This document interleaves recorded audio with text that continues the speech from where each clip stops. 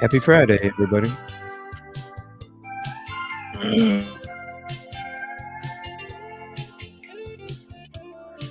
Oh, yeah. Great song.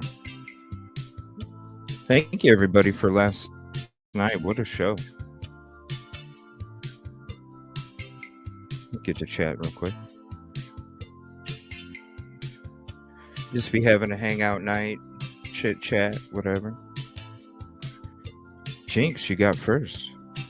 Pellet got second. What's up, Jinx? What's up, SRB? And Bautisma. Oh my gosh, you guys are having a conversation, huh? What's up, Skittles? Happy birthday today.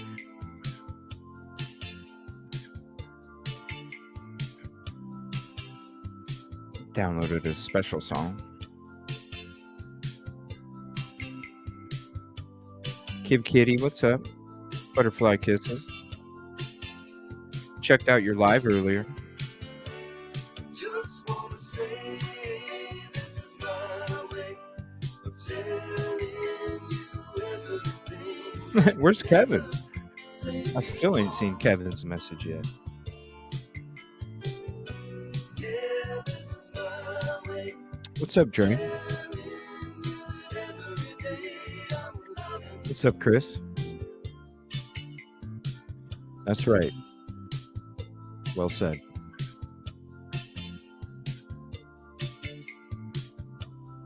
What's up, Pam? How are you doing?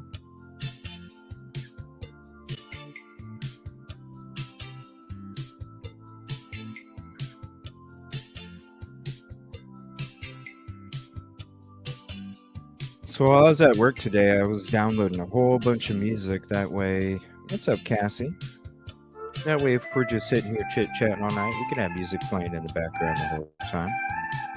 Little mixture. How's Liberty?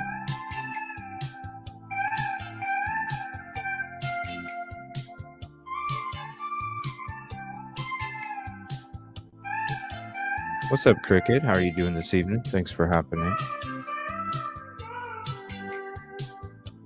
What's up, Grizz?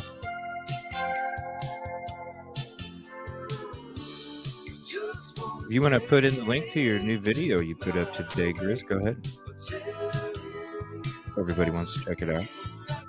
It's about that pie stuff we were talking about last night. Very informative. Mama Bear, what's up? Do do do do do do do do. Oh, 78.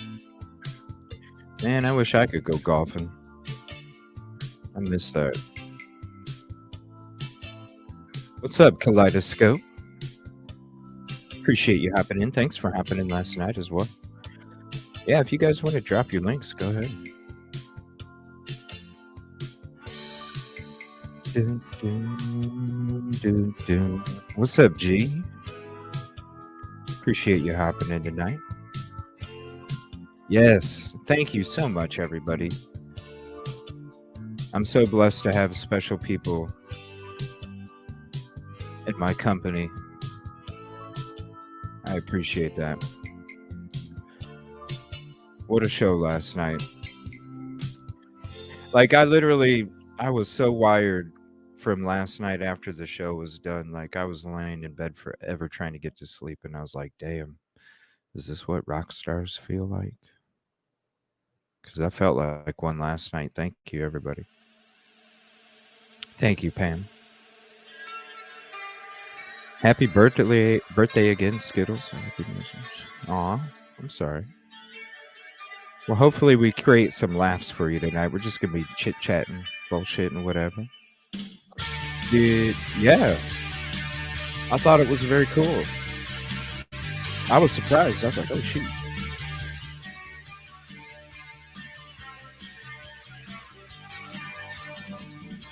What's up, Cherry Cherry? Punksy, how you doing?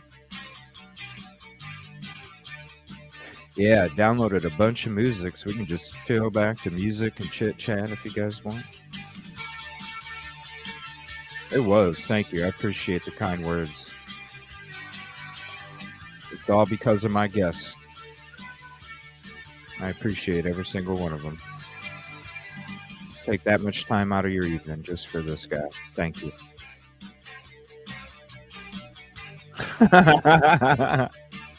Uh-oh. Aw. No, you're good. Thank you for being here. Oh, whatever, Kathy. You guys are what make me. Thank you, SRB. And if any other mods want me to send the links that I have, just let me know and I'll send them out to you.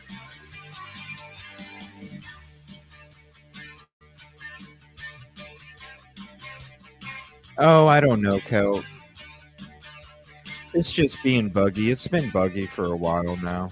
When YouTube, Twitter, I think everything just kind of went. And honestly, I think it had to do with that solar flare in February. Because everything was bugging out. Thank you, SRB.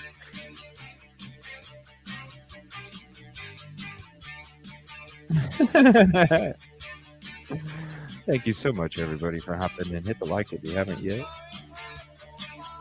And go ahead and open up panel. Oh, I never updated this background for my new panel stuff. Totally forgot. We'll just put the open sign up anyway.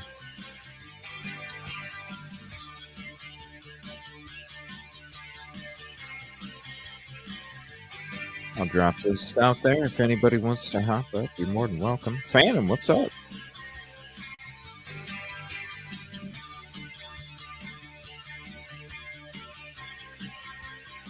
More than welcome to hop up if you'd like.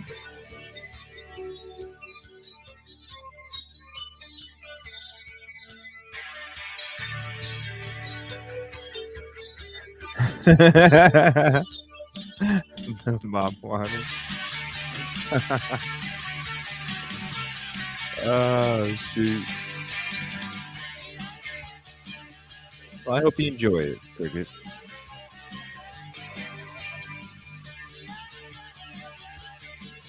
It's just going to be a hangout. Maybe bunch of little tales from the crypt and all that good stuff. Some comedy skits. Go back to my movie night folder. Holy crap, that's a lot. Doing a puzzle. Puzzle of what?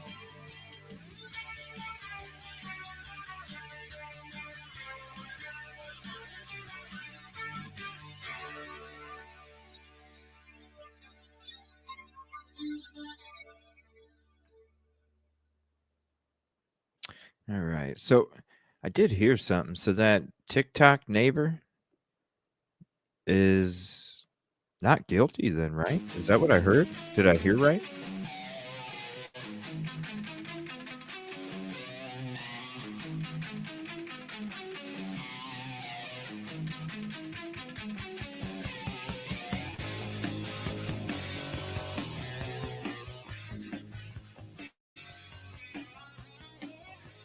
We gotta chill back and watch a movie sometime.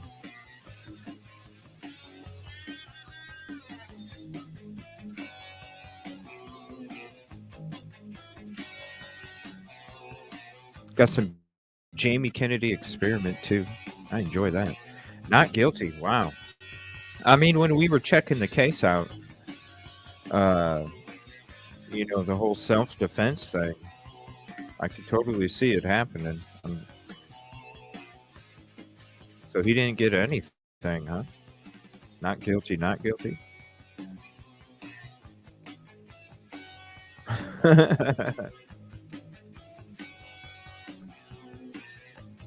A crime scene. Bird is sleeping, Link is next door, and Kev is getting mulch. Whoa.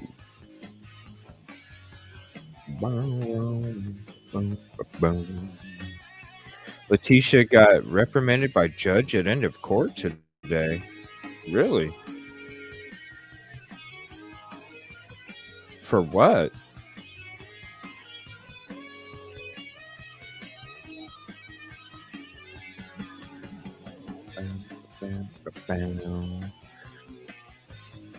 Good evening, Kaleidoscope. Is the music too loud? Not at all. It's perfect. All right. How are you doing tonight? I'll be okay. Yeah? You tired? Yeah, it's been a rough week. Has it? Oh, yeah. Oh, I'm sorry to hear that. Next week will be better. Right? No, actually, it'll be worse, and then it'll get better after that. Well, tomorrow's always another day. Yeah. So what's going on? Oh, not much. You? Hold on. We got Kib Kitty, huh? Too. What's up, Kib Kitty? Oh. Maybe not. Where'd she go? I don't know. Unless, I don't know. StreamYard's been bugging like crazy lately. It kind of sucks because, I don't know. There's not really much to the program, I wouldn't imagine. So I don't know what's going on with it. But, oh, there she is. Hey, There we go. Kitty. Are you there? Hello. Yep, Hey, what's up? nothing. It's easier to talk Music than type too loud? than a little bit. All right, let me turn down just a little. How's that? Good. No, I was watching the trial all day, You're and cutting out. Not for Huh. me, she isn't.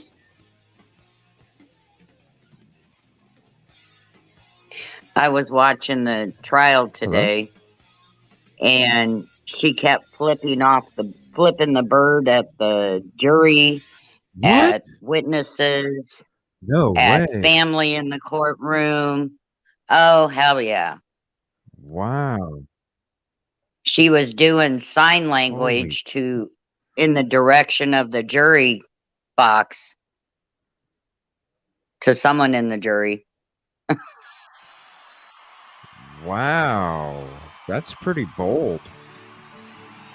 Oh yeah, and So what were they talking about for her to feel the need to do that? oh, she was just doing it all day,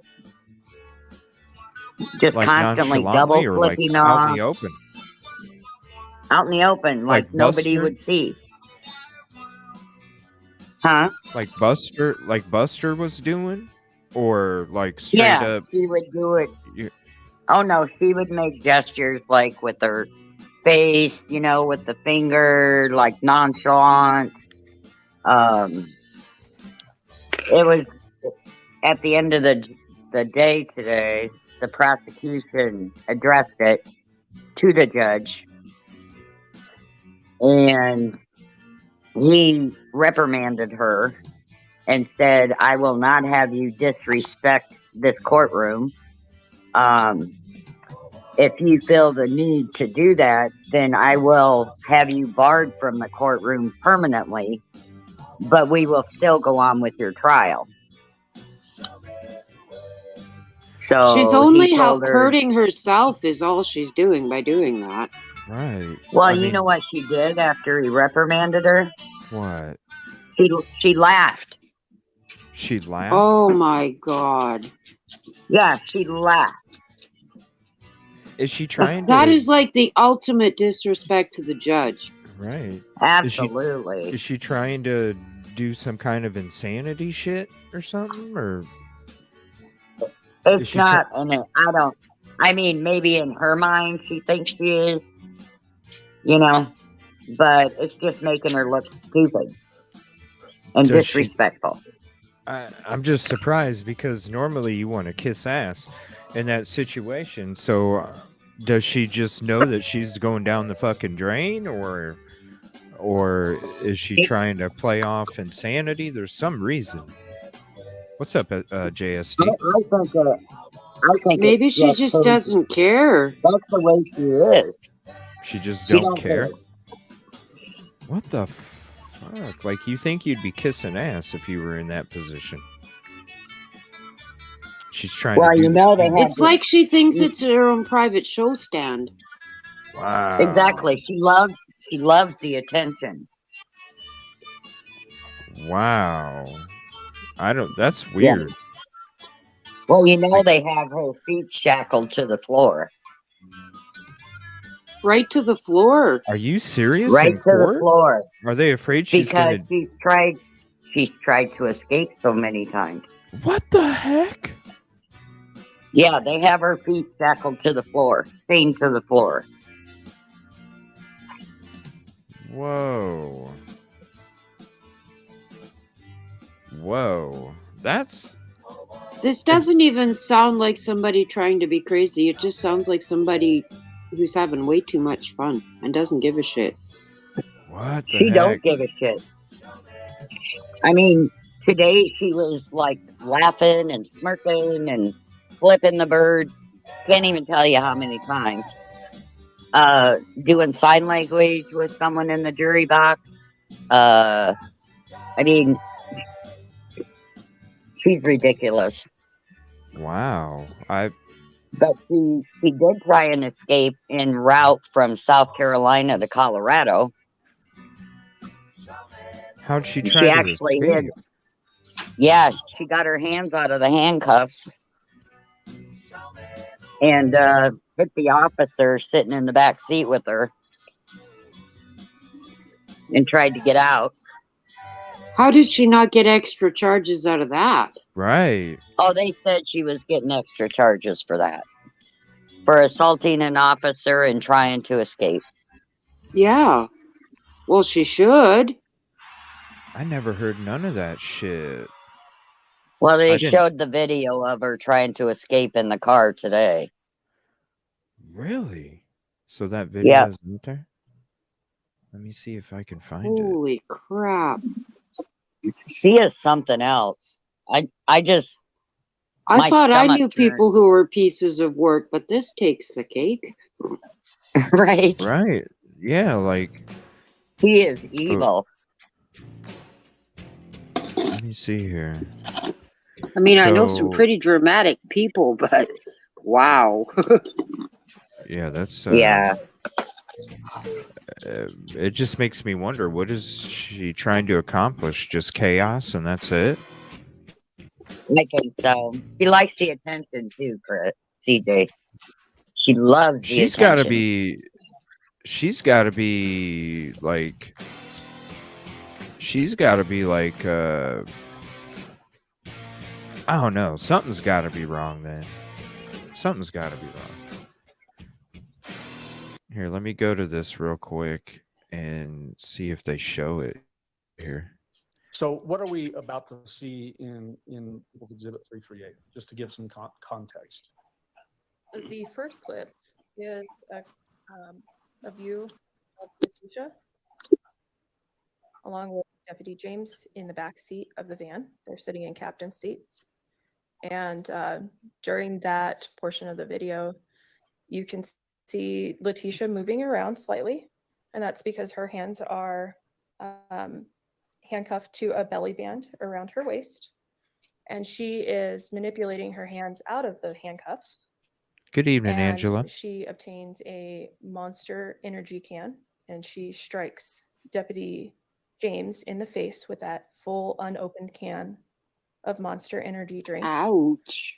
Whoa. Struggles with Deputy Ow. James.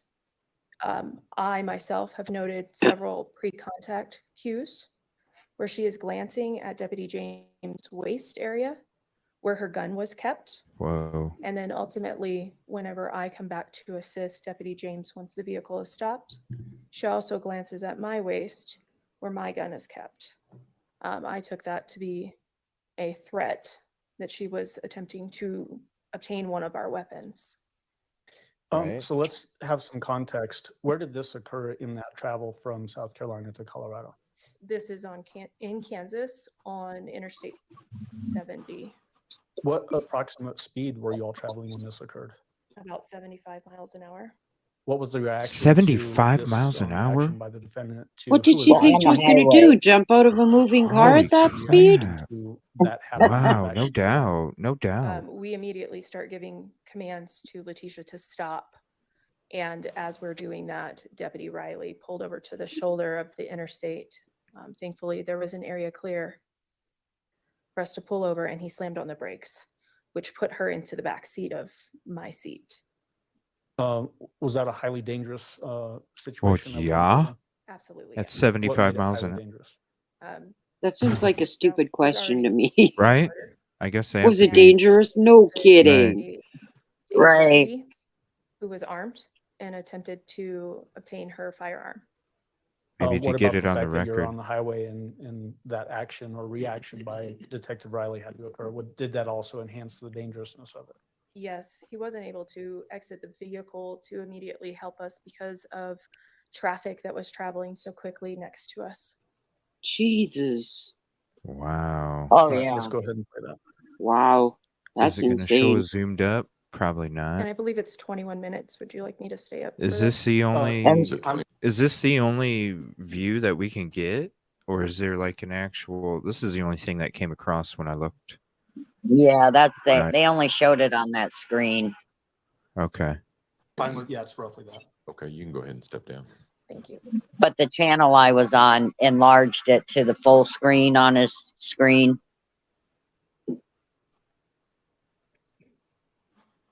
But yeah, she did try and reach for that officer's gun. Let me see here. Jesus Murphy. That's insane.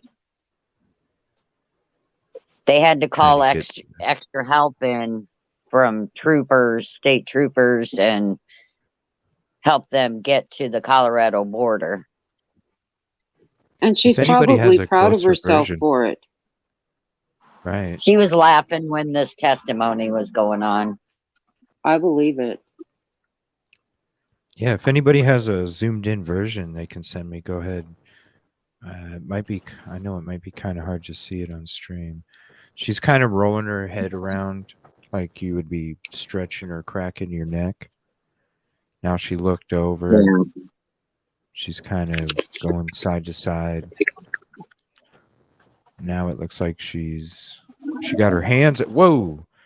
She got her hands out, and then she just went over and whacked him. It was a lady officer. Or her. Wham! Now there's a Oh, yeah. struggle in the back. Holy crap! Now they're scrapping. She keeps threatening me. She keeps on threatening me. I have stopped it. She keeps on. It's always everybody else's fault. She keeps on. Threatening me. I will for you. She keeps put your arm down. Put your arm down. She keeps threatening me the whole time. Tisha, give me your arm. I will to you. Tisha, give me your arm. I will to you, but not cooperate with me. Cooperate with me. I will with you, but not with her. Cooperate with me. I will with you, not with her.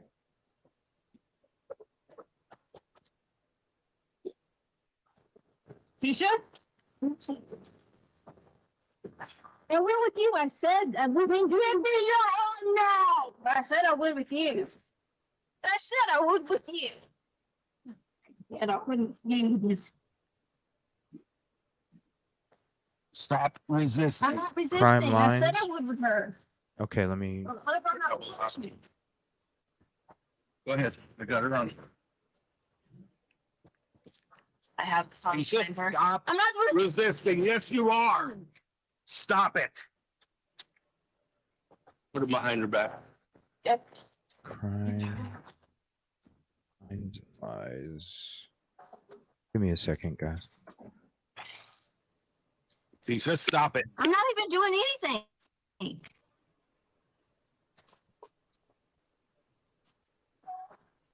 Okay, so Like they said, You just got another where is she charge. going to run to?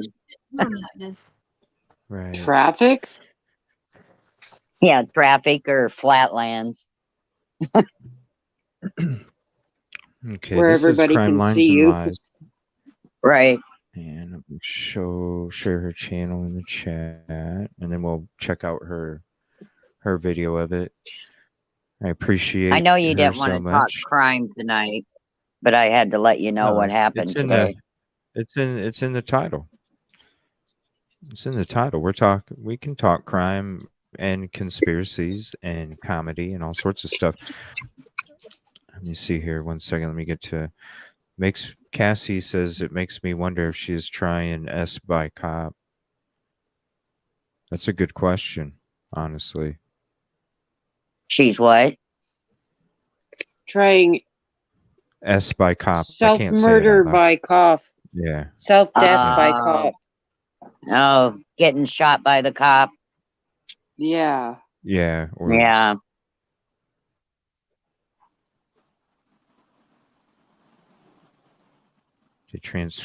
It had to be a long drive too, right, Angela? Like, Oh yeah. Where'd they go from? South Carolina to where? They had to go to Colorado. Colorado. That's clear on the other end. Man. I wonder how long that is. It's got to be like 22 hours, 28 hours, something like that, maybe.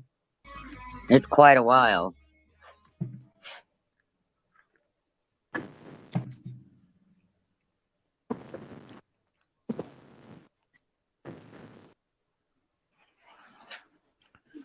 So that must have been her getting out of the cuffs.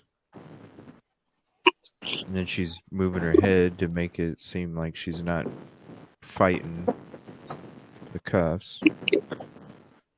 Well, they ended up putting her in one of the state troopers' cars, and he drove her. There we go. 20 hours? 22 hours? Stop. She keeps threatening me. Stop. She keeps on threatening me. I've stopped it. She keeps on. Got out of the streets. She keeps on. Threatening me. I will for you. She keeps Put your arm down. Put your arm down. She's threatening me the whole time. Tisha, give me your arm. I will to you. Tisha, give me your arm. I will to you, but not cooperate with me. Cooperate with me. I will with you, but not with her. Cooperate with me. I will with you, not with her.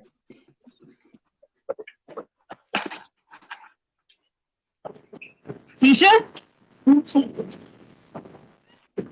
I will with you. I said I would with you. Give me your arm now. I said I would with you. I said I would with you. And I couldn't leave this. Stop resisting. I'm not resisting. I said I would with her. Go ahead. I got it on. I have to stop. Stop I'm not resisting. Yes, you are. Stop it. Put it behind her back. Yep.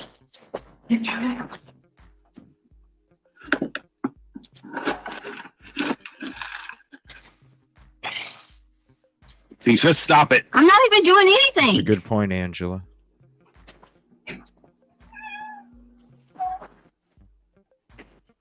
You just got another charge. Well, she shouldn't be doing me like this.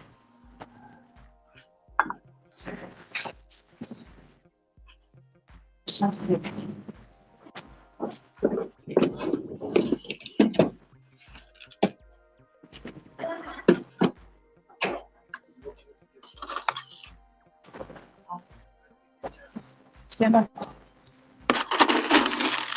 Stop trying to turn. I'm not trying to turn. You can stay that way the rest of the trip. Please know what we want to do. We're going to the nearest detention facility. No, everybody knows. Oh, could you please untighten it from my hands? Not right now, Tisha. Yes, it's all my arms. Lean forward. Lean forward. So I can adjust it. Stop manipulating the cloth. Eating you.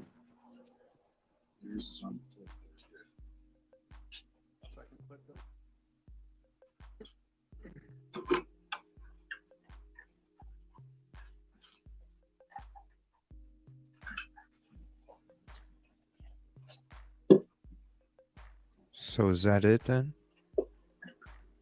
Or is there... It's a 15-minute video. Oh, so there's more after they transfer her to a different vehicle? Good. You make So is she done fighting, or is this just the rest?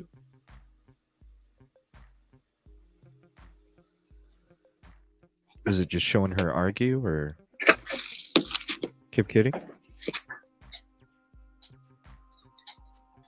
Sorry, I had to step away. I put it on mute. Is It shows that just it, arguing? it shows calling for help after this.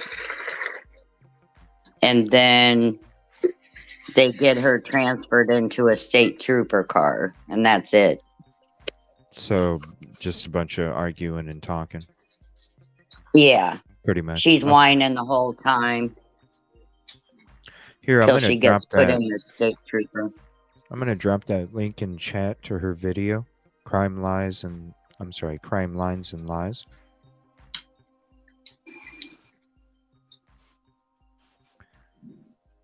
And then if you guys want to watch the rest of it, you're more than welcome.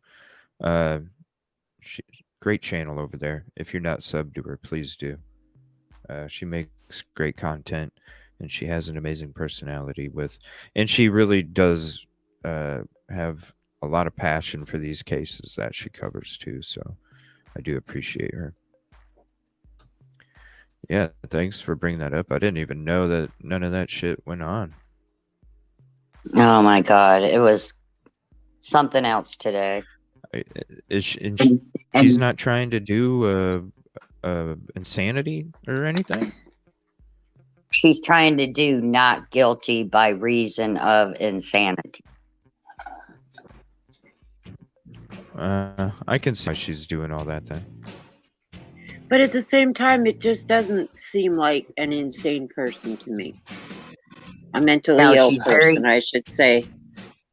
She's very calculated, very manipulative. And then, so like a personality disorder? Multiple personality disorder or something? Or? I think that's just how she is in life.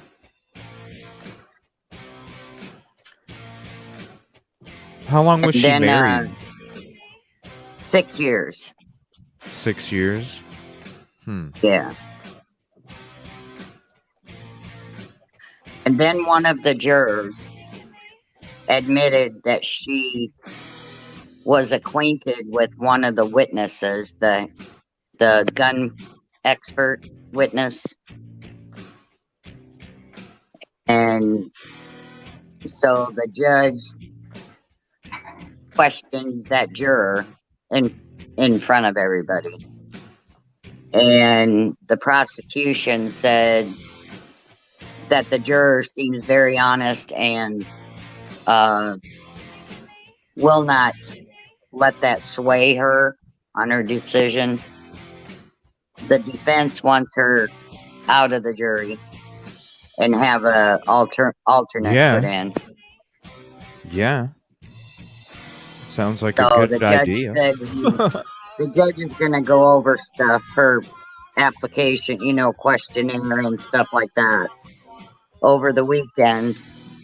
And then Monday he'll let them know what he decides. Wow. Thank you, but Angela. He'll decide with. Go ahead. But he'll decide with Letitia being in But court. it all just takes away from the case and the real reason why everybody's there. Right. Good point. I think she needs to stay in there, and I think they need to tie her hands together or something. Well, I'm sure Straight she's jacket for a while. Yeah, and for quite a while. Yeah, it's disturbing because I was watching one of the Law and Crime Network videos about one of the Ellies describing unzipping the suitcase and everything beyond that, and I was just like, wow. not good. It's hard to. That's that. I don't know. Like normally, I can talk about all these cases, and for some reason, that one, it just. I can only talk about it for so long, and then it just. He's I don't just know. such a little boy. I don't know. It's very. Yeah. The things that she did to him. Like Yeah. it's horrible. And Thank you, he Angela. suffered at her hands for so long. Mm-hmm. Yeah, and he, you know, just the claustrophobia he probably had to be living in. Just it was okay when Dad was home, and then once Dad was gone. Yeah. What's up, Jinx? Well, I heard something, but it's just speculation. It's not fact or anything. But I heard that when she said she got raped by this Eduardo or You whatever can't. his name. Just for the future, you can't say that word. Just a Oh, heads up. when Just say she R. said she got armed, Yeah. I heard out there that maybe she was messing with somebody, another guy, and Gannon caught her. Oh. Maybe it wasn't the R.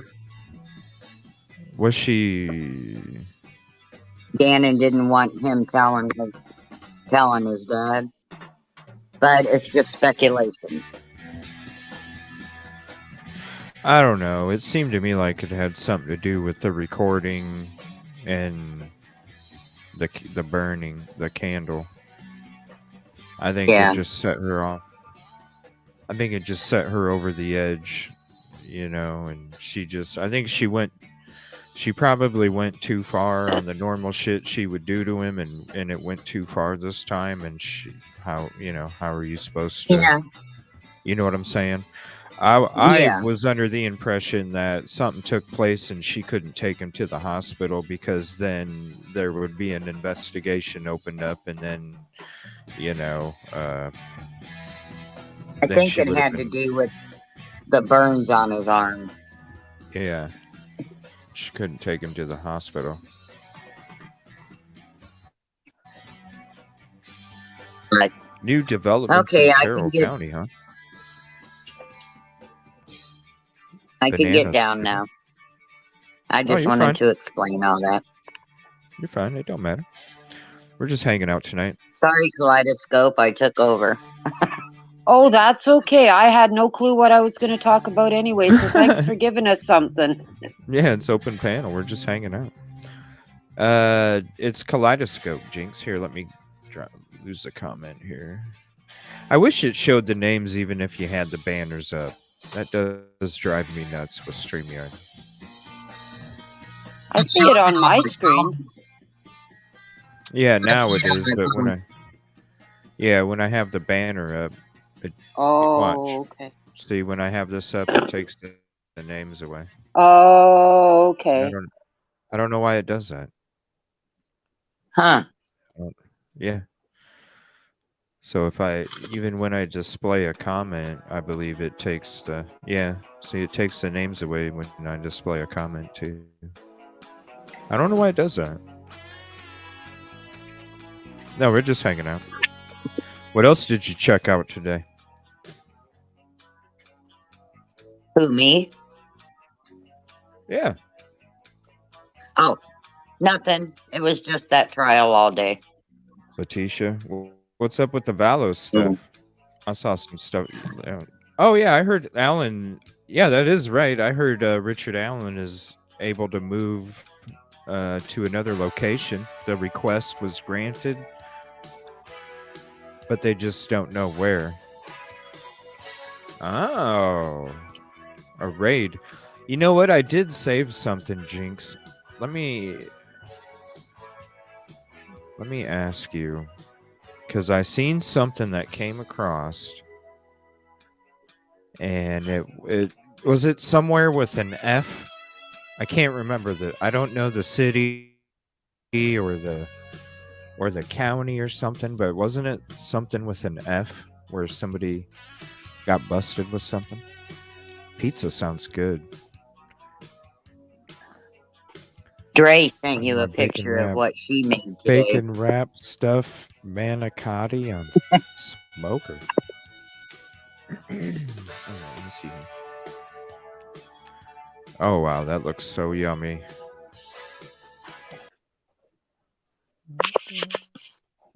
Gee, and I'm just eating That looks hamburger so helper yummy. and Oh, it's not bannock. showing it.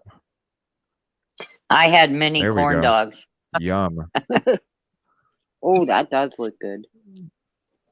Yeah, it does. Mini corn dogs sound good too. I love corn dogs. Let's see.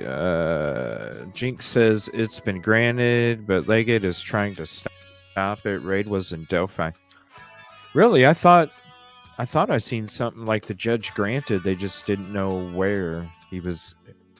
It was accepted, but they didn't know where. But not sure when I'll be able to. Oh, you're welcome. You're welcome. Thank you for hopping up last night, and thank you for sharing your story. Virtual pizza. Steaks on smoker last night. Yeah, those look good.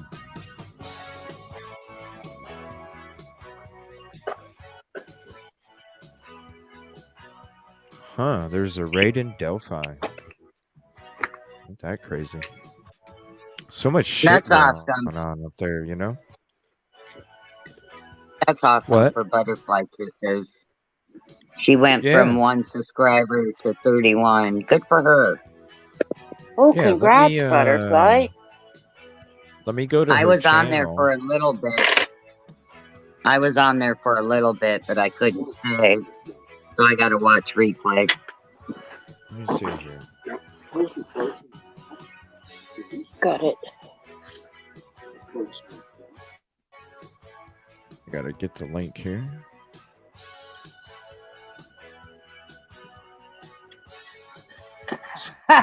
And this is Butterfly's channel that she streams on. What's up, Silky? This is Butterfly's channel that she streams on. Speak for those who can't. With the handle Do Not Judge.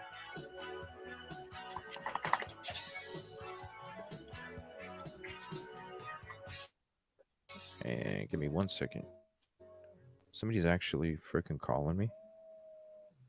Wow.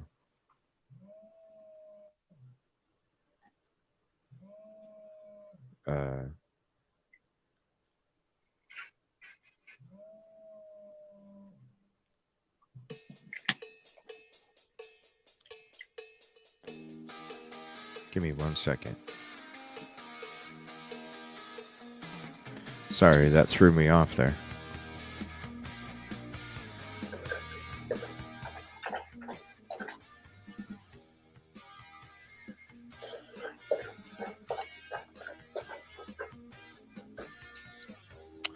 Oh, come on, StreamYard.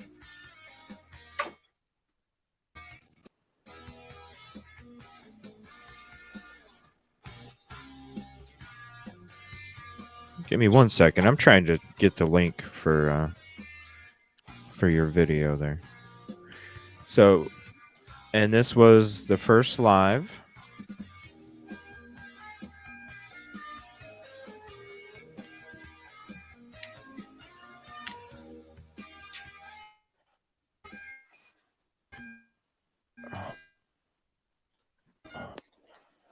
This computer. Come on.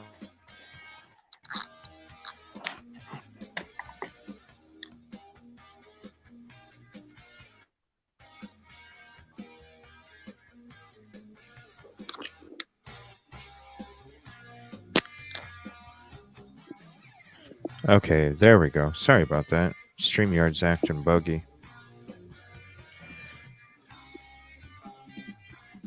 How many did you get last? Well, maybe you might not have been, maybe because you weren't in last night, Kevin.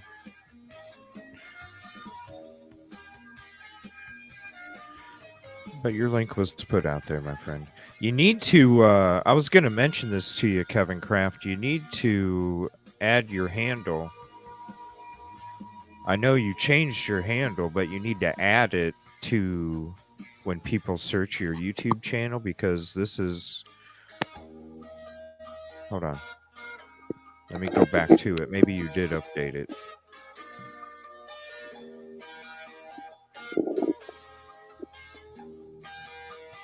Let's see. Okay, I do see a handle now. There we go. Let me update it.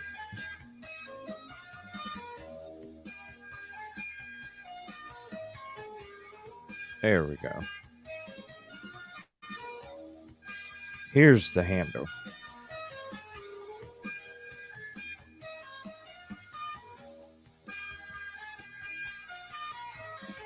Silky. Hey, Silky, if you're not doing nothing, you're more than welcome to hop up. We're just hanging out. Anybody else as well. We're just kind of hanging out, chit-chatting about whatever you want to talk about. I'm releasing a video tomorrow that we did on Stephen Smith last week. Little snippet. Yeah, I'm excited. Tomorrow. And seriously, Silky, like anytime, just let me know. What an amazing creator, Silky. And thank you so much for taking time out of your night last night to pop up. And if you're not subbed to Silky, hit that sub as well. Yeah, thank you all so much for hopping up last night. The raid was a couple days ago. Randy did a show on that. Who's Randy?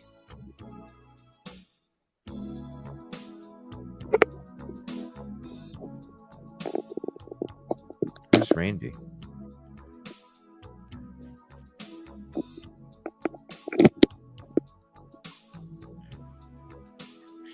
Chris Kaleidoscope. Chris says you might have to explain what a bannock is.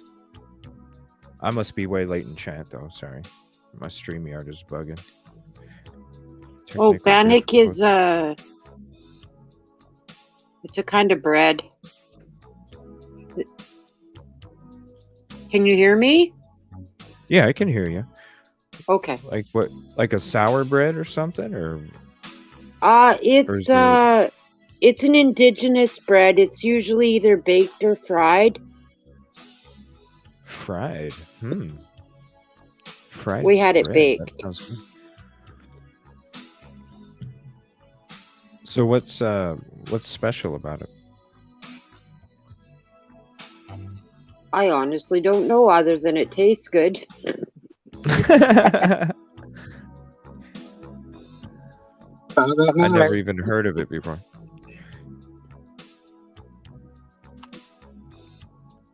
Trying it sounds kind of good.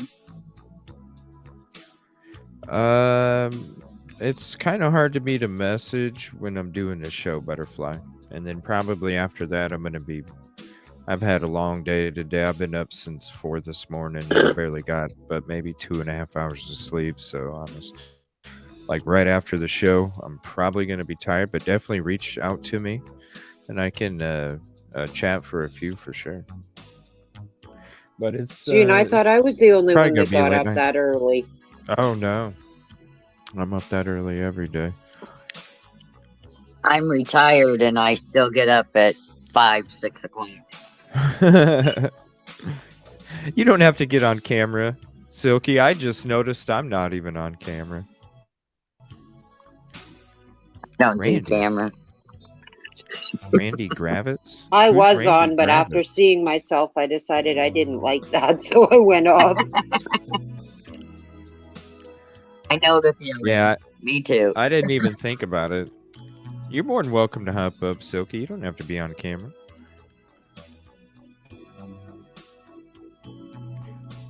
I don't have my own channel, but I'm on Discord. I know I put your SRB. I'm channel crazy. link out there, Jinx.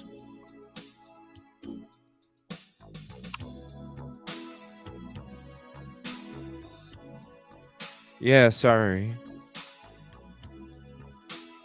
Like it's hard for me to even get a video here. But yeah, after I'm done, go ahead and reach out. I've had a long week. Like last night, I was so excited after the show. Like I couldn't even settle down to even get some sleep. I was just so wired from just what a show last night. Oh, And then it was. yeah, I'm laying there. It's getting like 1:45. I keep staring at the clock. I'm like, damn, I gotta be up in like 3 hours. 9-8. Yeah, there's like a hashtag. There's like a hashtag after your name in Discord and then a number. Thank you, Grizz. How you doing tonight, buddy? What you up to, man? Could never sleep in. I can't either. Oh, I can. Shit, usually Saturdays is when, because like throughout the week I'm barely getting any sleep, and then usually Friday night through Saturday I'm out. I am out. Kind of Not feel me. like I'm I'm getting up. caught up. I'm up 5:30 every morning, and if I'm not, my animals will make sure I am. Oh yeah. Yeah, I I've don't have any animals. always been an early riser my whole Yeah, life. me too. Me too. I don't know how my mom did it. She had one that was a night owl and one that was up at 5 every morning. Right.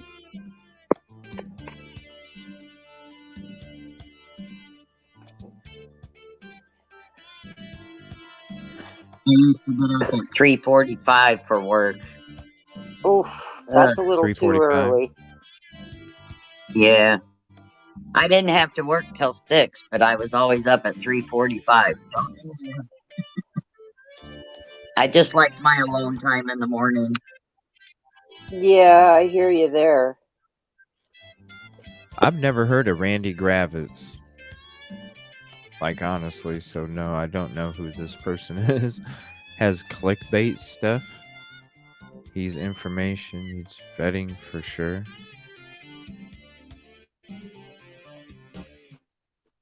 Huh.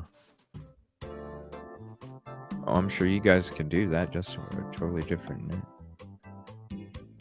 A morning person.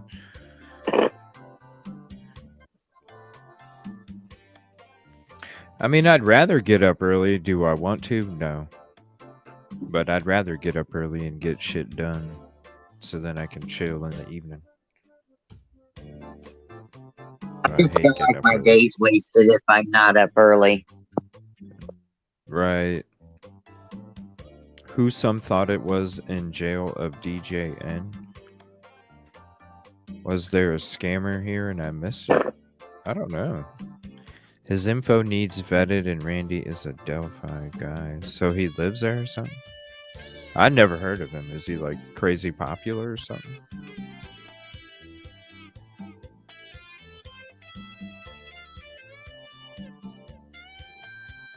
Boy, that song brings me back to the 70s. Yeah, you know? Love I it. seriously like I was like, you know what, for these hangout shows, I need to be able to, because everybody's been loving the music in the beginning, you know, when I say hey to everybody and stuff. And today I was like, you know what, I just need to start just hitting the save on a playlist. By the way, I want to let everybody know, you can go to my playlist anytime. This is the show music. And I made a playlist for that, and I made it public, so you guys are more than welcome to see what's on there. And let me share that with you real quick. And that way, if there is like maybe a song Have a that you good would night, like to hear or Dre. something. Good night, Dre. Thank you for hopping in.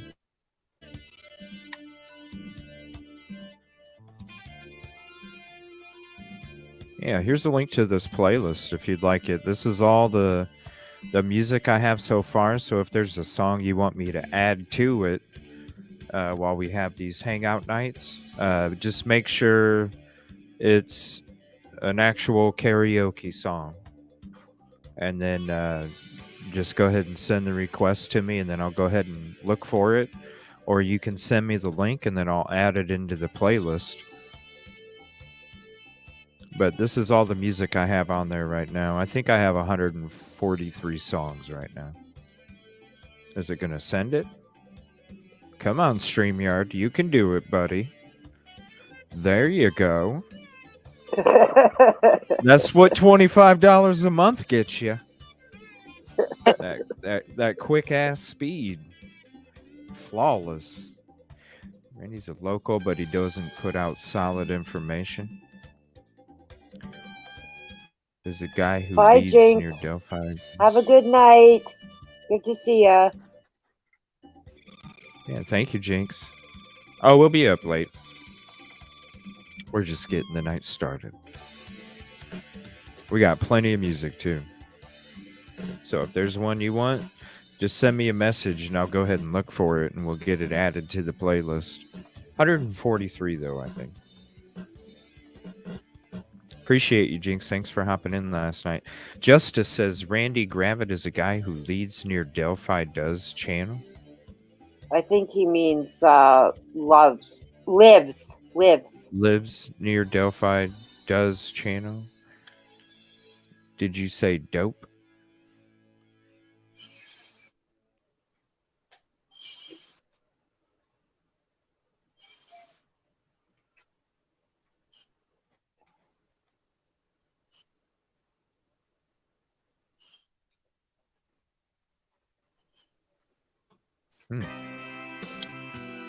Ooh, that might be kind of loud, huh?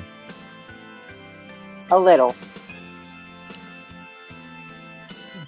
Turn it down a little bit. Some of it, see, some of the levels are not balanced out, so I'm sure the Oh my next one I'll gosh, have I to love turn it this back music.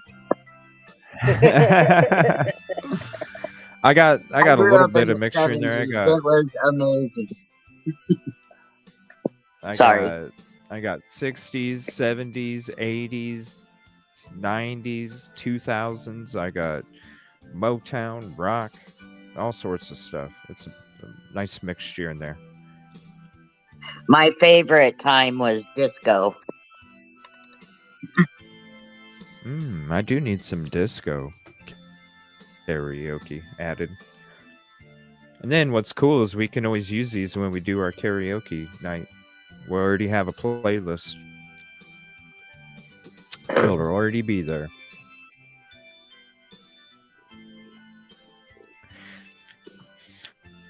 Let me see what's on Twitter here. So one night, my husband and I were at the bar, and they were doing karaoke, and I talked him into getting up and singing Kenny Rogers' Lady. It was horrible.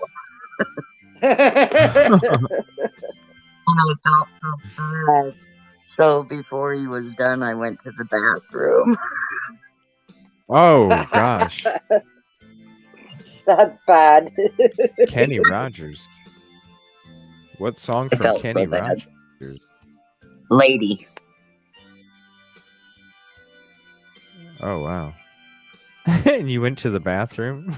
Because you were... Went to the bathroom before he came down off stage. You're nervous? Yes. He said he only did it because he loved me. Poor guy. I know, right? I don't know about that. Disco songs? Oh, look at the chat. Oh, there's got to be some good ones. Let me see here. This one's kind of slow, though. I'm going to go to the next one. So I really wanted to watch an episode of that Tales from the Crypt at some point. It's only like 25 minutes, but Oh yeah, we got some Stevie Wonder now.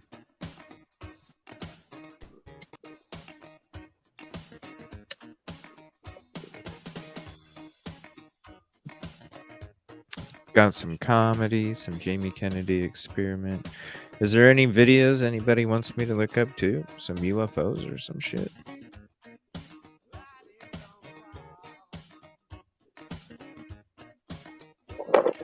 SRB.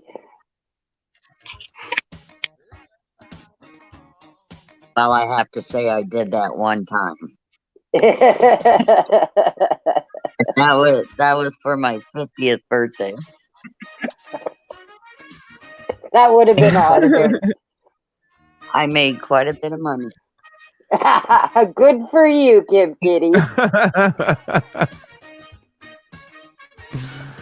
Oh gosh, you made quite a bit of money. I also got a concussion that night and Oh my had short gosh. memory loss. Oh no. Whoa.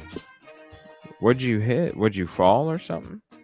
What happened? Well, I was out dancing and I thought was gonna pick me up and dip me, and he dropped me on my head. Oh God, no. Yeah. That's way. awful. I had a headache for like 2 weeks, and doctor Oh my said I gosh. had a concussion and I had short memory loss. Are you okay now, Kib? Oh gosh, yeah, I'm fine.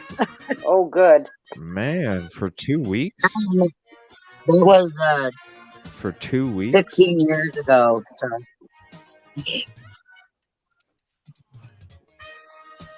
It was a fun night at first. Yeah, that's a 2 weeks is a long time to have a headache. Damn. Oh yeah.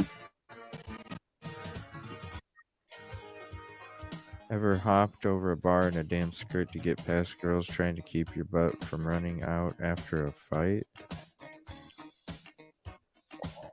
Can't Cassie say that says I I'd have. drop him on his head. Hopped over a bar in a damn skirt to get past girls trying to keep your butt from... Huh?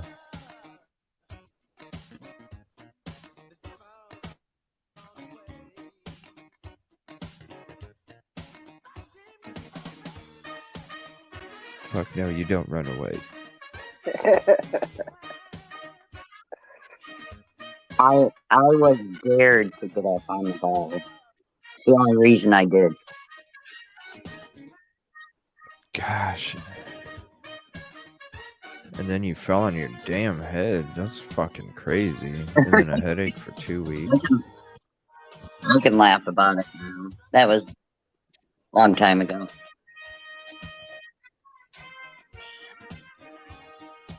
Hopped up and over the bar with the bartender's help.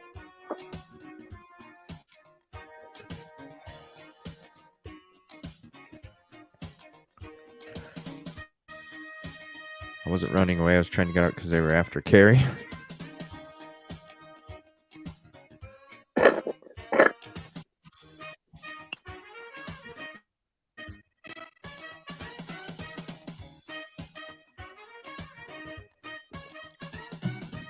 All right. Well, I'm gonna watch some of this comedy here for a second. Watch a clip. Let me see. Where's it at? I would like to hang out and watch one of these movies one night where we can set like an hour and 45 back or something and watch some of these movies. I put together a folder of different programs and stuff. There's one that I wanted to check out. Still, it's that where'd it go? That Blow, the true story of cocaine, a bear, and a crooked Kentucky cop. Never heard of that. Yeah, it's from some news channel, Wave News in Louisville, Kentucky. So is it like a documentary or? Yeah. Oh, It's okay. a news channel that's in Louisville, Yeah. and they have some documentary on Below, the true story of cocaine, a bear, and a crooked Kentucky cop. And I'm like, damn. Number one, I love documentaries. And number two, the title's fucking crazy. And number three, it's from a news channel, so I know we're cool watching it. So I went ahead and saved it. Like, damn, that looks interesting. That does sound very fascinating. It does. And it has a bear in it. Come on, how can you lose? Those Right. marbles, yep. Oh, I know. Between my question, what happened to me? Oh shit. Thank you. And Butterfly says thank you. Why do you guys want to check that out, or do you want to watch some comedy, or do you want to watch Tales from the Crypt episode? I'll let you guys.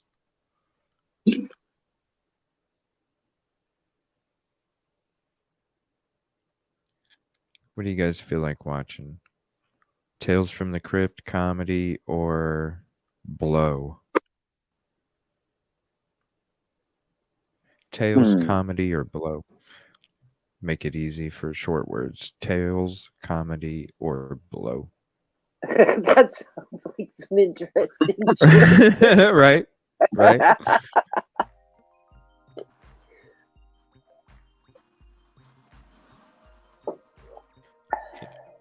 Could be taken the wrong way there. Phantom says Blow. It does sound crazy. What do you guys want to watch as well? And I'll see what everybody thinks. I don't know. I'm stuck between comedy and Blow. Yeah. I know that. I totally actually forgot about that until I opened up my folder here, and I was like, oh yeah, I forgot about that. Blow. It does sound interesting. It's only 37 minutes, so we can definitely check it out. I'll just have to pause it here and there just to make sure, quadruple check I don't get no warning after the show is over. SRB says Blow. Yeah. All right, we'll check it out. Well, I might hop down and chat and listen because I got to do my dishes and stuff. Okay. And if anybody else wants to hop up, you're more than welcome to commentate, and we can You mind if chit-chat. I stick around? No, you're more than welcome. And thanks for hanging It's nice out. meeting you, Kaleidoscope. Same with you, Kib Kitty. I'll see I'm you. enjoying this.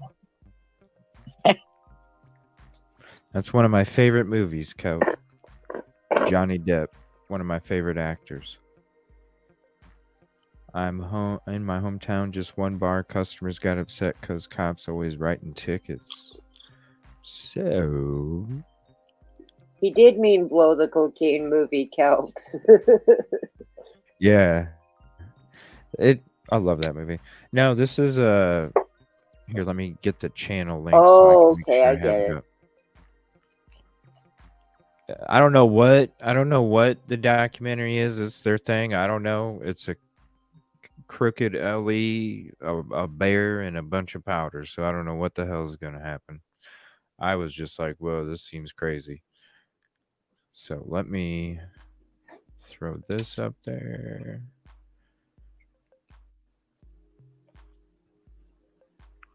We'll get the news source linked up there. And let's see. Yeah, you guys are more than welcome. Yeah, it's some kind of documentary about it from a news channel. Oops. Freaking YouTube. Hold on one second. Have you heard about the...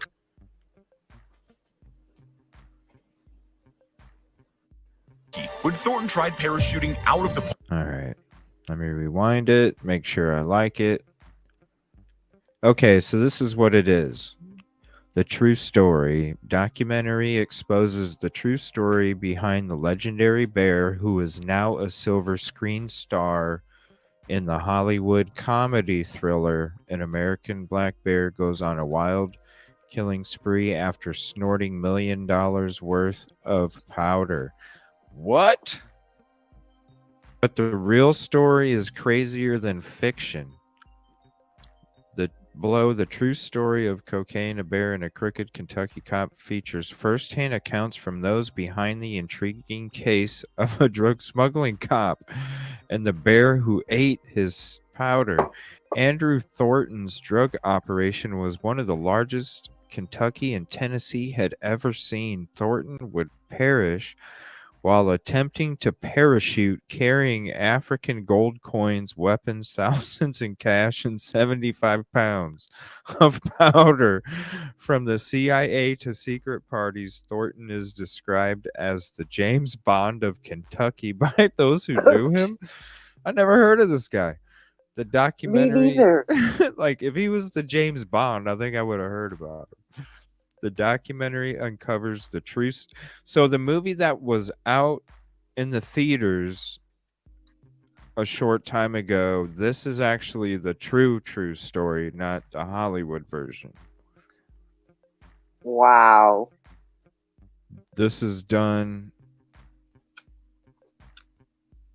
and on the Wave New. Oh, so it is on. Okay, well, just as a warning, everybody. If all of a sudden the stream drops, I'll be up a few minutes after it would drop, just as a heads up to everybody, because I see it says right here it was, let me see, streaming release on Wave, Roku, Amazon Fire, and Apple TV. So that means it's probably monetized. We'll see what happens. So if it all of a sudden drops, I will be back up. But we're going to get into this. This is going to be interesting. Have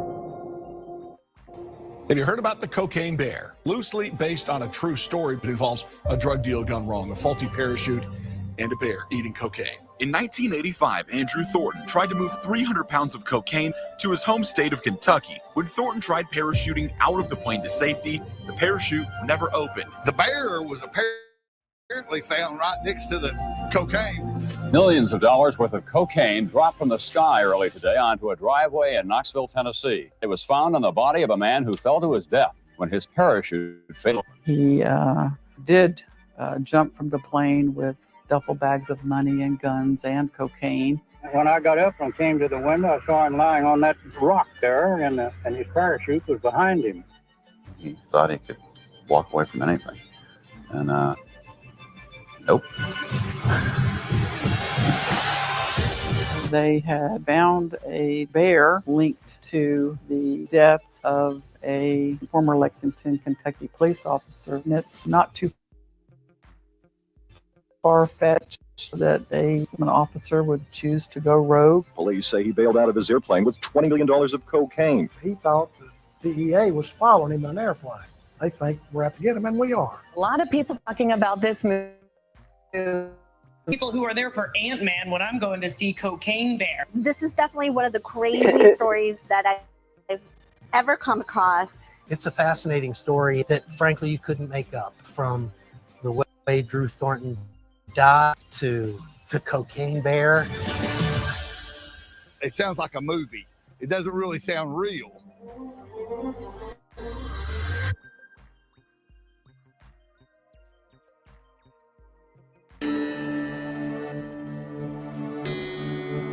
Well, let's see, 1985. I was 42. I was 40. Prime of our careers, I guess you might say. Brown hair. Well, I was a lot lighter. Yeah. In the hair and body size. We go way back and good friends. We do a lot of stuff together. A couple other retired officers. And, need something, he's the man to go to. Well, I'm 77 and he's 79. We don't do a lot. He can remember people we went to high school with that I couldn't think of to save my life. He made the perfect detective. We've seen a lot of stuff.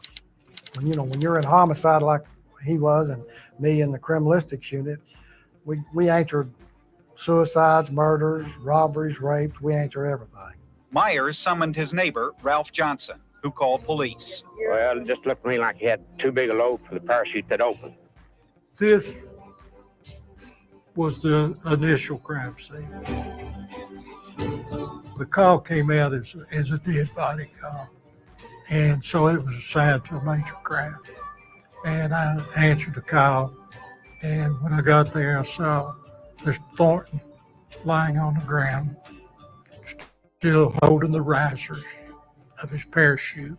The dead man has been identified as 41-year-old Andrew Thornton of Paris, Kentucky, a former Army paratrooper who was on parole from a previous narcotics conviction. You could see through the trees where he had crashed down, and he'd bitten through his lower lip. His eyes were about half open, and his legs were over a large black duffel bag. So, it's pretty easy to guess what it was. Wow. Drug investigators say the Appalachian Mountains around here are Imagine frequently being the used for homeowner drug finding drops. that on their They say the driveway. shootist probably What's up? I'm gonna go ahead and pause it too, just to kind of respect the creator for that. What'd you say? Imagine being the homeowner finding that on their driveway. Oh, I know. All of a sudden, a body drops out of the sky. That would be Mhm. terrifying. Yeah, I mean, and then the sound too. No doubt. Just He was the probably sound of it. screaming his head off or something on the way down. Mm. Oh, It's crazy. So far, we're only 3 minutes into it. I'm gonna rewind it just a minute too, because I want to hear what they have to say again as well. Because I'm like, what? yeah, no doubt. You know? a former Army paratrooper who was on parole from a previous narcotics conviction. You could see through the trees where he had crashed down, and he'd bitten through his lower lip. His eyes were about half open, and his legs were over a large black duffel bag. So, pretty easy to guess what it was. Drug investigators say the Appalachian Mountains around here are frequently used for drug drops. They say the shootist probably jumped from a plane flying low to avoid radar detection. Captain Coleman was over on narcotics squad, and he said that was the most pure cocaine that's ever been in Knoxville. Police found more than 70 pounds of cocaine wrapped in football-sized packages in an Army duffel bag the shootist was carrying. Looked like football. Did he say And 70 you can see that pounds? the parachute didn't open, so I guess the load was just too much. 70 pounds. And that's just that he was carrying coins, African gold coins, and all sorts of stuff. I think cash. He was trying to get the hell out. But Clearly. who knows?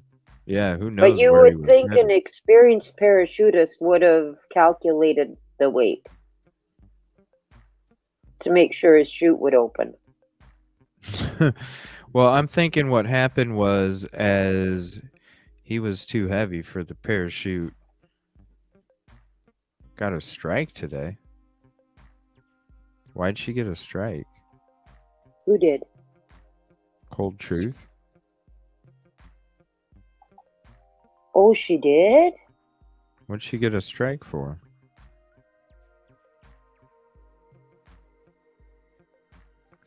I'm usually pretty good with. I've had my stream shut down a couple times, but I've never gotten a strike.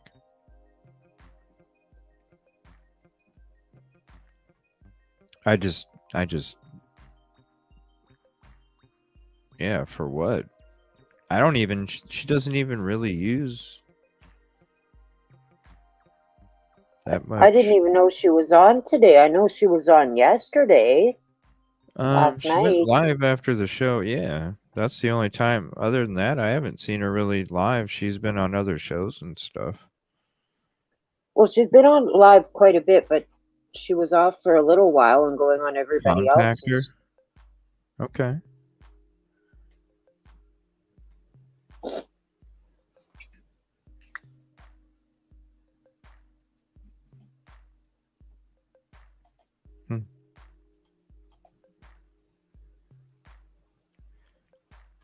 She's not here. I haven't noticed. But it wasn't an actual strike? Okay. Yeah, I was going to say, if there was something I needed to be worried about, I'm sure she would have reached out Yeah. to me. You know what I'm saying? I'm sure she would have said, hey, CJ. Yeah, because I remember that in her live last night. I started rewatching it this morning. And she said something about a possible strike, but then it turned out to be a fake email or message Just a or troll. whatever. Yeah.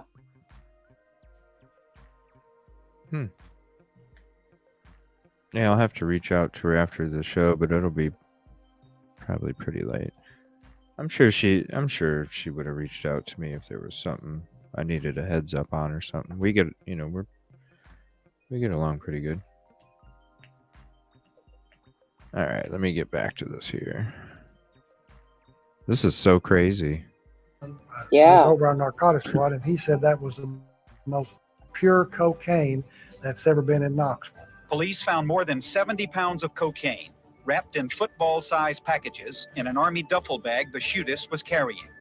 Looked like footballs. And you could see that his main chute didn't open, so I guess the load was just too much for him. Oh, Never saw no. a kilo of coke. Little we didn't see that kind of stuff. We just saw little baggies and stuff like that.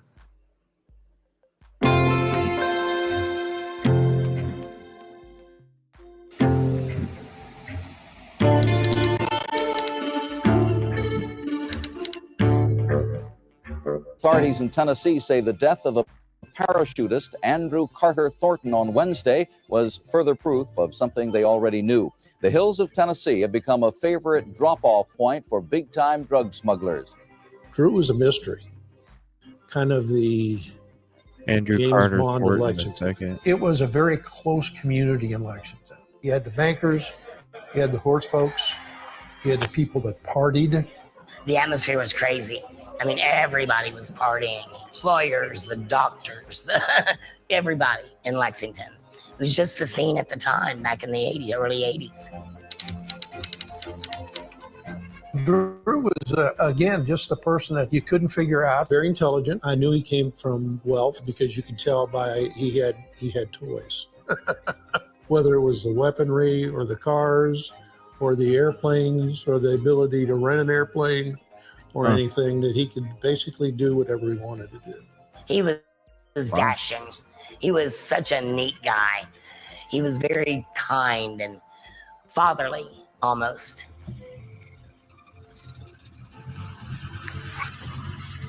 He was you call them preppers now, people that are prepared for everything. Prepper. He had a money belt that had a bunch of $100 bills, extra ammunition, clips for his guns, South African gold coins.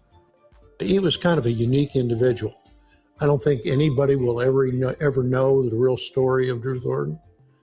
But those of us that have been involved in certain portions of Andrew Thornton were enriched by it because he was a neat guy. He had lots of friends. A guy named Bill Leonard was one of them. And Bill Leonard was on the plane with Drew Thornton when Drew started throwing out all the cocaine. Hold on one second. I want to see who this reporter is. Bill Leonard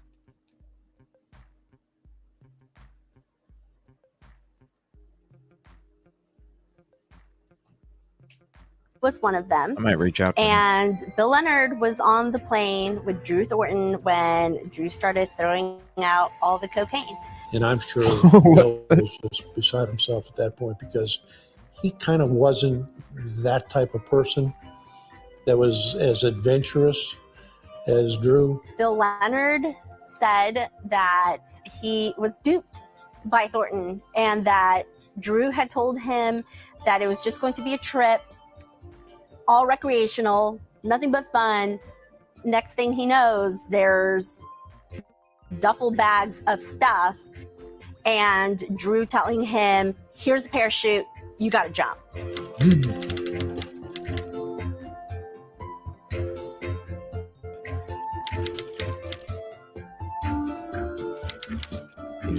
He declined to comment. This older gentleman, I think he'd called his...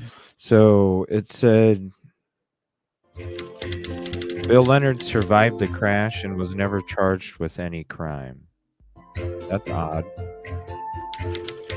Wave reached out to Bill Leonard. He declined to comment.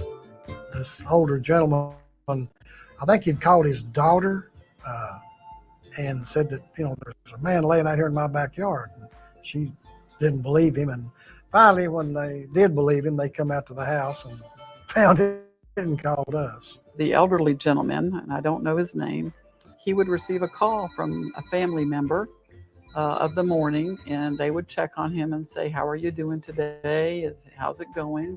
And he responded to the effect that, "Well, I think there's somebody laying in my driveway." Oh. I'm not quite sure, but That's kind of funny. We'll check on you at noon and see how you're doing. I think we'll check on you at noon. Call, and he says basically the same thing. And then later in the afternoon, they check on him again. I'm assuming he lives by himself, or if they just like to check on him as a elderly family man. They finally decide that there is definitely somebody laying in the driveway deceased, and went out there and found Mr. Thornton and called the sheriff's office to come and see this. It sounds like he said it so casually. Oh, I think there might be a body in my driveway. Yeah, I'm not sure. There might be. Man. Could you imagine calling your family member and them saying that? "Oh, I'm doing good, but there is a body in my yard." Right. What'd you have for breakfast? Whoa. It is crazy. It's there. Crazy. The body of the heavily armed parachutist. Was this in the movie? Probably not. I didn't watch the movie, so I have no idea. No, Cassie, let me know if this part was in the movie. I doubt it was. But man, this is crazy. It should be if it wasn't. Wearing military-style combat clothing was found early this morning by 85-year-old Fred Myers. Well, when I got up and came to the window, I saw him lying on that rock there, and his parachute was behind him. His plane, which had been put on automatic pilot, was found 7 miles away. Jumping out of planes, strapped with so much contraband, and thinking that he would just bounce twice and walk away from anything. He was a pretty tough kid, but that was a fateful night. I was walking outside the mall, and there was a newspaper stand, and I read the headlines, and my heart sunk. And then the story they were writing, I just couldn't believe. Broke my heart. He was a great guy. We speculate that he dropped this duffel bag, this big bag that he was carrying, on a pendulum, long tether, and it got to swinging. And he was so low when he jumped out that it was swinging like this, and it hit. And when he hit on his back, I attended the autopsy, and it broke every bone in his spine from the ribs around all up down his spine. It was all just crushed. Wow. And we debate he possibly hit the tail of the plane when he bailed out. Oh, when he came down, you could see, look back through the trees and see where he came in. And that was it. And all this time, he thought he was such an expert paratrooper. Oh, landed on his I back. think God took care of that. Oh, wow. Part 2. That's cold. So the dude, they said he possibly hit the tail of the plane when he jumped out. It was too low. And then carrying all that contraband just weighed him down so much. Yeah, Man, but that's you crazy. would think that somebody who knows what they're doing would calculate that weight, though. He was probably I know what. stoned as shit. Yeah, that's true. He was probably thinking, I've never I been can do stoned, anything. so yeah. I could do anything. And like they said, 10 he was feet tall and bulletproof. right. He was a tough guy, you know. He was probably, Yeah. like they said, he was probably thinking on the way down that he could still figure out a way to survive it or something. What the heck? Maybe he thought the cocaine would break his fall. Right? But he landed on So- his back. Oh. Oh. And the momentum alone would have just been brutal. Yeah. Maybe that's why the guy didn't know if there was a body. He didn't get up to go look and investigate because he's probably scared, but it said it sounded like dynamite hit. And then when he looked out there, if all your bones are crushed, I'd imagine Ooh, that'd be gruesome. you might just look like a pile of clothes from a certain angle or something, you know? Well, and with all the duffel bags around too, Yeah. maybe they helped obscure the body a bit. Yeah. Just he didn't know what the hell it was. Maybe just saw the parachute and didn't know what else it was. Yeah. What'd He you did have say for he saw the parachute. Yep. He could see the parachute laying back. So this is where the bear comes in. So maybe there's some other of the packages that went somewhere else and then the bear ate it. We'll find out. The Poor sheriff's bear. office also called and stated that they had found a bear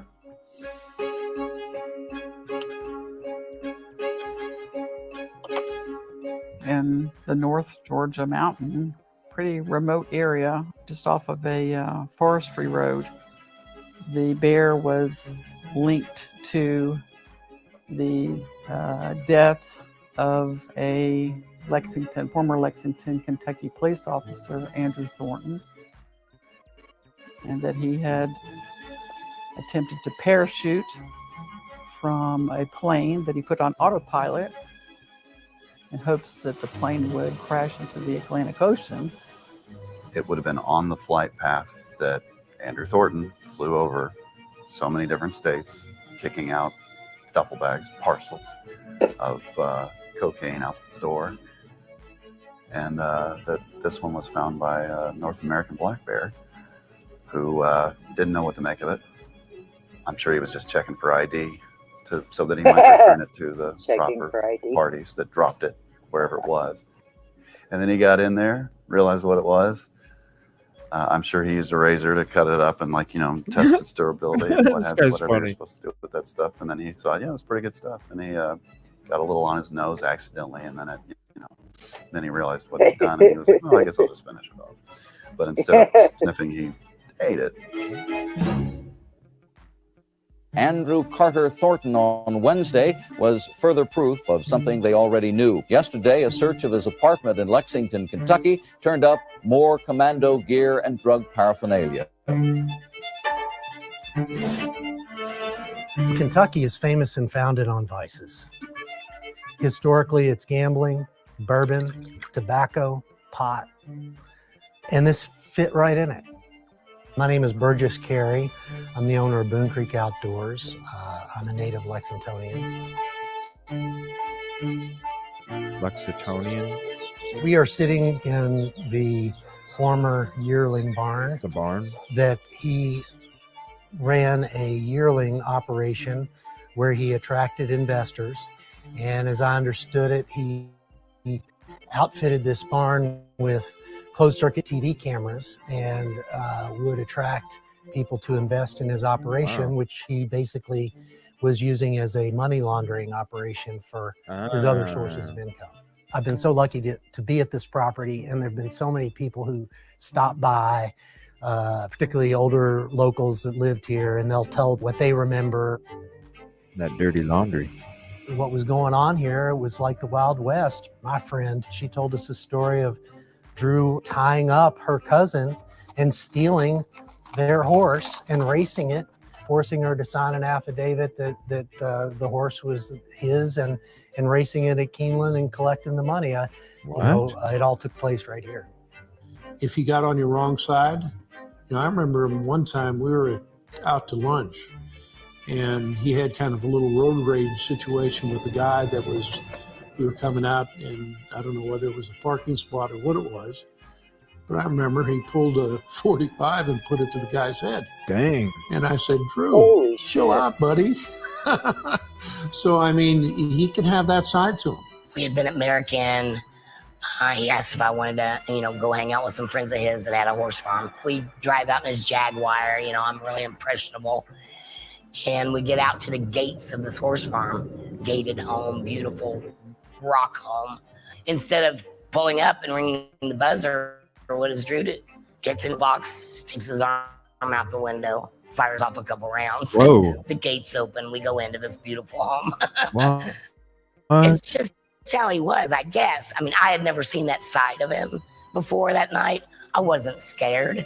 Surprised, maybe. But I wasn't scared. Just being in his presence made you feel safe. Well, yeah. Somebody's fucking shooting shit. Fuck it. The stash house. I've been lucky enough Somebody to know fired about off this a gun in front of my house. property The and- gate and would own not it be now for opening. nearly 30 years. What's up? Somebody fired off a gun in front of my house. That gate would not be opening.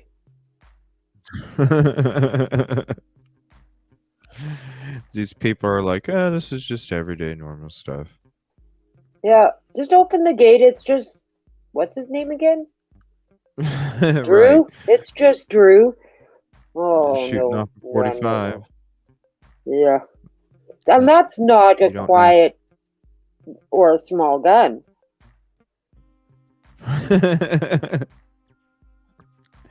That's just crazy. Like, he got out and pointed it at somebody in a parking lot, and that guy was like, dude. It's like, Chill out. yeah, chill out, man. Like, no, it's like, maybe you shouldn't be doing that. I don't think my reaction would be chill out, dude. Yeah, maybe these people just knew he was fucking nuts, and they were just like, that's just Andrew being Andrew. I guess so. So this is a stash house. So we saw the cop, the bear, the barn, and the stash house. This is a very interesting episode. I'll share this link if you'd like to keep it for yourself as well. My friend who bought property close by called me up one day and invited me to come down to, to see this incredible creek and gorge and spectacular, beautiful location that's really different than anything else in central Kentucky. And I think that's the thread that runs through this story, is how unique this geography is here, the topography to central Kentucky, and how, because it is unique, it was left alone. And when I was a kid, it had the reputation of being a bad place, a place where you didn't go. It was biker bars and obviously drug dealers and lots of people with guns. And when we found it and kind of unraveled what had happened, in looking at the house, we realized that it wasn't built to highlight the location, which is spectacular. It was really built as a hideout. Well, the way the lodge is built, it's a contemporary design. When my friend and I first kind of went in to check it out, we noticed on the second floor there was a small bedroom, but then there was a door that was basically hidden. It didn't have a doorknob hardware on it, no molding around the door. And when you opened it, there was a room that was basically windowless, all plywood, and about every 8 inches or so, way closer than any code, outlets all the way around, about 3 feet up off the ground. It's pretty extreme. Most people can't even walk into it. But this was the area that Drew Thornton and his associates figured out would give them cover. You couldn't sneak up on the property without people knowing about it. If people did try to get to you, you could escape out to the river. You could theoretically pick something up that was dropped off of the bridges, or deliver something down to one of the riverside bars and juke joints that was here at the time.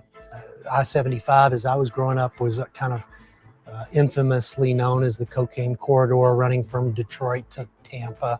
I did have a police officer recount a story about coming out there on a raid and staking out the property, they knew something was going on down there, and they had to have a reason to go down, but they never really could find much out, and basically didn't have the surveillance that they wanted to. And as I've said over the years, there have been numerous times when maybe it was a police officer was here for whatever reason, or someone who may have been down here for a party once. I'm not sure I remember it, but so many comments about, I was down here once.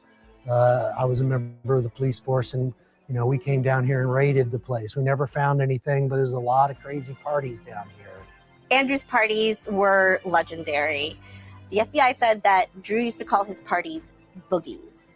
They were rumored to be over the top. I really didn't know the magnitude of it. I mean, I knew that he partied a little bit.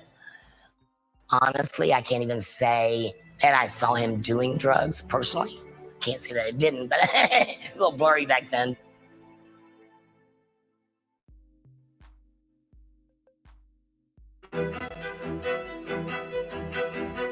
I'm born and raised Lexington. I'm a Lexingtonian at heart, and I had heard little things and thought that honestly people were talking about movies that I hadn't seen.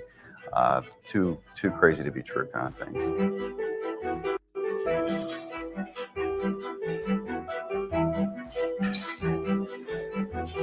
That's an understandable Mrs. opinion. Libby Murray, her and her husband, Bob Sr., nearly Hold on 48 one years. second. What'd you say? I would probably Clyde? feel the same way as him, that sounds like a movie he hasn't watched yet. You know what I mean? I mean, it's every minute that we're watching this, it just gets crazier and crazier. And then they keep going to a new spot, new part of the story. It's like, holy crap. There's so many twists and turns in this, and so many. This is a really good documentary. Did I put the link in chat? If I didn't, let me put it in just to make sure. This is a really good freaking documentary. That would be cool to have a secret room too. Oh, I would love to have one. I wish we could play the game of Clue on here sometime, but I don't even know how that would work. Oh, that would be cool. The game of Clue? Yep. That was one of my favorite games. Monopoly and Clue. I've read so many books. 26? Holy crap. In 1 year. Wow. Wow. That's dedication, Cassie. I couldn't do it. No doubt. I started reading. I have a book on my end table, and I think I started reading that like 10 years ago, and I'm only like 20 pages in. Not much. Yeah, who is this guy? Is he a reporter as well? I didn't catch his name. I didn't catch it either. Yeah. Let me see. Would be interesting to talk to these people. I'm born and raised Lexington. I'm a Lexingtonian at heart, and I had heard little things and thought that honestly people were talking about movies that I hadn't seen. Too crazy to be true kind of things. The Restaurant Now, Part 5. What the hell? Ooh, look at that. Mrs. Libby Murray, her and her husband, Bob Sr., nearly 48 years ago, came in to what was then the clubhouse of the farm, the apartment building around us, and they took it over and created the restaurant, the Merrick Inn Restaurant, which is surrounded by the Merrick Place Apartments. We all went there. That's the best fried chicken. It's still the best fried chicken in town. But that was a gathering place at that point. The apartments that were next to the Merrick Inn at that time were all kind of high-end apartments that people of money were capable of renting. That was his spot. And to be honest, these are still two of the most requested tables. It's just that right when you walk in the front door of the lobby, you see those first. You see who's here.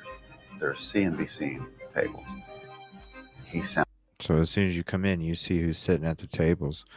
Yeah, if you guys know, because I was thinking this today. I'm just going to pause it again real quick. I was thinking this today. I was like, man, I really wish like Jackbox was more interactive when it came to like the audio and all that other stuff. And then I'm like, well, we do play the pool, but I hate the fact that you have to use a YouTube Facebook, right? Because not everybody has one. So then I started to think like, well, I know that the pool game, everything works fine and the sound and all that stuff, but where I think what who's MJ? And like if you know the Wheel of Fortune game that I can do that with, Wheel of Fortune is one of my favorite games, and I'll buy that tonight. So if you know like but see they probably know all the OBS and shit like that. So that's probably I don't know.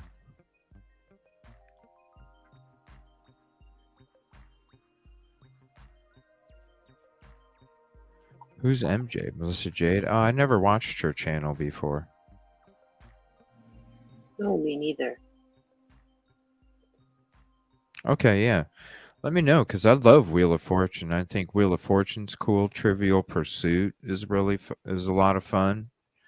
You got all those different categories and the wedges and all that stuff. I love any of those game shows, but I know the one way that I can get any game to show the or play the audio and show everything is if it's a web-based game, like on a, if I go to a website or something on a tab.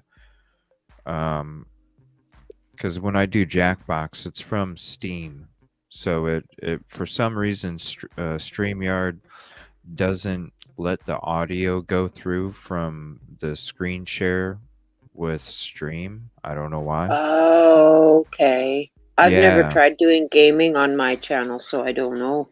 Yeah, so it's kind of hard to. I mean, it is fun, but it's kind of hard to. To make it work, yeah. Yeah, like a web-based game. Web-based games, I just haven't done any search, and maybe I can try and look for some more stuff this weekend. But it would be neat to, because I do love the game shows. The Wheel of Fortunes and Jeopardy. And yeah, all that stuff. Family Feud. Oh, Family Feud was a favorite when I was a kid. Even the board games, I think it'd be really fun to do Monopoly sometime. Oh God, that could get interesting. Right? Oh yeah. All right, let me go back to. I need to see. I wonder if he's a reporter. I don't know. I don't remember. But this is the restaurant. He's basically saying when you walk in there, the doorway, you basically see everybody who's sitting there. So I'm wondering what he's about to tell us. Yeah, let me know, SRB, if you find anything on that, or if anybody knows any web-based games that we can play. Go ahead and let me know too, and I'll go ahead and check them out. We can check those out in a little bit. See who's here. There are see and be seen tables. He sounds like somebody who wanted to be seen.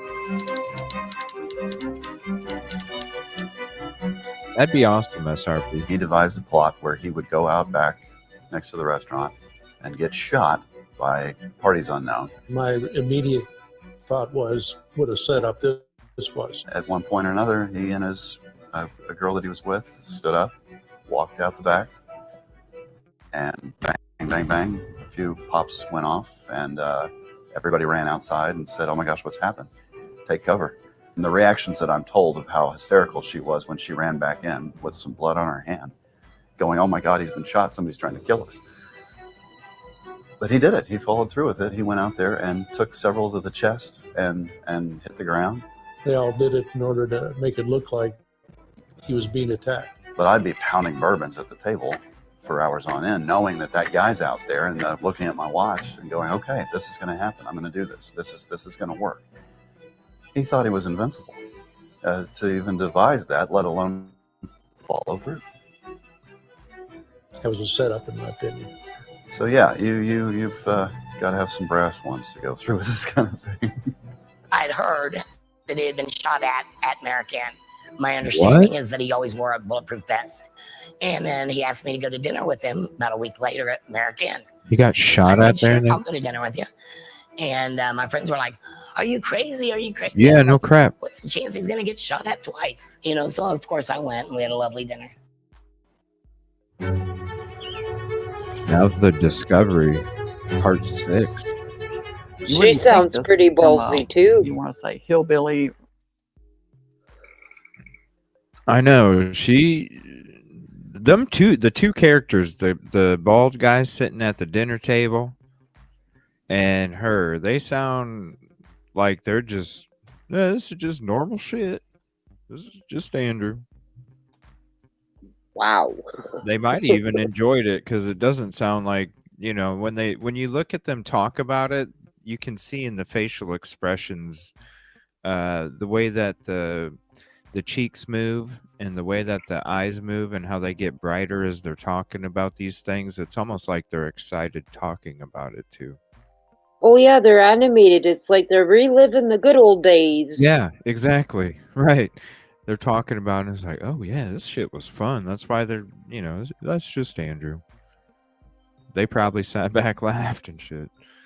So this is what the Discovery? And if these are the stories they're telling on camera, what other stories do they have? What got cut? Where's the unedited version? Wave news. I'm gonna see that. Because there's probably 3 more hours of content that they cut. So this is the Discovery. We're about halfway through. This shit's crazy. I'm gonna have to rent the movie.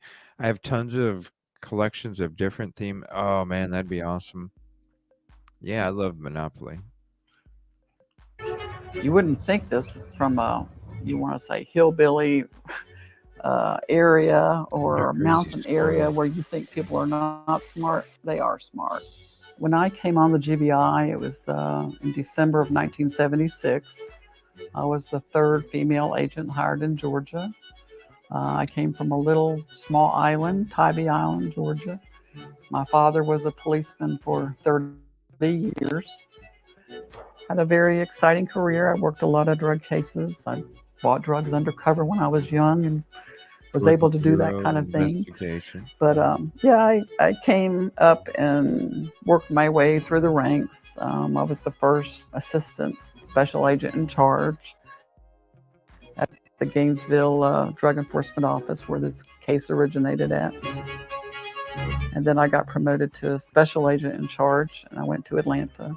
And then when I retired in 1999, I was in charge of the Metro Atlanta Crime Scene Unit and criminal profilers. When I tell people this story, they think, oh, we thought you were a librarian, or something like that.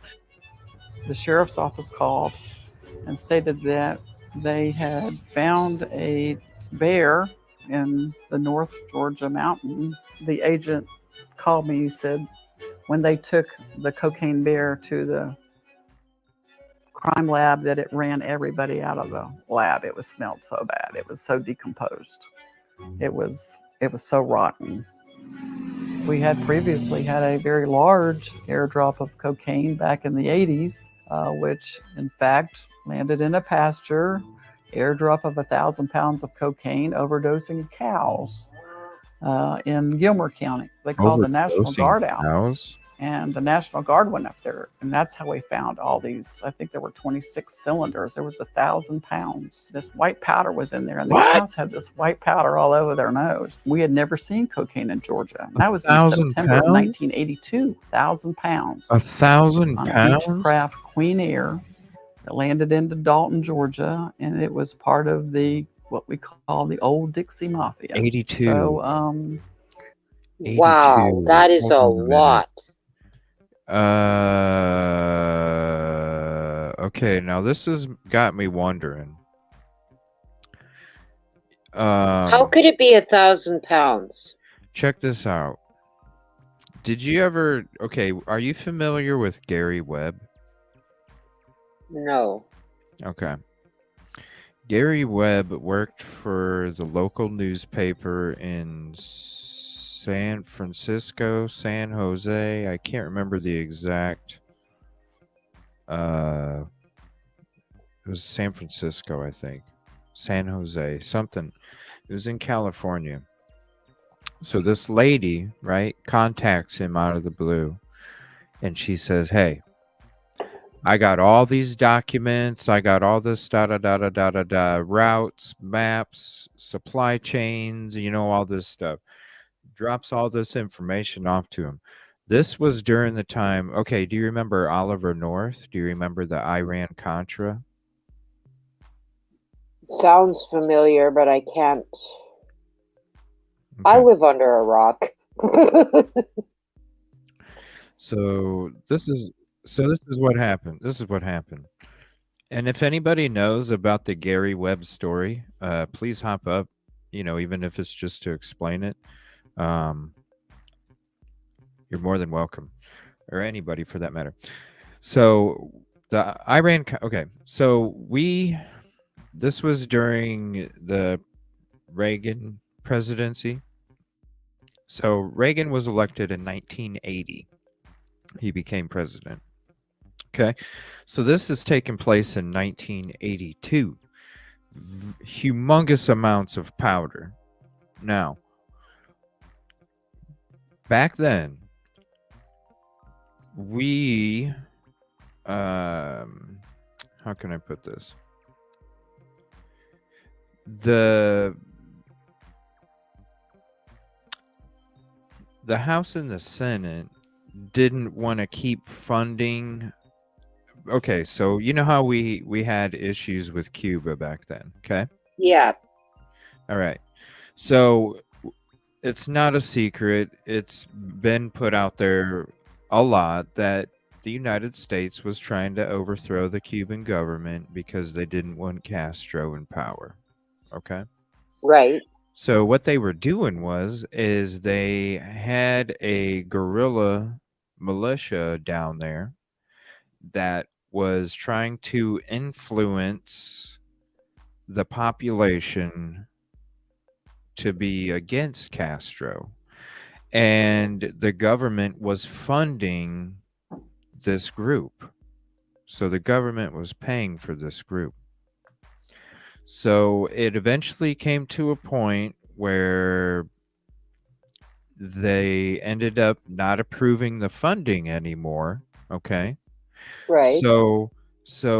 But the government, or, the operations didn't want to stop that because they felt it was in the nation's best interest or whatever. Okay. So what they did was, and this is where the Iran-Contra comes into effect, what they were doing is they were selling weapons. Okay. Right. And then Okay. using the money from the sale of weapons to Iran, they were using that money to then fund the group down in Cuba because it wasn't getting approved, so it was slipping through. Okay. Right.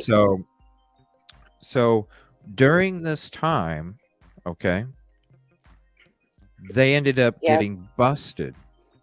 Okay. Right. That's when Oliver North had to testify. They got busted, but Reagan, quote, didn't know anything about it. So they had to figure out another way to fund the program, and guess what they did? Good night, Mama Bear. Thanks for hopping in. So they needed another way to fund the operation. So what did they do?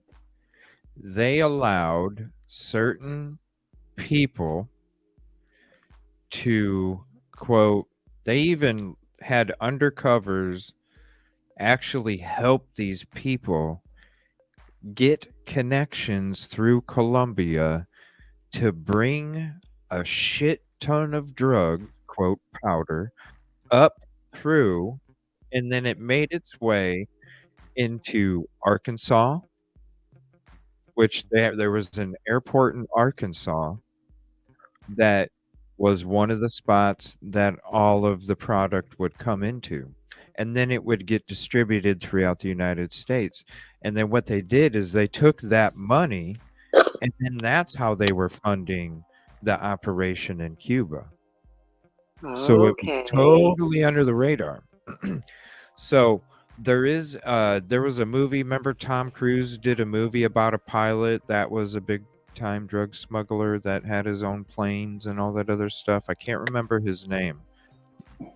I remember the I movie, can't. but I can't think of it. Yeah, that's one of the people that was allowed. And then what happened is so basically the crack epidemic was started because of the program that they were doing so they could get funding for the operation in Cuba. That's where the crack epidemic started, because they were supplying all of the drugs the way that they were having their operation going down. So they flooded the United States with powder so they could fund the operation down in Cuba. So the guy, I can't remember his name.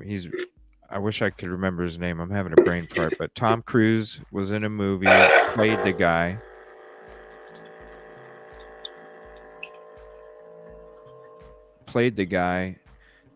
And then it sounds to me like this gentleman right here was part of that. And then what happened is when Gary Webb got this information, he started to expose it. Do you know Jeremy Renner, the guy that got ran over by that snowplow? He played a movie as Gary Webb, about all of this stuff that went down. It's called Kill the Messenger. It's on Netflix or on other streaming services. Somebody here's a Keurig. Oh, that's me. That's my water pump. It's called Kill the Messenger with Jeremy Renner, and it's a very good movie when it comes to what I'm talking about. So Gary Webb was exposing all of this stuff, and the government was trying to shut him down and shut him up. Very sketchy death. It was labeled a self-inflict, but he had multiple rounds. So, there's a lot of stuff that doesn't make sense. Clinton was the governor of Arkansas when the airport was, he made sure that the airport had no distractions, if you know what I'm saying. And the boy on the tracks, those boys on the tracks are the ones that actually saw the airport and saw all of the stuff that was going on, and they were silenced, and it was made to be a self-harm type situation that didn't really make sense. But yeah, it's such a rabbit hole. They were fun. Sandinistas, that's what it was. Thank you, Kelt. Wow. And Gary Webb was the one that was exposing all that. But yeah, that's where the crack epidemic came from. That's so when they're talking about this guy, and he's got all of this money, he's got all of these toys, he has all of these things, and then you hear 1,000 pounds. To me, it sounds like he was underneath the guy that Tom Cruise played in that movie. He was right underneath of him or something. So I'm wondering if like there is some kind of connection there. I bet. Yeah, even if like back in the day, Unsolved Mysteries, I think if you go to the first season, episode like 5 or 6, it actually talks about those boys. There's actually an episode on Unsolved Mysteries with Robert Stack. And it's on YouTube as well. You can watch it on YouTube. But he actually talks about that case where it just happened when the show, somewhere around there, when the show just started. They were starting to cover it because I got done watching all the Gary Webb and going down the Gary Webb rabbit hole, and then I was like, man, I want to watch some old Unsolved Mysteries. So I went and found it on YouTube and saved the playlist. And then a few episodes later, I seen the case come up, and I was like, holy crap, LSD came. Yep. Where do you think did you guys know that Ted Kaczynski and Not Marilyn Manson. Fuck. Charles Manson. Did you know that they were in the same prison? Yeah, I'd heard that. They were both under the same studies. That's where that came from.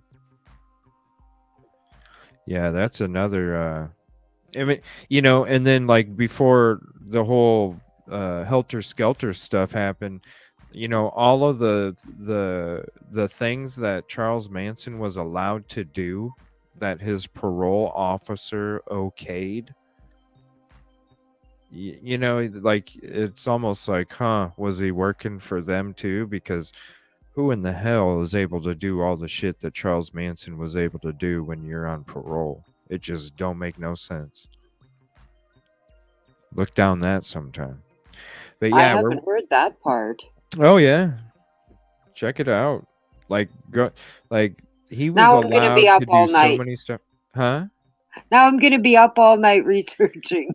Oh, Gary Webb, that would be a really cool conspiracy show some night where we cover, because I would like to, instead of a hangout one night or something, we can just cover one conspiracy or maybe two of them or something. But Gary Webb, that would be one of my favorite ones, because that one's always fascinated me, the whole Gary Webb. But watch, if you want a short version of it, just watch Kill the Messenger with Jeremy Renner, and that's about everything that was going on. And then there's plenty of really good documentaries out there too, when it comes to the Gary Webb rabbit hole. I mean, I'm sure you can find some really good ones, but I knew the rabbit hole before I saw the movie, and when I watched the movie, I was like, wow, they did an actual really good job. With these Hollywood dramatizations, sometimes they go overboard with the facts and what actually took place.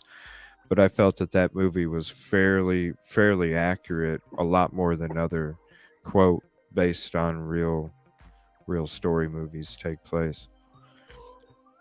But yeah, we're watching this, and I'm just like, that just made me think of some fucking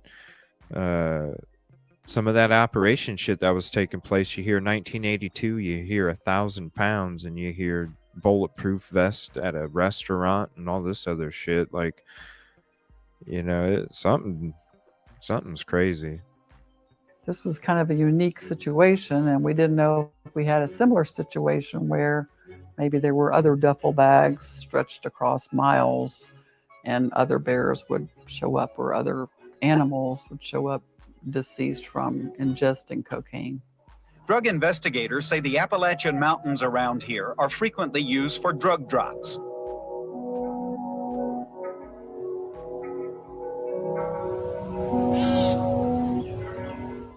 No matter how far you go in life, as remote as you can possibly get in the North Georgia mountains, that cocaine has touched every type of life, not just human life, every type of life. If a chipmunk had found it, it wouldn't be a story. And maybe other animals went by there, but they didn't get in there and unpack and root around and what have you. It's a great story. Of course it was a bear. I bet I can play one Here of we them. go. Have you heard about the cocaine bear? Cocaine Bear. There's a lot of people talking about this movie. It sounds like a movie. It doesn't really sound real. Yeah, the hype. Oh gosh. Yeah, maybe, and I'll what I'll do is maybe for next week or maybe tomorrow, maybe I'll kind of see what I can find on YouTube where I'd be cool playing it on YouTube like this one. I'll get some Gary Webb stuff together, and we can chill back and check it out like we're checking this out. I mean, the shit's crazy, and it's one of my favorite conspiracies. Just with everything that was involved, just like the JFK and all that. But Gary Webb and the whole Iran Contra and the Pandinistas and Cuba and just all of the freaking connections and shit and all the shit that was taking place underneath everybody's nose when we're sitting there, and Reagan and Nancy Reagan got to just say no, and the war on drugs and all this shit, and then here in the background fucking cocaine's flying everywhere. You know, it just it's just crazy. It's become. You can't make that stuff up. The cocaine bear is now on display at a mall in Lexington. A story enhanced for the big screen. When I first heard about the bear, On I was so display? enthralled with the bear. And I'd heard that it was at That's what it's showing. That's odd. this store in Lexington. So the very next Wow. morning, first thing I did was get in my car, Wow. drive an hour to Lexington to see this bear. When I walked in, there's I might have to a go. stuffed bear. The story I've been told Huh. is that Maybe I'll the go. markings on his Group belly trip from for the everybody. What? are what proves it. Right? What the fuck? I mean, they're like glorifying this damn bear, aren't they? It was killed. It was the decade of the substance. That that's him. And that they tracked him down. The medical examiner gave it to the hunter. Hunter taxidermied the bear. Then it was put on display at the Chattahoochee Forest. Whoa. There was a fire that endangered that lodge, and they took the bear and others pieces to storage facility. where What? it was It's stolen. in it. But then it It's was a s- stolen. Somehow it ends up at a pawn shop. Country What? music legend Waylon Jennings buys the bear. And later, Waylon Jennings. This actually gets found crazier by the Thought he second. had the bear and he bought Waylon it. Jennings. Did you know that he was one of the bandmates of Buddy Holly's group when Buddy Holly passed away? Waylon Jennings. I think I'd heard that, yes. But he bought a stolen cocaine bear. Yeah. Wouldn't you? You can't Shit. make this shit up. Would you? Wouldn't you? Shit, you got all that money? You're like a fucking cocaine bear. Hell yeah. Shit. You'd what be are you gonna right in the do? middle of my Buy what? living room. Am I gonna buy my 5th Rolex or am I gonna buy a cocaine bear? I think I'll buy a cocaine bear. I would too. Bang, bang, bang, bang. All these different things. You know, let's put some more backstory to it. Let's say that Waylon Jennings had the bear for a while. Well, let's say that somebody else had it for a while. The wife of a person who owned it didn't want it anymore. And by this time, the store had tracked it down. So they asked for the bear. They got it. It was shipped to them. And the bear now lives in their store. It said People come Pawn in. Stars. It said Pawn Stars. I'm wondering, did they say it was at a pawn shop or there was just a private seller? I or missed it. something? I did too. He bought it from somebody. Let me see. Where's it go to the article? We're at 2730. Whoops. 2739. Let me see. It shows the article here. Then it was stolen. Somehow it ends up at a pawn shop. Country music legend Waylon Jennings buys.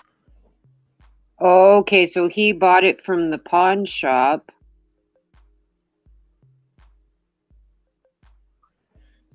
Gifted it to his friend Ron.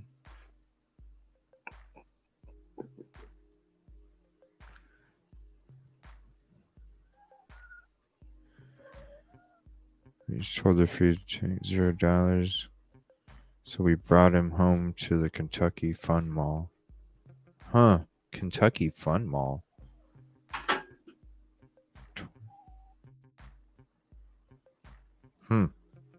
They're always so excited to see him, and they're like, "Is From a this pawn really shop. him?" And it is. And sometimes people don't believe us. But he's had a lot of visitors. He's had a lot of people that have gotten their picture taken with him, and he's very famous, regardless if he's Pablo Escobar or he's Smokey. He's famous. Like the alligators that ate New York. It didn't happen. It's a great story. But when I started making calls and looking into things, some things just weren't adding up.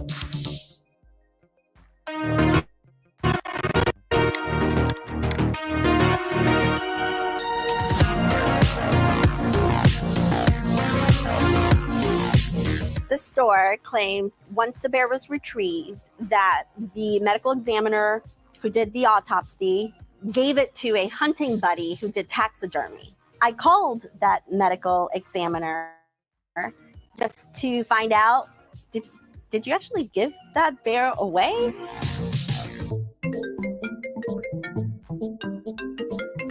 I was chief medical examiner at the Georgia Bureau of Investigation. If I recall, it was a female bear, and it's maybe about 4 feet tall. We just got, whatever decomposed remains were there. We measured the amount of cocaine that was in the bone marrow and realized it was toxic. So you just got pieces of the bear? That's correct. Was it in like a body form? Was the head still there? No, there was no head. If you look right here behind me, There was no we head. have the bear itself in the flesh. Dang. So there is a bear in Lexington in a store that claims to be the cocaine bear. Given the state the bear was in when you got him, could it have been taxidermied? No, not what was said to me. I do not believe it could be taxidermied, no. What? It was sprawled out flat. There wasn't really much there to go on other than it was a flat deceased corpse of a bear. It could not have been taxidermy. Is he not the real bear? It's not the real bear. Oh, no. So Jeez, and now it's a fake after all that. No Pablo Escobar, I'm sorry. I feel bad for the Pablo bear. Escobar. No way. So one of the things that when you read about the cocaine bear is that he ingested $15 million worth of cocaine, and that Holy his belly shit, that's was a full lot. of cocaine. Is that true? No. But no, there's no That's way not that true. the bear could have consumed 70 kilograms of cocaine. Hold on, let me turn closed captioning on. It's kind of hard to hear what he's saying actually.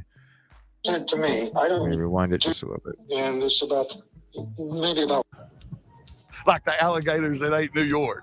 It didn't happen. It's a great story, but when I started making calls and looking into things, some things just weren't adding up.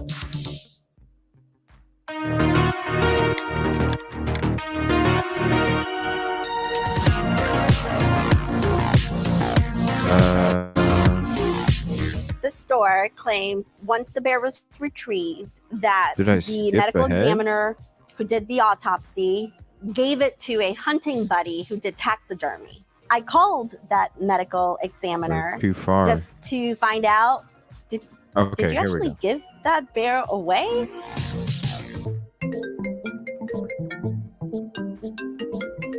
I was chief medical examiner at the Georgia Bureau of Investigation. If I recall, it was a female bear, and it's maybe about 4 feet tall. We just got, whatever decomposed remains were there. We measured the amount of cocaine that was in the bone marrow and realized it was toxic. So you just Toxic. got pieces of the bear? That's correct. Was it Pieces in of the like bear? a body form? Was the head still there? No, there was no head. There was no If head you to look the right bear. here behind me, we have the bear itself in the flesh. So there is a bear in Lexington in a store that claims to be the cocaine bear. Given the state the bear was in when you got him, could it have been taxidermied? No, not Oh, what was wow. said to me. I do not believe it could be taxidermy. No. It was sprawled out flat. There wasn't really much there to go on other than it was a flat deceased corpse of a bear. It could not have been taxidermied. Pablo Escobar. Is he not the real bear? It's not the real That's bear. sad. Oh, no.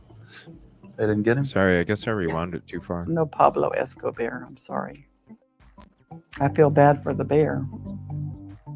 So one of the things that when you read about the cocaine bear is that he ingested $15 million 15 worth million of cocaine worth? and that his belly was full of cocaine. That's Is the that true? story?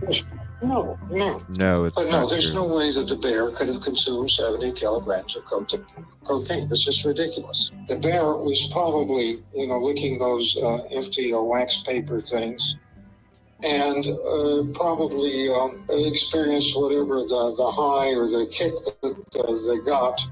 May have continued for a little bit, but then probably would have had the heart attack and dropped. It was not a large amount of cocaine. The crime lab report determined it was 6 grams. 6 grams. 6 grams is equivalent to 6 small packets of like Equal or Sweet and Low. That's a lot more. That's a lot different than just a mere $15 6 million grams worth. destroyed, 175-pound bear. Less than 10 minutes with 6 But people. it's not as good of a story. This isn't a story at least to Right. be told to children. Don't do drugs. How did the bear react? And I said, well, you're probably the same way humans who take cocaine react, and then they drop dead. The Georgia Bureau of Investigations said, no way, there was nothing left of the bear, couldn't have been taxidermied. The Department of Natural Resources said, absolutely not. The medical examiner, he never gave the bear away. The Division of Forestry told me they are not allowed to display taxidermied animals. They never would have had it. Then the daughter of the man who was supposedly the owner of the storage unit, her dad never owned a storage unit. I reached out to Waylon Jennings' son, Shooter. Really? His dad didn't own the bear. And What from there, the honestly, heck? the It's story all- just the whole fell thing apart. is made up. The entire thing is a scam. Since 1982.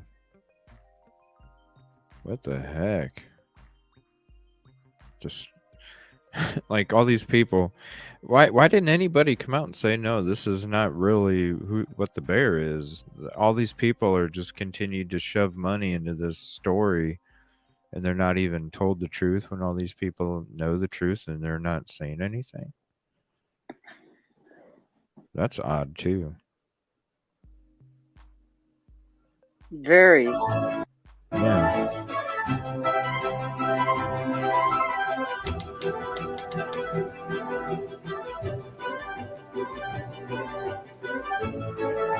I don't think putting a bear on public display for whatever means they want to achieve is a positive thing for young people or to find any redeeming value in. I think it's wrong.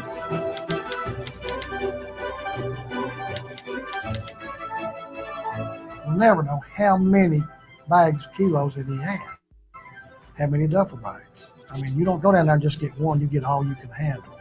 I'd say their guy picked it up. Good night, What the FBI actually believed was that Drew had 500 Yeah, I can't play the trailer. kilos I'll of get in trouble. cocaine on that plane. His plan was to leave 100 kilos of the cocaine on the plane and throw the remaining 400 kilos out at specific locations and then jump out of the plane and then go back and get the 400 kilos. When they found the bear, the bags had been slit What with a a razor documentary. blade. No, bears don't carry razor blades. People had gotten to that site, they knew where the drop was, and they basically pulled out whatever they could, left all the incriminating evidence there. Wow. So somebody stole the cocaine. There's no question that human beings took the cocaine. After Drew died, there was another plane that was being flown and had people that were associates of Andrew Thornton. It was a plane that had a total of 17 people on it. One of those people was a close business associate of Andrew Thornton's. The plane was sabotaged What? and it crashed. Wow. And it killed all 17 people that were on board. Whoa. Whoa.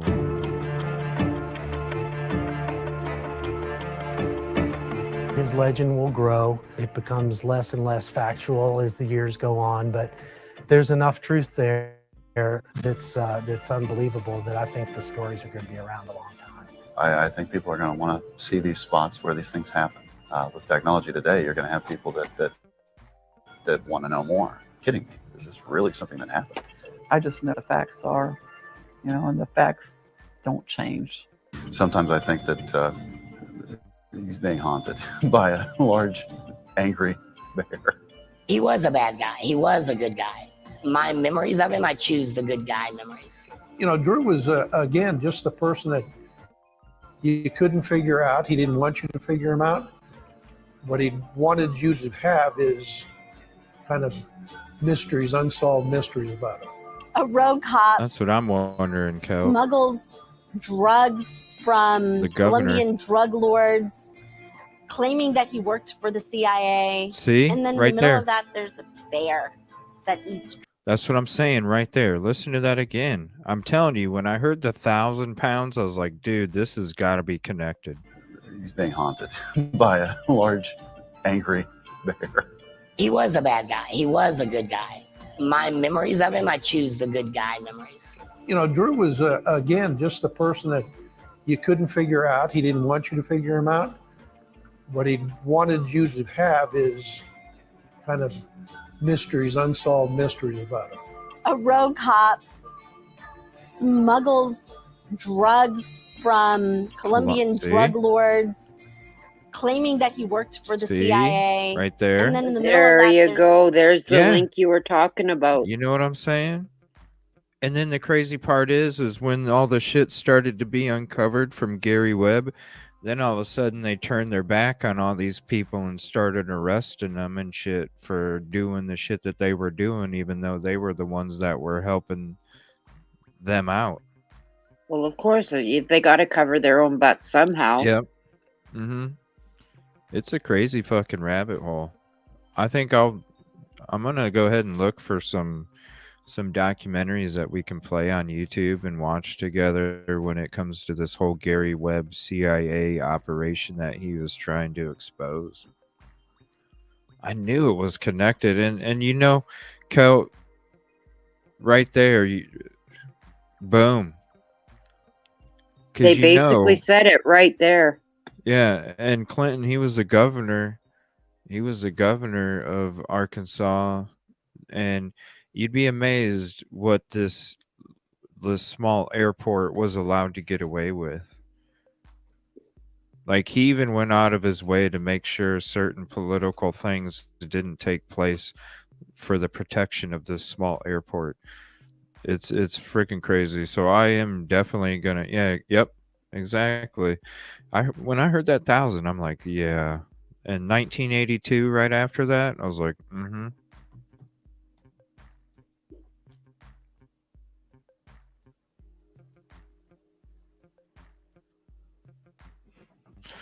Yeah, so I'm gonna have to look up some good Gary Webb documentaries we can watch on YouTube together, because I'd love to introduce you guys to that conspiracy, because and it'll just be about that. It'll just be the Gary Webb CIA conspiracy, and we'll just kind of go into it because it's very interesting, and it'll definitely make you think someday.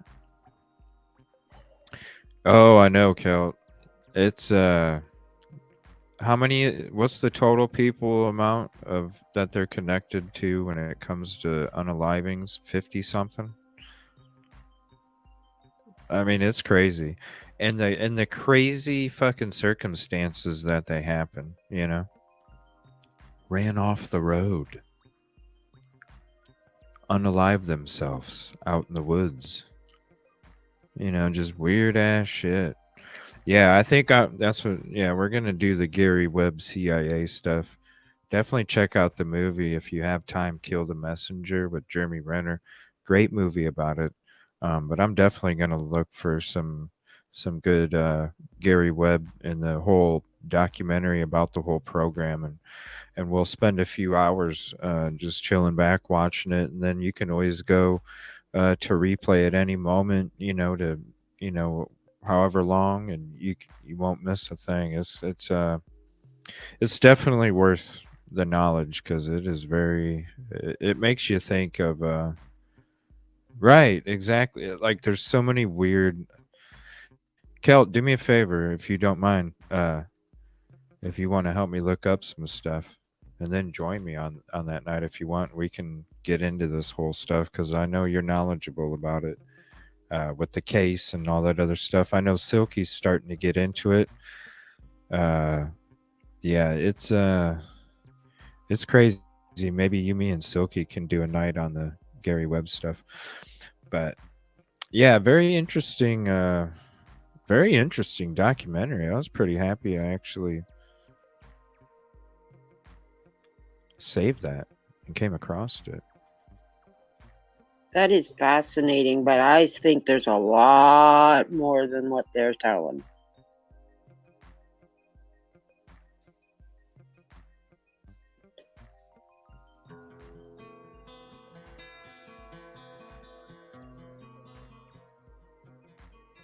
Hey, what's up, V Marie? Thanks for hopping in. How you doing? We just got done watching a crazy ass little documentary about the cocaine bear and the crooked Kentucky cop and all the man. Here, I'm gonna drop the link in chat for you. Definitely save it, V Marie, and check it out. It's 37 minutes. Frickin' worth the watch. What a documentary. It was good. And that one guy was freaking hilarious. Yeah, I don't know if he was a reporter or not, but yeah, I'm sure they're getting hit up like crazy, but who knows? I'm gonna reach out to those two and I'm gonna see if they would like to, because I'm wondering, like, I don't want to talk to them about the cocaine bear. I want to talk to them about the CIA shit. Yeah, all the stuff that they didn't put in the documentary. What else did they find? What other connections? Yeah, they're probably getting hit up like crazy for cocaine bear shit. I'm past that. I want to talk about the CIA shit, you know? And Yeah. I'm sure Yeah, they drop that bomb and then right at just the leave end. it there. Yeah. Yep, right at the end. So now, I'm like, yeah, anybody's more than welcome to hop up on Open Panel. We're just hanging out tonight. Probably do some comedy or something here in a few. Just chilling back to some tunes again. Is that too loud, Kaleidoscope? It's fine for me. All right. There we go. A little Pink Floyd.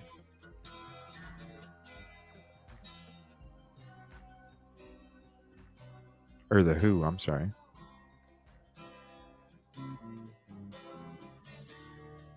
Got some Pink Floyd in there too. Cornbread Mafia is another crazy Kentucky story. Cornbread Mafia? Well, let me look it up. What? Cornbread Mafia.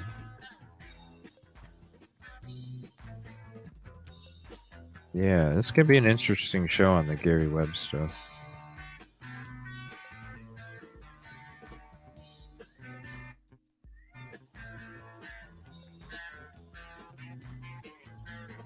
Okay, so this is...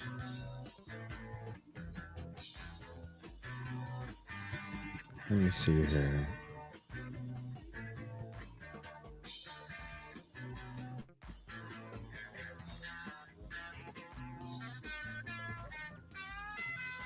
WJHL.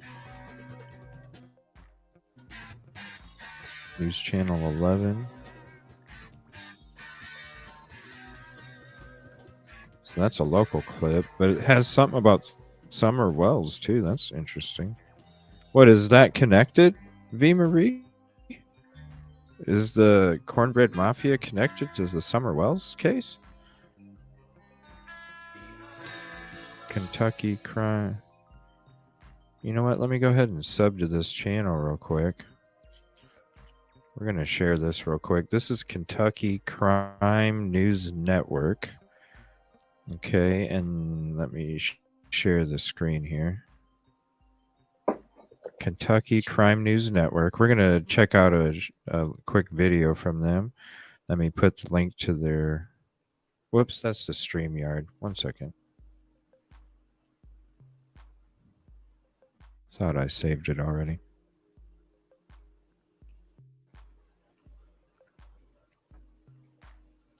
So Kentucky Crime News Network, and let me see, a 13-minute video. The Cornbread Mafia, Kentucky. The Cornbread Mafia was a group who created the largest domestic marijuana production operation in United States history. What?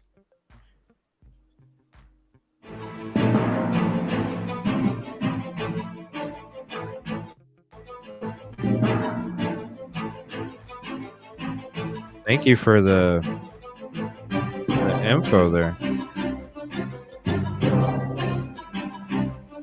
Bluegrass Crime Watch Bureau, is that a thing?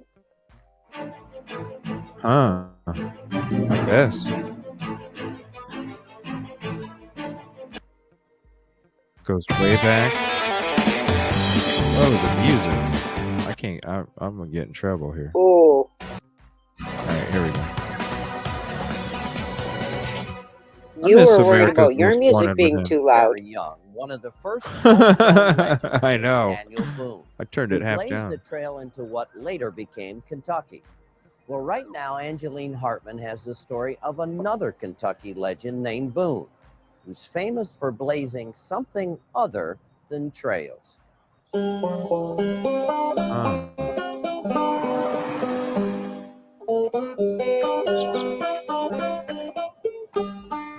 There's been a lot of stuff paid for and bought by moonshine. Have you ever drank any moonshine? Oh, I remember him from Moonshiners. Well, don't never drink it unless you put it in a saucer and light it.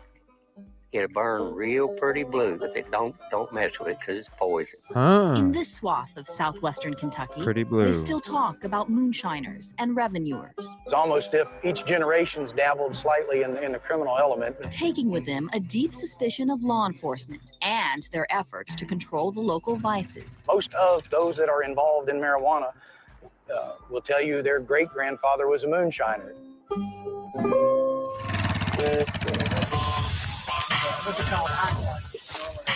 Marijuana.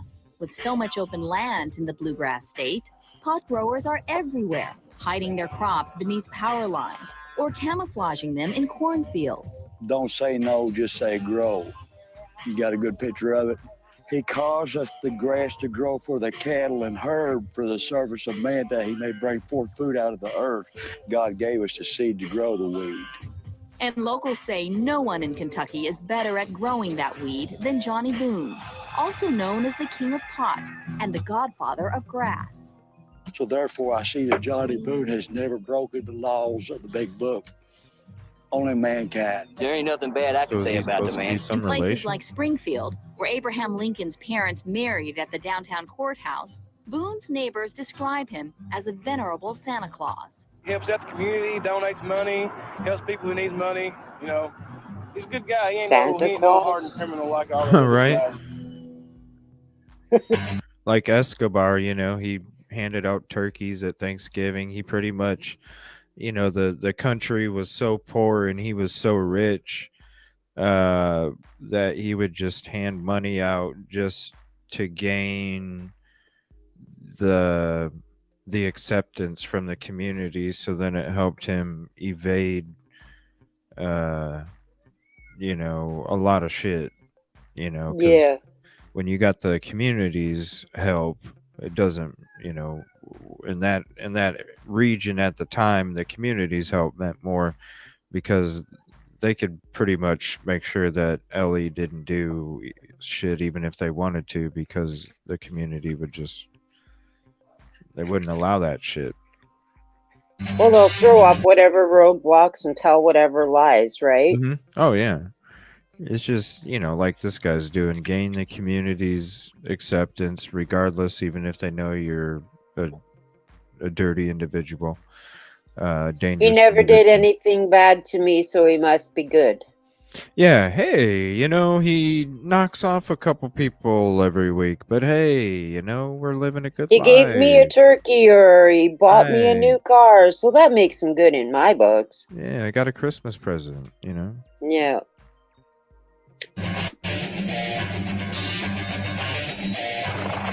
Not according to the troopers who fly all over Kentucky, searching for hidden marijuana crops from the air, then hiking for miles through rough terrain to destroy them. You can see where these plants they have a long root on them, so they've been here a while. And basically, the Wow. eradication process is just that, picking it up, and then we take a machete, chop it up into small pieces, and discard it here on the property. Even so, authorities know there's always you, V. Marie. another crop close by, growing, just like Johnny Boone's legacy. What he's done is That he guy has looks so cultivated familiar. thousands of pounds of marijuana. Gosh, he looks so familiar. Like, Which guy? this guy? On this, the Growing, Johnny, just yeah, like the Johnny Johnny Boone. Boone's He looks so familiar. Like but I haven't heard the Cornbread Mafia, so it has to be with something else. He looks so familiar. I've had. What else was he in? I don't know, that picture just looks so familiar in my head for some reason that I've seen it in something else before, not anything that I would have heard Cornbread Mafia, or maybe just when I heard Cornbread Mafia and something, I just didn't pay no attention to it because it sounded funny as shit. Because I thought cornbread falls apart really easy. I know it does when I'm trying to eat it with my chili. So, oh no. legacy. What he's done is he has cultivated thousands of pounds of marijuana that he's distributed nationwide. Becoming a superstar in a criminal syndicate that law enforcement calls the Cornbread Mafia. They were actually distributing to Cuba, Jamaica. Wow. A lot of the island places. That's off the major coast of shit. Florida. But this is more than a story about the war To on Jamaica, drugs. too? According to police, Johnny Boone isn't just a good Hold on a minute. You had Kentucky shit being supplied to Jamaica? That sounds backwards to me. Don't it? It does. That's what I mean, I know I live under a rock, but to Wait a me that minute. just doesn't sound right. I'm like, wait a minute. That don't, yeah, it's ass backwards. Oh, thank you. It is crazy. I'm not either. That's such a sad case too. I'm just surprised. It's weird. One of these videos, these local news stations, I'll have to play it after this. It says something about or maybe it was a guy who investigated the Cornbread Mafia. I don't know, but it had the Cornbread Mafia and then Summer Wells in the headline, and I'm just like, what? This is connected to Great Soil. Oh. Yeah, that state's fucked up. That's why everybody's leaving. They're moving to Texas and Colorado and all It's that legal shit. here too. Their population's dropping. Where are you from? I'm in Canada. Oh, Canada. Yeah. You guys, Yeah. it's been legal up there for a while, hasn't it? Probably like 8 years. Probably 5 or 6 anyway, yep. Oh, 5 or 6. Yeah, it's Yep. been quite a while. Yeah.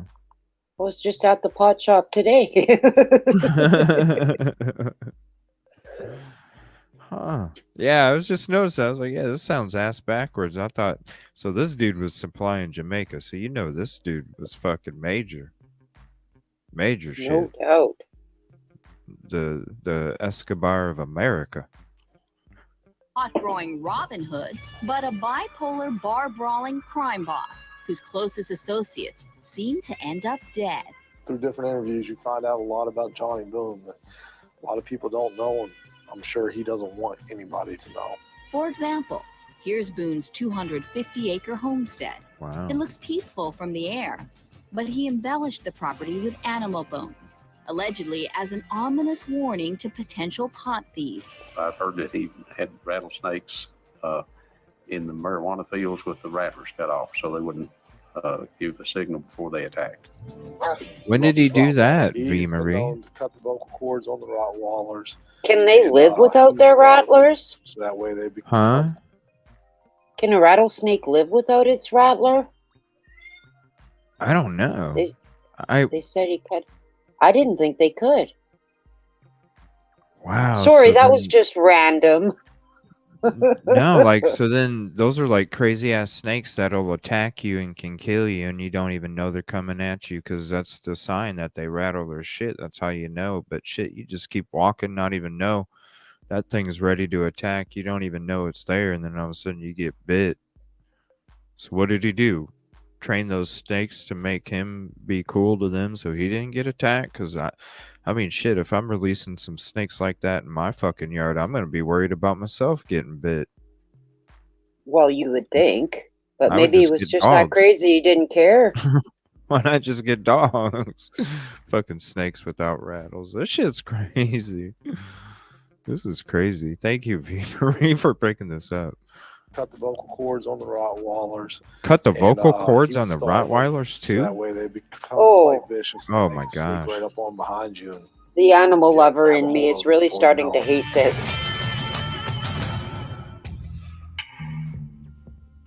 In reality, it's hard to figure out exactly what occurred on the farm since pot thieves don't talk, and Boone and his admirers claim to live by omerta, the code of silence long invoked by Italian-American mobsters. They don't feed us rat poisons because we're not rats.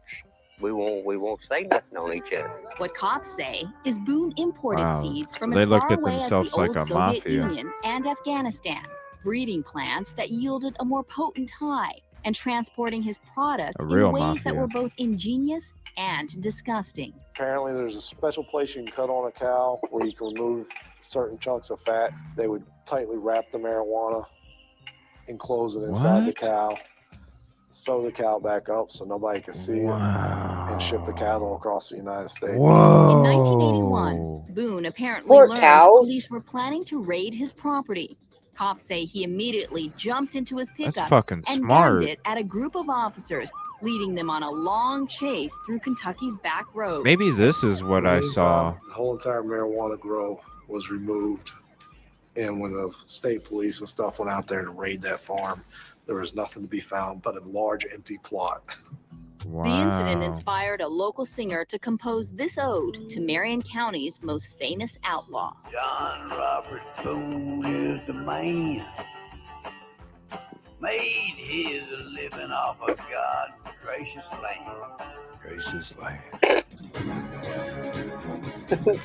But in 1987, the law caught up with Boone when he was sentenced to 20 years for growing nearly 200 tons of pot, worth more than $1 billion by today's standards. With Johnny behind bars, his son Jeff allegedly ran the operation, spending some $200,000 to build himself a home next to his father's. When Johnny was released from jail, he was not happy with Jeff at all for using that money. After one argument, cops say, Jeff was found with a gunshot wound to the head. And it's officially ruled a suicide. But you never know. I mean, you are dealing with Johnny Boone. 3 years later, Boone's girlfriend Rosa gave birth to another son. Police say Johnny was overjoyed, believing the boy to be the reincarnation of Jeff. The relationship with his mother, though, would soon end badly. Johnny had a falling out with Rosa. She threatened him with going to the police with the information she knew that could incriminate him. Next thing you know, her parents are getting a phone call saying that Rosa hung herself in a barn.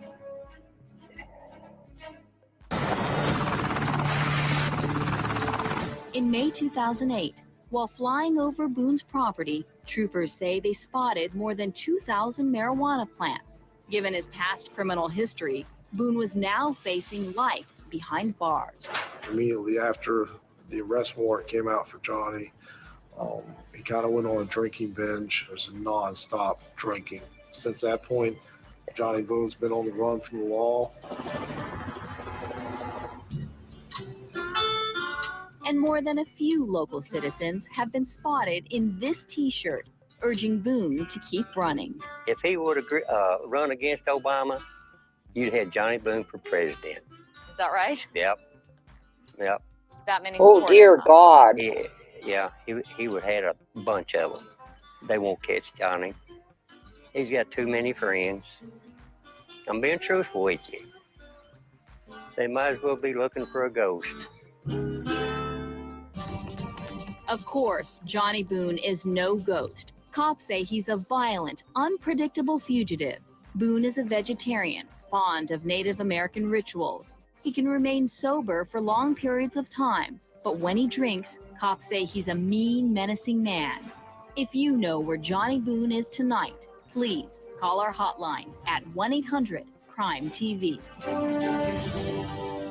Now, as you heard Angeline say, Boone follows a code of silence used by Italian-American mobsters called omerta. And here in Boone's own flowery handwriting is his interpretation of the code. Right here he writes, always have a clear view of right and wrong, to do right without reserve. Well, what's clear is that Boone doesn't take this very seriously. Now, we know he looks a lot like Santa Claus, but we also know that cops say he's a deadly, ruthless drug lord.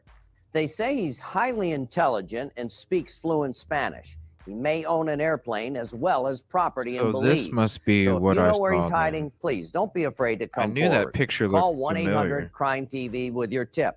And I give you my word, you can remain anonymous. Do the right thing. How long give us ago that was tip. this? Coming up, he seemed to have a big heart, but he also... I'm sorry, what? How long ago was this, I wonder? How long ago was this, V. Marie? Do you know? Let me see if I can see something in the description here. The Cornbread Mafia was a group who created the largest domesticated No.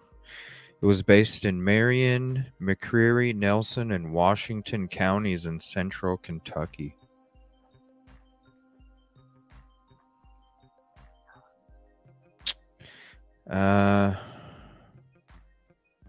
The 90s, maybe?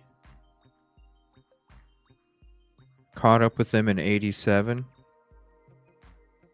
The PA in the Idaho also case. had a big, disgusting secret. See how you exposed him for what he is, and how you can help put him where he belongs. Oh, we're watching another one? No. Who was featured on America's Most Wanted. ABC 36's Fadia Patterson. I don't. joins They us must in have studio with forgot more to edit details that on out the or something. capture of the suspect known as the Godfather of Grass. The Fadia, Godfather of Grass. Good morning. John Robert Boone is the former leader of the Cornbread Mafia. Investigators call it the largest domestic marijuana syndicate in American history. Canadian police say the 73-year-old was arrested Thursday when a tip led them to a small town outside of Montreal, Canada. Authorities in Kentucky say Canada. they have been looking for Montreal. Well, there you go. That's when police seized more than 2,000 marijuana plants. Why am I from not surprised? Kentucky. Investigators say Boone also had 29 marijuana farms in at least 8 other states. In the 1980s, Boone was convicted and spent more than 10 years in federal prison.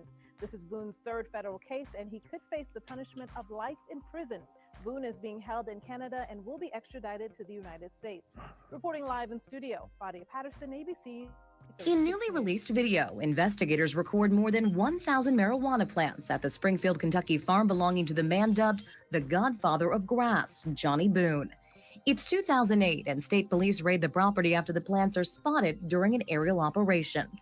Inside the home, there's more marijuana, some drying out, some already packaged for sale. But Boone avoids authorities until he's located in Canada in 2016. And on Thursday, he finally answered to those charges. That's a beard right there. 74-year-old Holy was sentenced shit. to 57 months in prison. That's some and ZZ friends Top. say it's a win. A year ago, he thought he might be looking at 20 years, you know, so the lawyers done a heck of a job for him. A team of lawyers working pro bono managed to get 3 months off the Fed's recommended 60-month sentence. Obviously, we're happy about going to jail, but as Mr. Boone said, when he was apprehended in Canada, that he honestly thought he'd never see the other side of a jail cell wall. This was, after all, Boone's third federal case, the most infamous in 1989. Boone, the leader of the Cornbread Mafia, was arrested after 182 tons of marijuana was seized at farms in 9 Midwestern states. At the time, federal authorities said his was the largest domestic marijuana-producing organization ever. And for these latest charges, lawyers say Boone was prepared to spend the rest of his life behind bars. But now he'll be free before he turns 80. Wow, he's 76 right now. Thank you, V. Marie, for looking that up. In prison, and I'd like to see him on his front porch in a rocker. And great video again. Here is the link to that video. I did put the channel link up there, a little bit up there in chat if you want to grab that. There's the link to the video that we watched. Wow, crazy freaking case there. This is the local news station that said, "What is the Cornbread Mafia? A law enforcement expert's perspective on Summer Wells." So this is where I was like, Summer Wells is connected? I'm going to go ahead and play this video so we can check this out real quick just to see what they say. So, yeah, he's close to being released. Man, Gary Webb, Cornbread Mafia.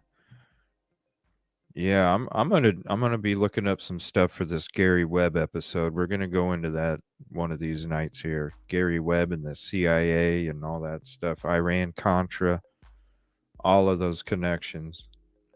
Do they still exist? I mean, it sure sounds like it. Fucking shit we're watching. It's like, yeah, these people are fucking major shit. When we heard they're supplying Jamaica, the ass backwards, we're like, whoa, wait a minute.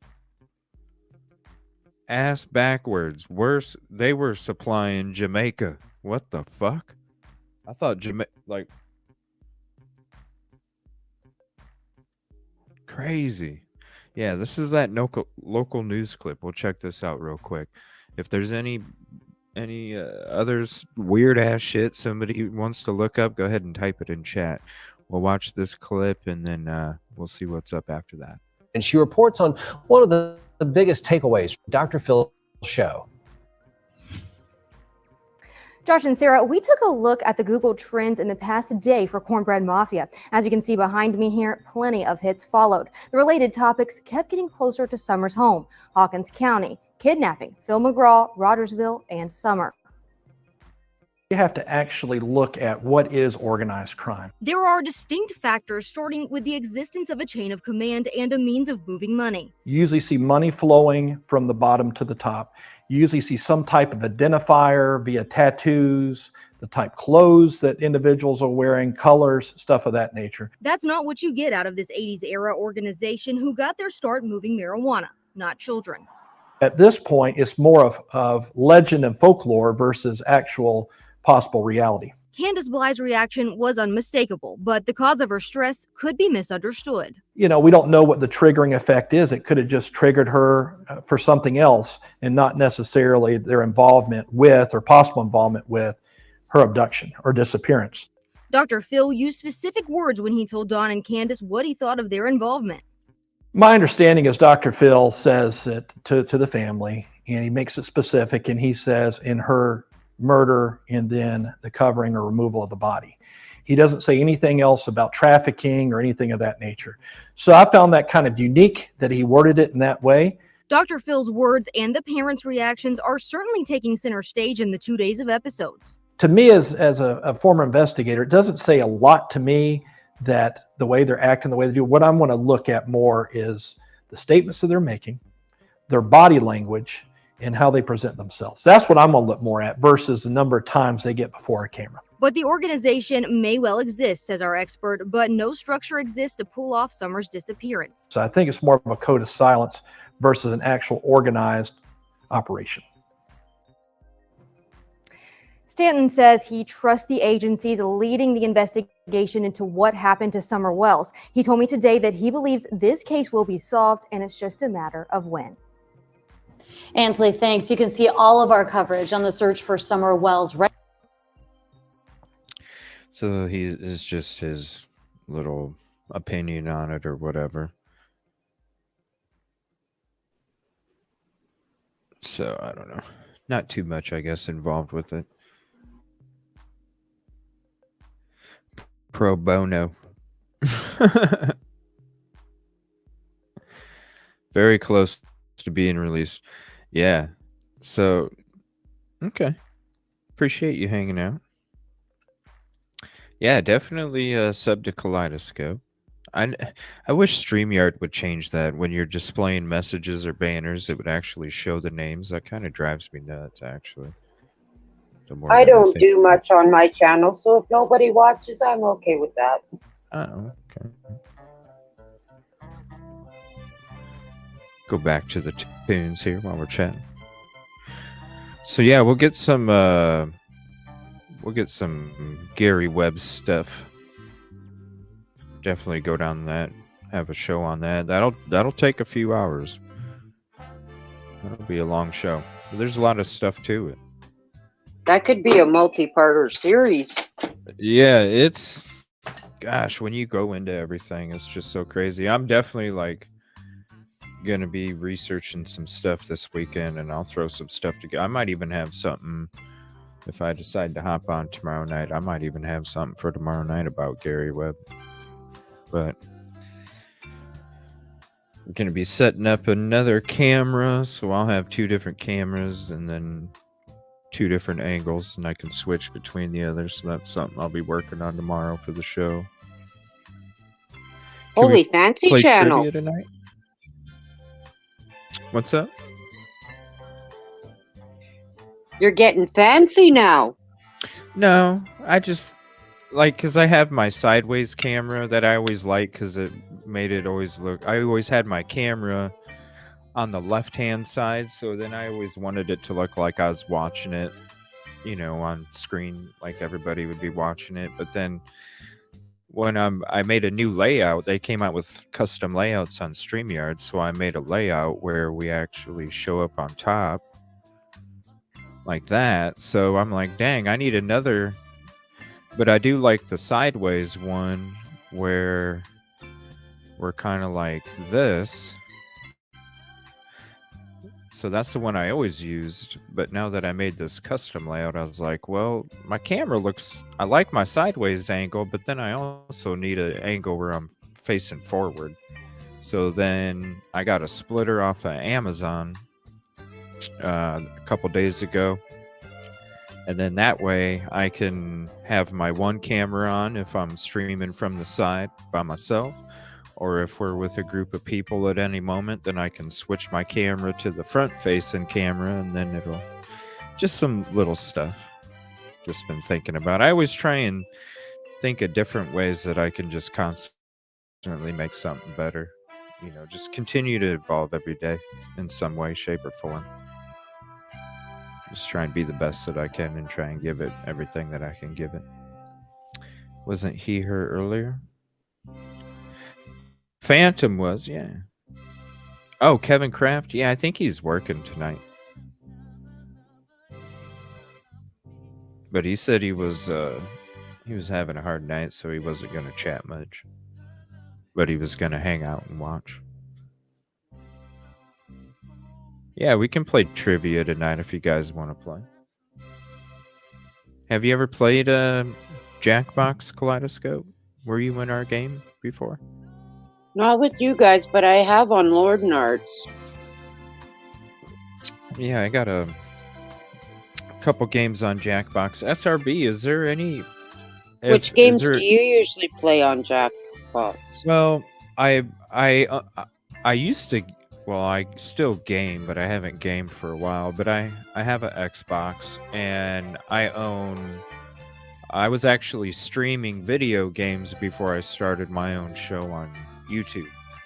And so I own like 3 different Jackbox party packs and all that stuff on there. But now that I've been being on YouTube more and I've been on my computer more than my Xbox, I went ahead and bought a starter pack or something like that, where you get Trivia Murder Party 2. You get the game TKO, where you make T-shirts, and then there's another game called Guespionage, but I've never played that one. But I love playing it, and it's really fun. I just get bummed out because the game audio don't stream, so sometimes the mini games are hard to play just because the audio don't get streamed. But it is always fun, especially that T-shirt game. That T-shirt game is always a blast. You ever played that TKO Jackbox game? No, I haven't.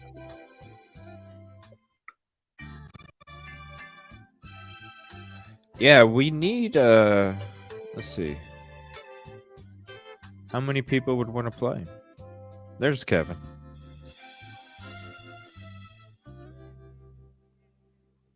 I see one hell yeah from V. Marie. Yeah, we can do some Jackbox if you guys want. Still have a lump on my chest. That's good, man. And if anybody would like to hop up and panel, you're more than welcome to. Yeah, if you guys want to play some Jackbox, we can get that baby fired up. SRB, did you find out any information about the open panel Wheel of Fortune? Because I would love to do that tonight if we could. Even if I have to buy the game or whatever, I'll buy it tonight.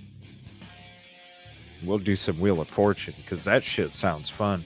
Have people come up on panel. We'll play a few games, and then people from chat can hop up on panel for that game, and I'll continue to play. See who can beat me each game.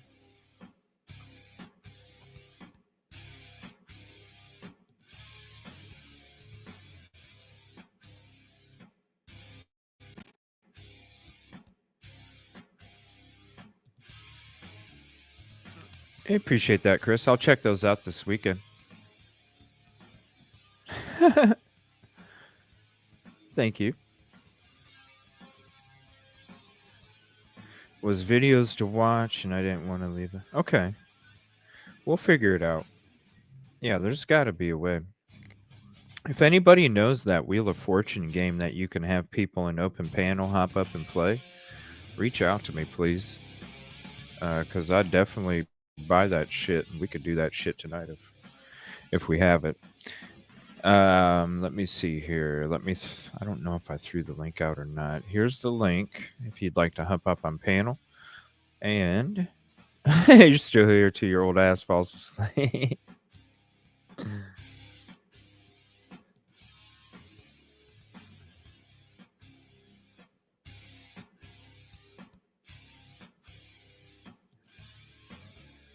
My bad, dude.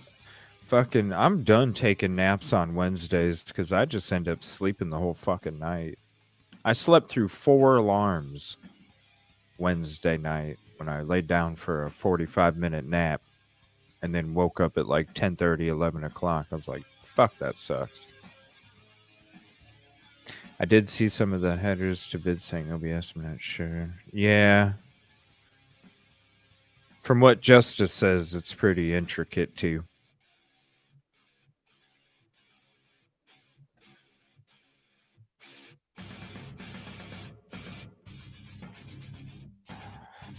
Yeah, and if you guys would like the link to the playlist,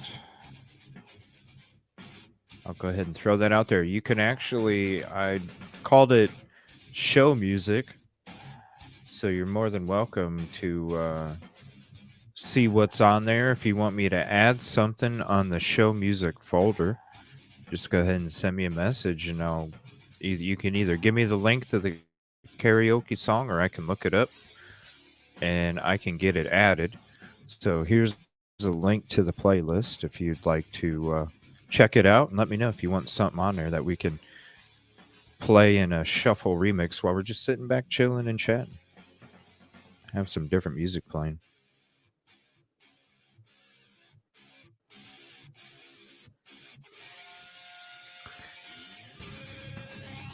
I would love to do Wheel of Fortune. That'd be so cool. Yeah, if anybody knows any web-based games, we can always play those too. I know a lot of people don't have a YouTube, Facebook. I do, so I can play YouTube games with the Facebook. Evil CJ, first name Evil, last name CJ on Facebook.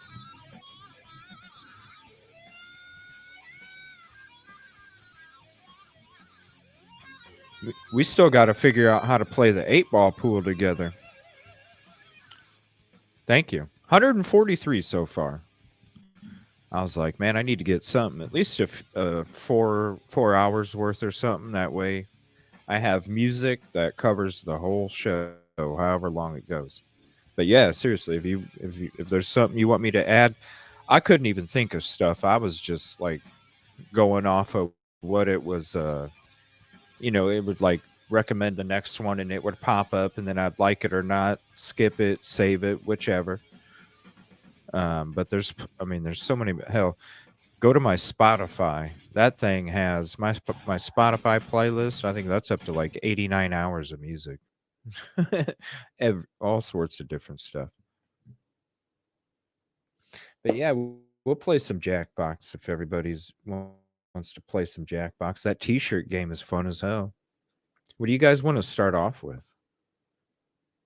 We just need a decent amount for the T-shirt game because you always want to have at least 6, 7, 8 people playing the T-shirt game. But Trivia Murder Party, I think you only need 3 or 4.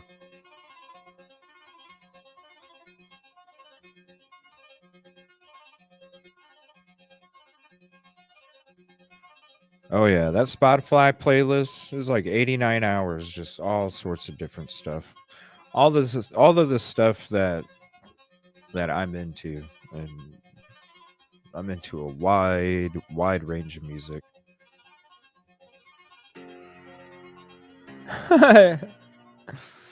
We could do some Trivia Murder Party if you guys want. I definitely want to find some web-based games. That way, I don't even need OBS. We could just stream the audio from the tab. Because Pool works. That's one thing I don't understand is why StreamYard doesn't allow the audio to go through on a screen share with stream. Is that not stream? Is there a setting in Steam that will allow the audio to go through?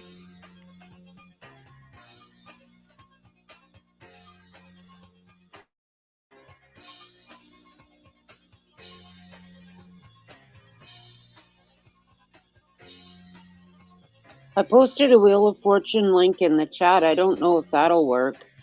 Ooh, let me see. Maybe here. you can check it out. Yeah, let me go see if I can get caught up on the. Let's see. Because YouTube chat's always crazy slow. All right, let me 1 second here. Thank you to the new subs. I don't know why Batismo didn't tell me. Okay, where is the link here?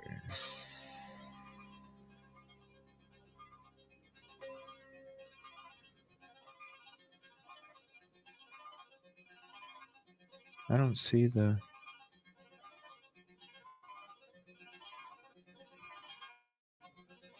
You put it in the YouTube chat? Kaleidoscope? Yeah, I I did. don't see it. I don't see it. Are you able to put it in private chat Oh, yeah, I didn't think for of the that. StreamYard? Try that. Yeah, SRB doesn't see it either.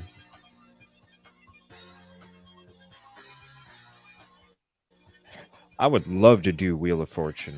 Open panel Wheel of Fortune. I would dedicate a damn night just for that. Sunday afternoon or something. Sunday I evening. can't seem to find the StreamYard. Where did it go? Ah, there we are. Nope.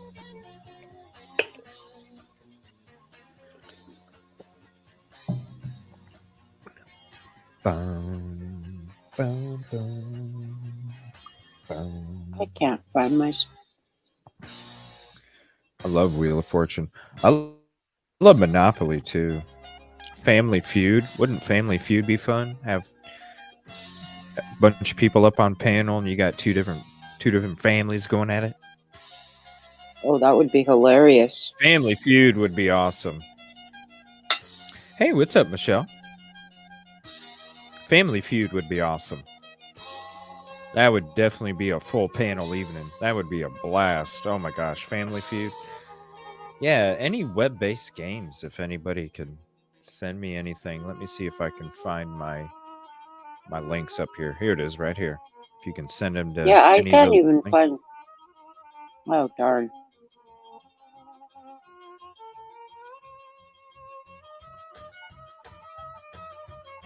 Yeah, just send them to these links if you want to send them to these links here. It's Discord, email, Twitter.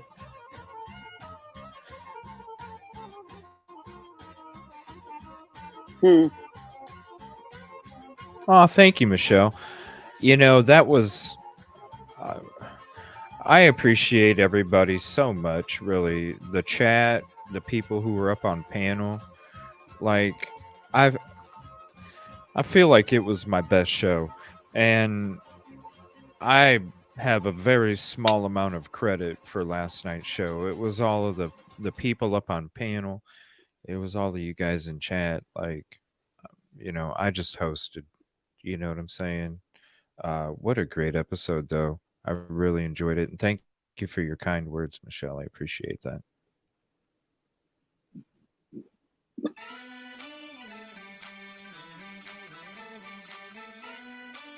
Yeah, it's just a hangout night, Chris. We're not really talking too much true crime. It's a little break from everything.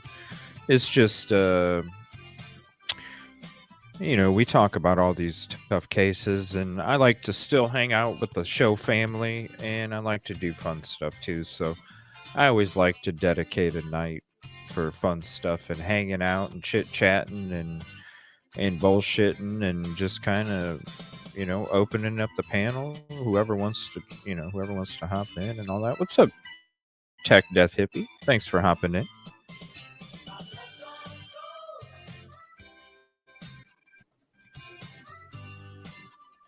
Thank you, Keld. I appreciate that. Oh, I know why I can't find it, because I went into the StreamYard on my phone, not my laptop.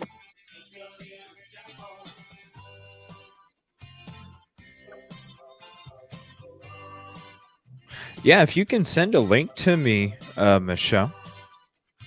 I think we're gonna get ready to play some Jackbox here in a minute. Is that what everybody wants to play? And let me write that down though, because I will look that up. Carl's Gate. I think I'm going to step out and have some supper. All right. Yeah, I'm hungry too. What are you eating? What are you going to be eating? Well, that bannock I was talking about earlier. Oh, yeah, that's right. And lasagna. Ooh, I'm jealous. Yeah. Yeah, get that belly all full. I'm a spoiled girl. Thank you for hopping up. I appreciate you hanging out. What a crazy fucking documentary, huh? That was bizarre. Very crazy. Who needs imagination and creativity when you have reality? I know. And then people were jipping out. All those people like thinking that's the real bear and shit, Can you imagine how much money they collected off that shit? I wish I was as smart as them. Not then cool. I might have money. But I guess it's a... And I wouldn't have to work in a store every day. Carl's Gate is a server used for private video viewing. Weird. It won't link. Follow me on Twitter. If you're on Twitter, follow Evil CJ. Send it to me through there. You can send it to evilcj@gmail.com, or you can add me on Discord. I just DM on there. Evil CJ number 245. Wait. 2540? 2540. Here, I'll throw those up again. Thank you again for hopping up, Kaleidoscope. I appreciate it. Yeah, if you guys missed that documentary we watched about the real story about the cocaine bear and the crooked Kentucky cop Andrew Thornton II. Wow, that was a local news station had did the story. So, what an interesting documentary. Very interesting documentary. Yeah, thank you everybody for hopping in tonight. Lasagna sounds so good. Carl's Gate Identity Exchange. See, Grizz did a video and he actually covered some of the pie stuff last night. Grizz, thank you again, man. That had to be a lot of hard work. Thank you for your thoughts and opinions on that. And the hard work that you did just kind of digging into all that. I was telling my coworker today about it and he was like, holy shit, man. I was like, yeah. It's like, yeah, we ended the show with that shit, man. It was fucking crazy. I was even showing in the pictures that we used for the show last night. I was even showing him some of the pictures, and he was just like, dude, that shit's fucking creepy as hell. If pi is, perhaps chi is the method of. Wow. Wow. That's interesting. On the YouTube, I go, okay. I'll look it up here in a second.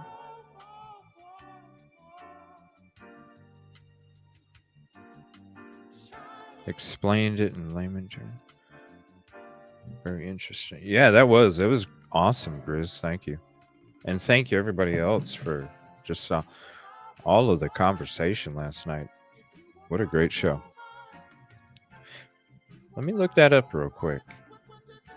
Kaleidoscope. What creator was it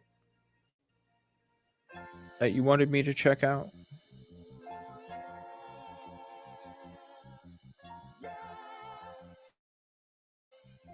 Carl's Gate.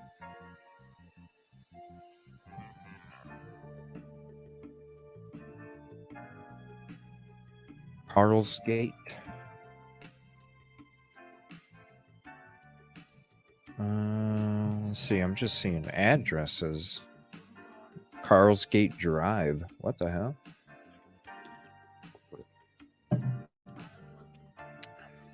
I just typed in Carl's Gate. Oh, Google the word? Okay. Let me do that.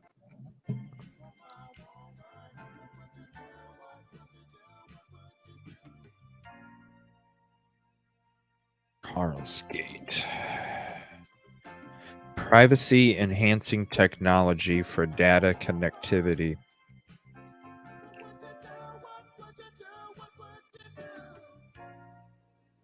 All right, here, let me share this. So I Googled Carl's Gate. And this is what came up. And let me screen share it here. There we go. This is what came up.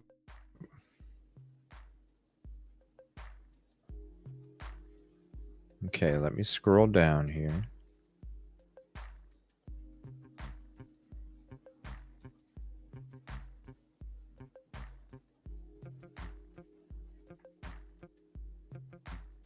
Where's the video? Maybe it's up here. Let's see, carlsgate.com, LinkedIn, Crunchbase, Business Wire, Twitter, Amazon. Did I spell it right? Carlsgate? Yeah, please do, Kaleidoscope. Does can anybody throw the link in chat? I don't see a video on here.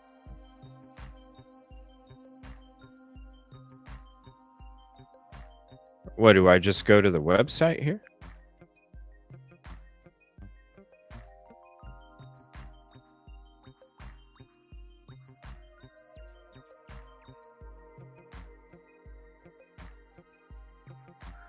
Data collaboration without the risk. Unprecedented levels of protection, identity protection.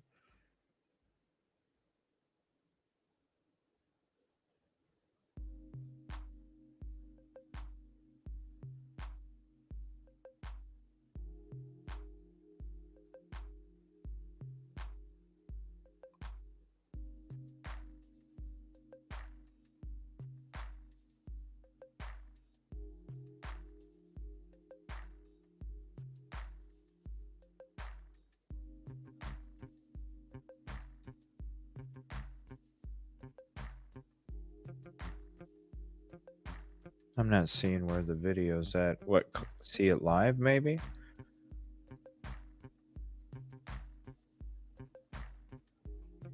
Oh, here it is maybe. So you're ready to learn more about Carlsgate? Let's start by taking a deeper dive into Carlsgate's identity exchange platform, or as we like to call it, Key. What exactly is Key? Key is a zero-trust data connectivity platform whose technology enables companies like yours to match and share data with complete security, privacy compliance, and efficiency. Our users keep full custody of their own data and never reveal personally identifiable information, also known as PII, to any other parties, including Carlsgate, during the entire matching and sharing process. So how do you get started? Key is a user-friendly platform that's simple to navigate. The installation process is very easy with no heavy lift required from IT. Simply create an account, set up your node, connect your data, and trade. You'll hear now from Carlsgate's Chief Technology Officer, Laszlo Kohler, as he walks through our innovative technology with you. To get started, create an account on the platform. To do this, go to portal.carlsgate.com.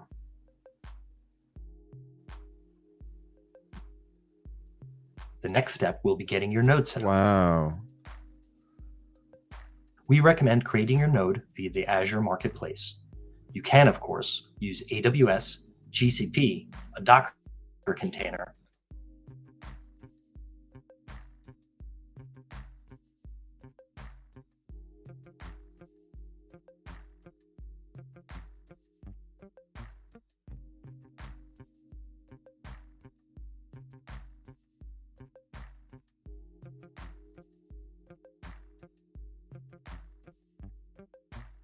So you're ready to learn more about Carlsgate?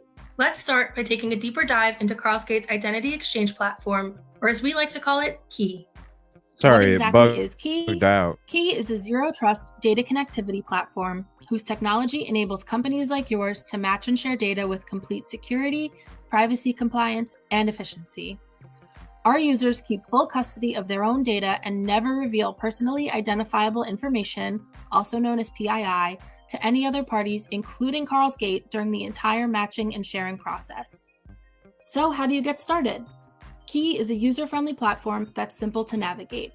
The installation process is very easy with no heavy lift required from IT. Simply create an account, set up your node, connect your data, and trade. You'll hear now from Carlsgate's Chief Technology Officer, Laszlo Kohler, as he walks through our innovative technology with you.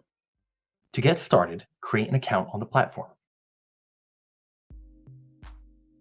To do this, go to portal.carlsgate.com. The next step will be getting your node set up. We recommend creating your node via the Azure Marketplace. You can, of course, use AWS, GCP, a Docker container, or even an on-prem installation. Here, you see a node being created via the Azure Marketplace. Once you create your node, you'll activate it. Once your node is set up, you connect your data file to it. Any delimited data file will do. We recommend using a specifications file to describe your data. Once added, your data becomes a listing that's ready for trading. Please remember, your PII never leaves your node's environment. Now let's walk through a trade. Ready for trading? Once on the platform, you select your listing, What? connect with a trading partner, and propose a trade. What? What the fuck? Setting up your trade proposal and matching requirements can be done with just a few simple clicks. You and your trading partner determine what will be offered and shared with one another. What? You can choose up to 10 different Like match you're playing passes and Monopoly. determine what attributes, if any, will be appended when creating a trade proposal. It's important to note it's like that Monopoly. your trading partner will be notified when you create your proposal and will have to accept it to process the trade.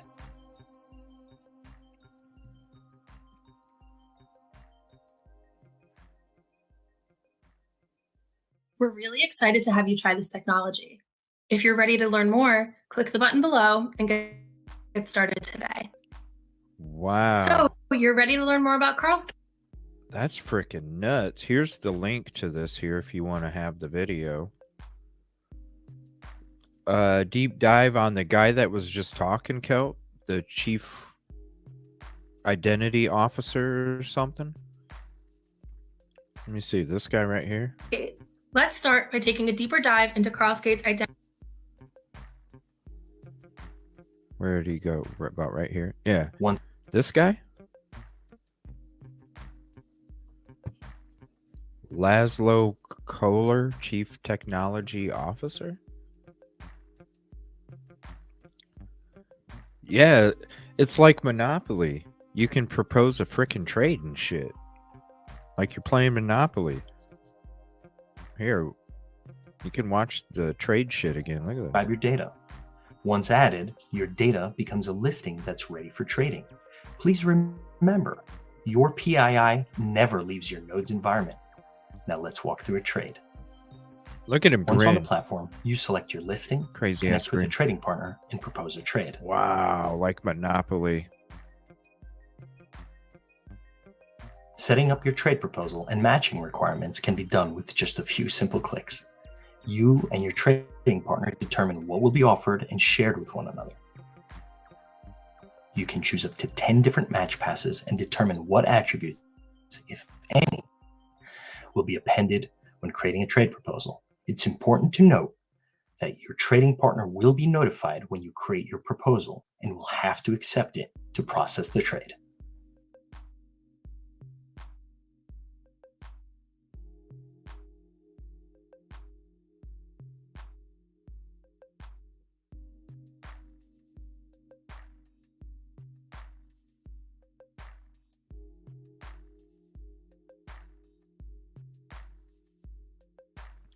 Beamer.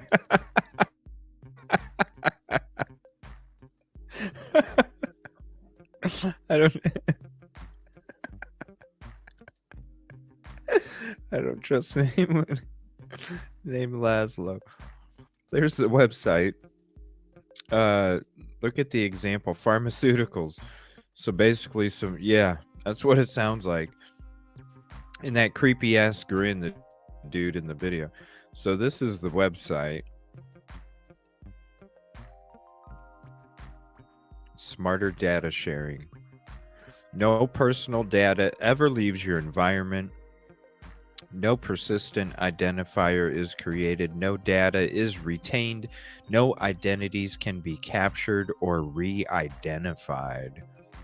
Why wouldn't they fucking use this shit, right?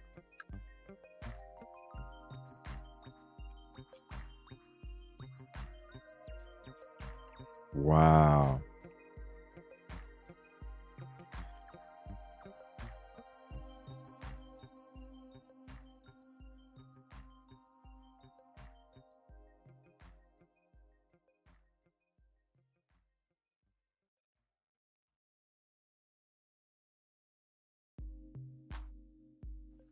That's some scary shit.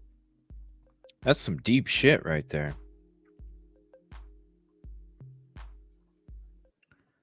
That's some deep shit right there.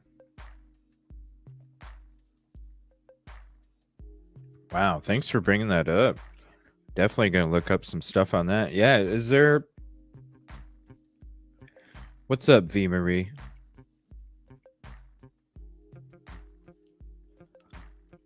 Man. Carlsgate. That's... I'm wondering when this came out.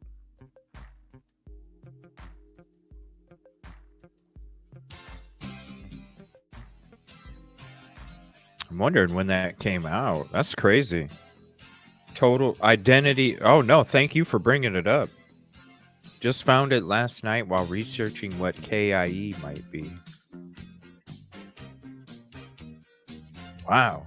Thanks for bringing it up, seriously, and introducing it to us all. What's up, Jinx? We're about to play some Jackbox.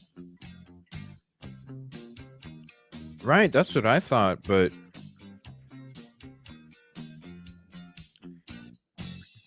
maybe it's some sister company of the company that the government uses for that shit. Right. Some dark web sketchy shit, but you don't have to be on the dark web anymore. You can just go to carlsgate.com. Set up a password and an account. You don't even have to go on the dark web anymore, right?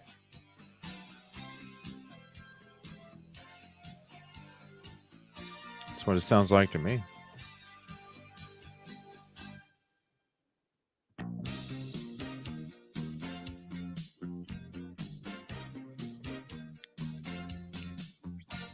Wow, no shit. Yeah, I don't fuck around with that.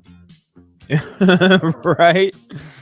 Yeah, I don't fuck around, dude. I don't fuck around with that shit. I ain't that serious. Appreciate it. Thanks for coming in, V Marie. I know SRB was saying something. She's like, oh, it'd be nice if I see. She thinks you're really cool. Sorry, I haven't been able to chat much in Grizz's streams and stuff while I'm at work. I try and be as supportive as I can, even if I'm just a viewer.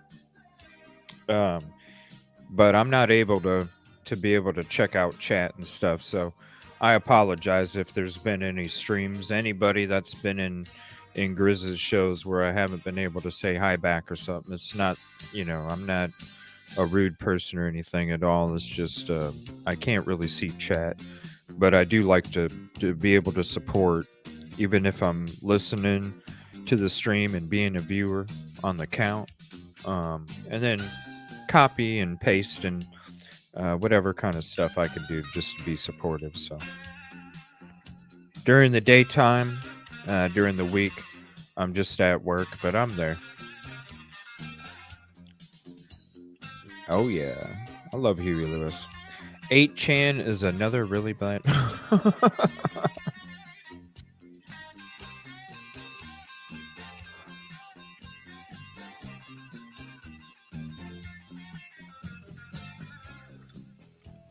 Yeah, it's that Cujo Chinchilla bot, Sometimes he's Cujo, sometimes he's Chinchilla. But he's always a Cujo Chinchilla bot. That's me.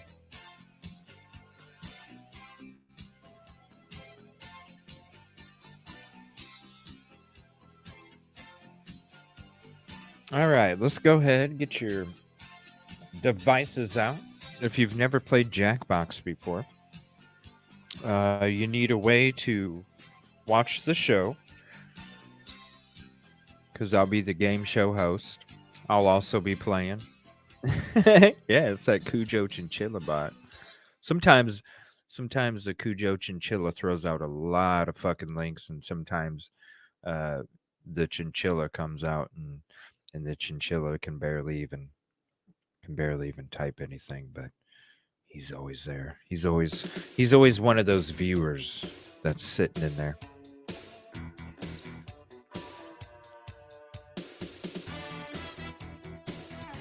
Aw, thank you. I appreciate that. Were you guys ready to have some fun? Do some Jackbox?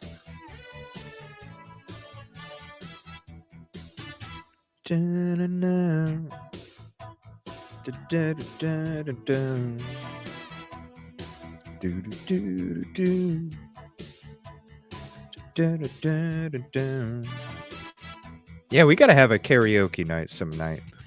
I need more people to commit to it instead of just me. But we need to do it some night. That'll be a lot of fun too. What are you gonna hop up here, Co?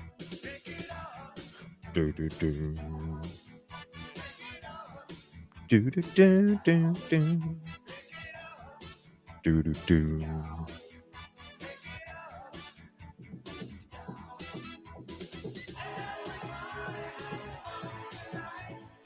You guys digging the music, you know, while we're just chit-chatting in between videos and stuff like that? Seriously, reach out to me. If you want me to add a song that you want in the rotation, reach out to me and I'll make sure I add it. I got 143 right now, and we're just going to keep building that library up. So maybe we won't hear the same song for a whole week. Oh, I thought you were wanting to hop up or something. Yeah, I mean, just, you know, you're more than welcome. No, I wasn't, Cal. Oh, the song, maybe?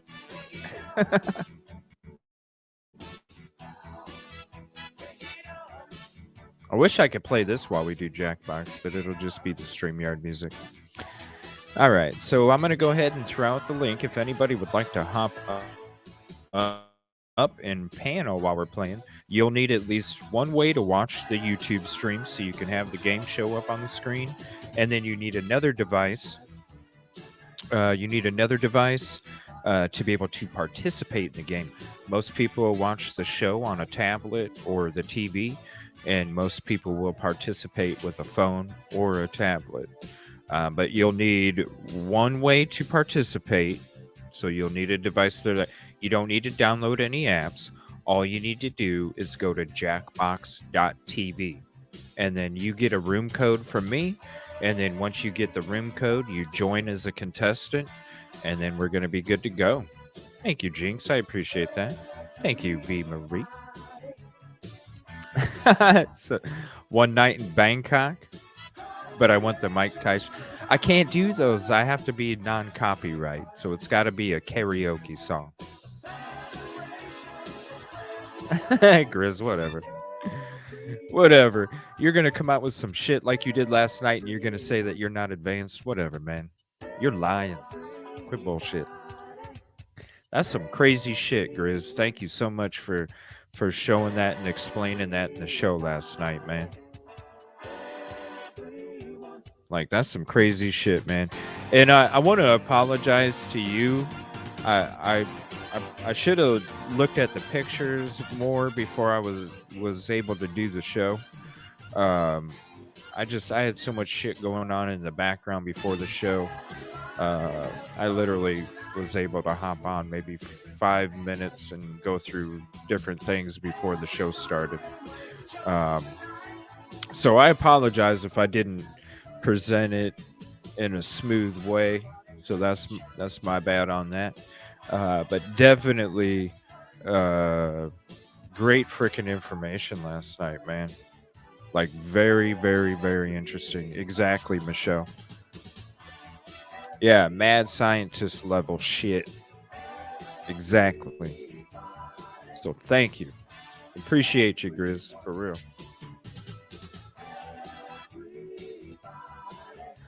All right, so let's go ahead and get Jackbox up. I'm going to have to put a screen cover up because it's going to take me a minute to get the game loaded and all that other good stuff. So I ain't going nowhere, but I am going to put this up. I'll still be chatting to you in the background. We'll get that in the back. And let me get a screen cover up real quick. And then, instead of this Jackbox guy in the middle, I wanted to have this. So there we go. We're going to stir up some coffee here while we get ready to do some Jackbox. So give me one moment here.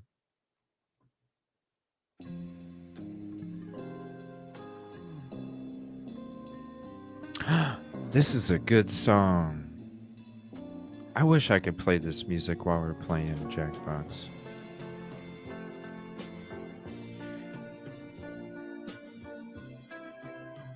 Yeah, if you guys want the link, here it is, carlsgate.com, and then you go to see it live to see the video. So here you go.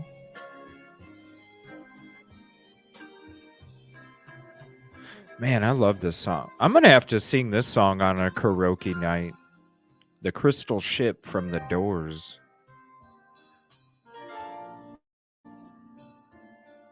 I love this song. I think Jim Morrison is one of the best singers. I love The Doors. Do, do, do.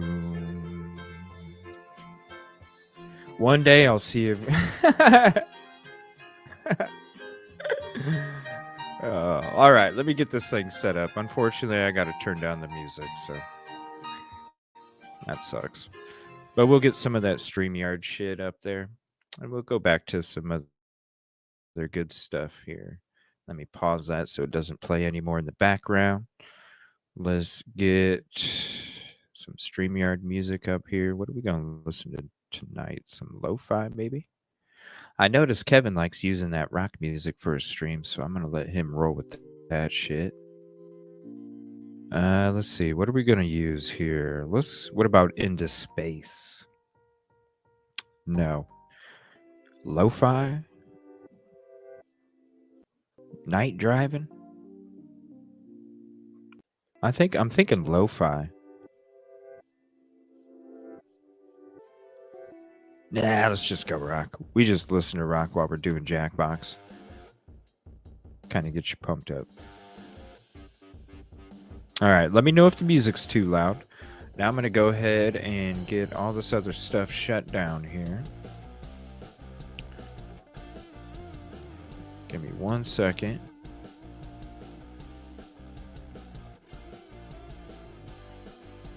Hey, Jinx, if there's a song you want added into this rotation, let me know. Because I'd love to have more music on there. It's just trying. Listen, I got 89 hours of music on my Spotify playlist. If you guys ever want to click on that link throughout the chat, it gets thrown out there from Bautismo. I have so many songs in this brain of mine. It's hard to it's like a rabbit hole. Once I start thinking of one, then it goes to another, then another, and then all of a sudden 2 days go by and I'm like, holy shit. All right, let me get this game loaded up here.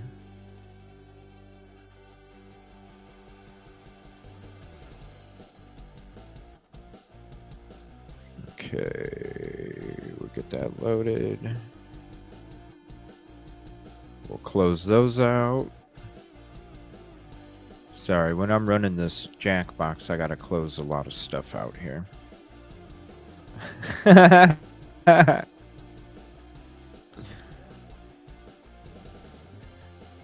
Yeah, technical difficulties, especially with this frickin' StreamYard. All right, so on your device, go to jackbox.tv. And then I will give you a room code here in a second. What do you guys want to play first? Do you want to play the t-shirt game or Trivia Murder Party?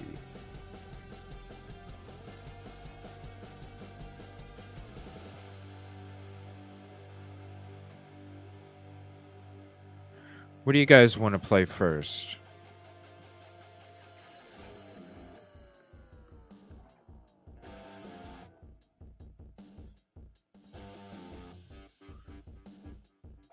Yeah, I have so much music up in this brain of mine.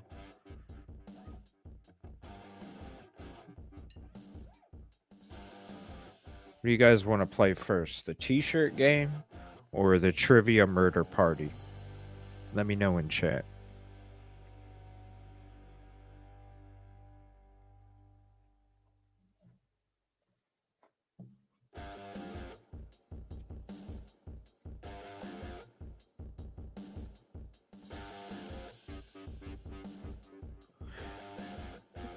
Trivia Murder Party? All right. I just needed to know what game to set up, Kel. Hold on 1 minute. So let me go to Trivia Murder Party.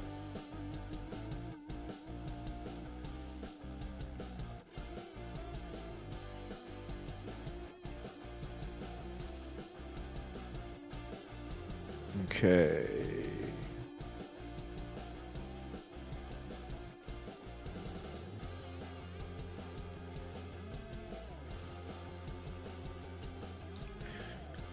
right, so let me go to play. Let me, because I have to make sure I do the room code first, because I'm the host. Otherwise, it throws the game all crazy.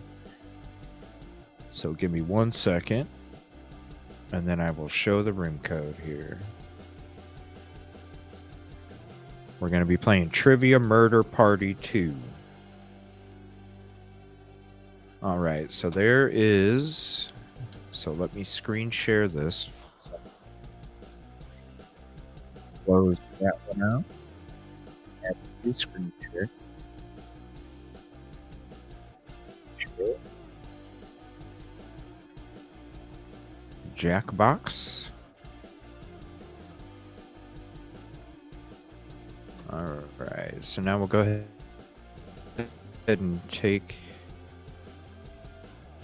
Sorry, it just takes a minute to get this set up. So we'll get rid of that. And we got to get rid of the coffee. There we go. Oh, whoops. Hold on 1 second. I thought I got rid of the overlay one. All right, so there's that. So there's the room code. Sorry it takes so long, everybody. We'll do one round of Trivia Murder Party. Takes about 15 minutes or so. And then we'll do that t-shirt game next. Honestly, I love both of the games just the same. That t-shirt game is a trip, though. And it's 18 plus, everybody. So be creative if you want. And what's cool is you can actually buy these t-shirts.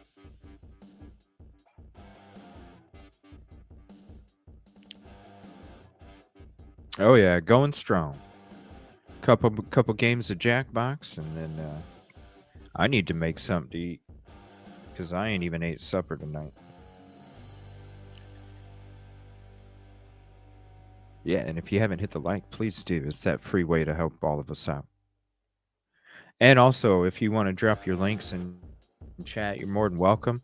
And if somebody is a YouTube creator and you're unable to throw a link in chat, just reach out to one of the mods or just say, hey, I'm a creator and can't post a link, and we'll get somebody to post the link for you.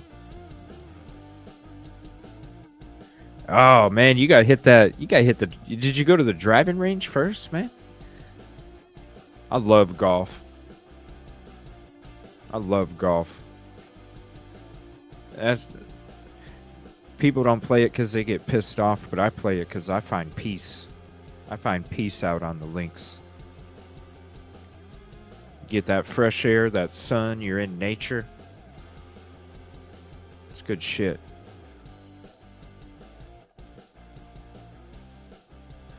I was actually thinking about live streaming me playing some golf this summer. Take you guys out on the golf cart with me. I even bought a special suction cup camera holder so that way I can just have it fastened to my golf cart, and then I'd just pull up my golf cart wherever I was swinging, and then you guys could watch me fucking golf 18 holes and shit. Actually be out there on the golf course hitting 18. Come back and talk to you guys while I'm riding the cart and shit. Or I could even just do the wireless earbuds while I'm playing golf, and I could talk to you, you know, while I'm swinging the club even. You can hear me go, fuck! Shit! Talk about practice? Wait, hold. You're talking about practice? Yes, man. You gotta hit the driving range at least once, buddy. Be all over the place. All right, so we got 3 more spots if anybody wants to hop in. We're 5 out of 8.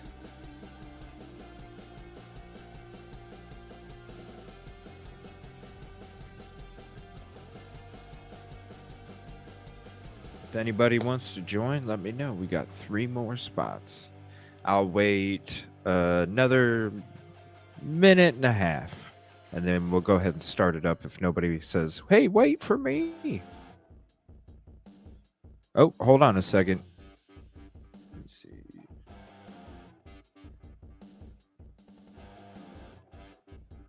Can I move this screen share tab?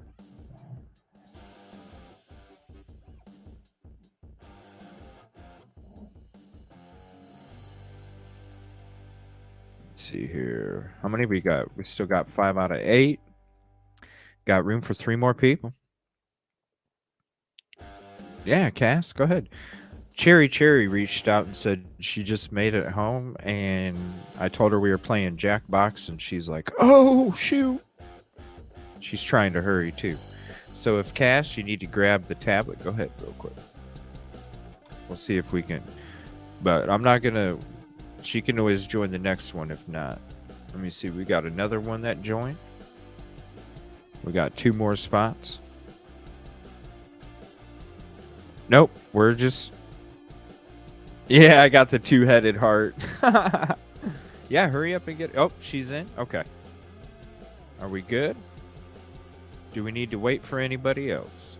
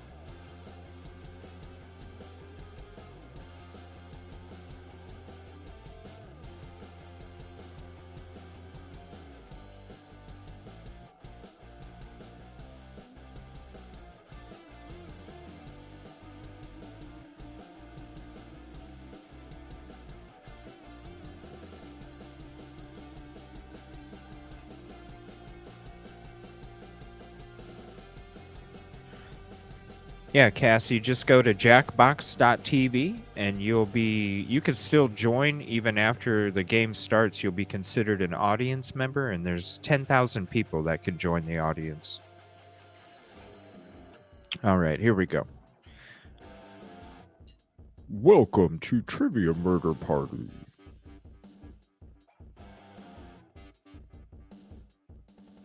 We're on floor 1.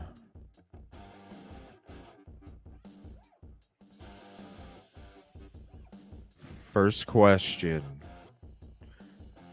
What is the? Now your options will come up on your device. What is the?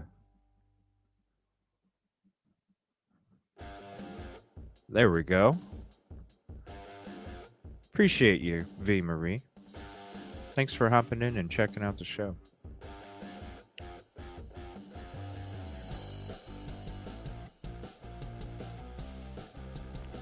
Dang it, I got it wrong. Only one person got it right. All right, now we're on a mini death game here.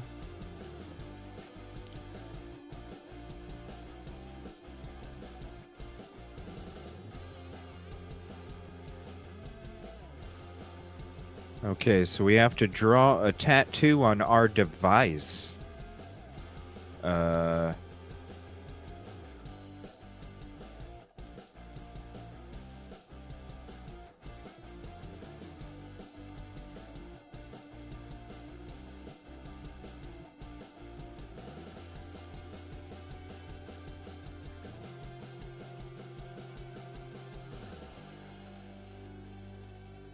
Can I be done?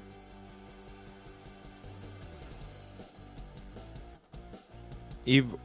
Oh, thank you. Whoever wrote Evil CJ rocks. That's cute. The artist with the fewest votes will die.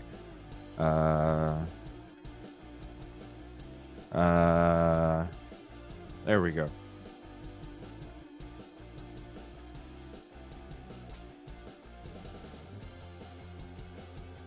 What did we decide? So the heart got 2 votes. Uh-oh, so... Uh-oh. Jinx got axed. Oh, Jinx. Oh, damn. Blew the fuck up. Kelt in the lead with 1,000.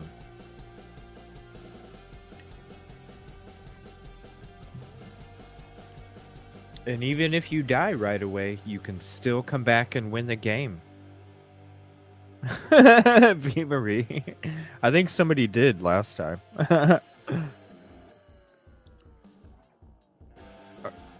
According to Merriam-Webster, what was the word meme? What year was the word meme first used in print?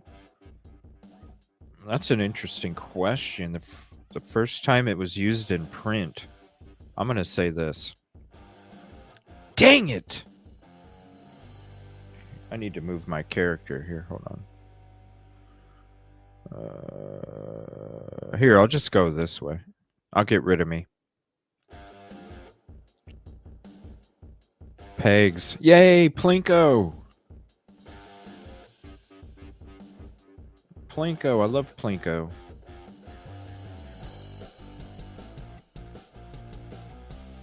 So pick a landing spot.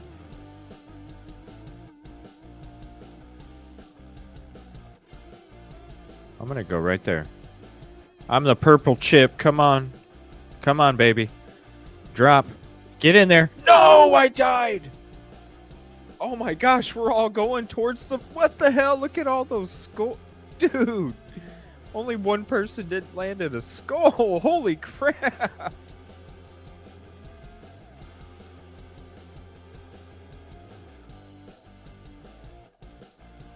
Wow, that's the first time that's happened. So Cherry's the only one that's alive?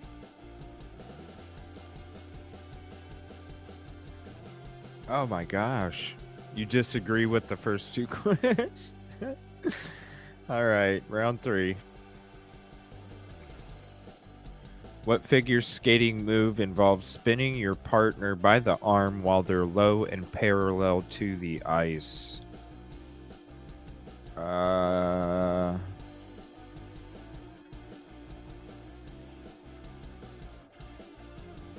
Just guessing. These are really good questions. Dang it, I was gonna pick that, but crap. Uh-oh, Cherry. Uh-oh. How come? Because you're the one that's alive.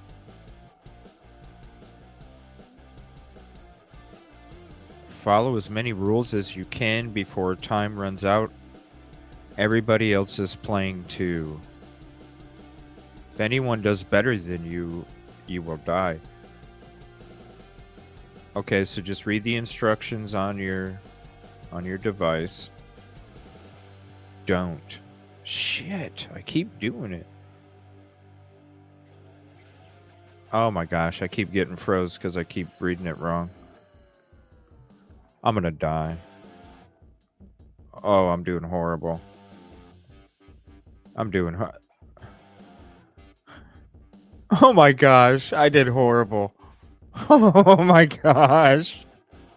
Oh. What? What? Yeah, we all died. Holy crap.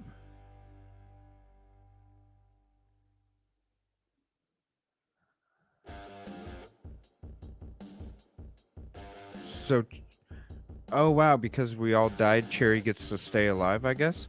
I know, who knew ice skating was so morbid?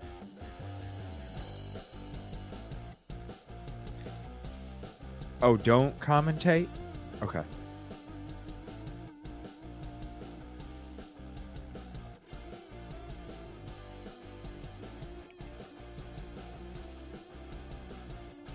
Yay.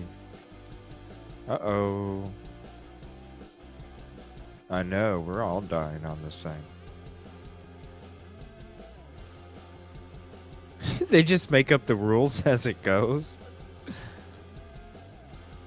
Oh, we each get to pick a space. put the sword through. All right. Take the sword. Choose a row.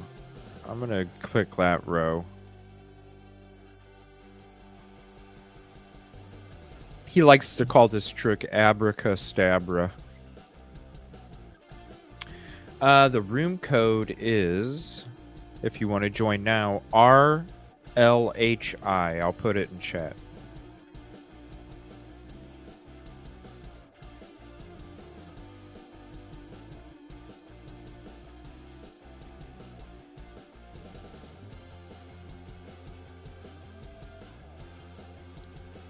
Where'd Cherry hide? Good spot, Cherry.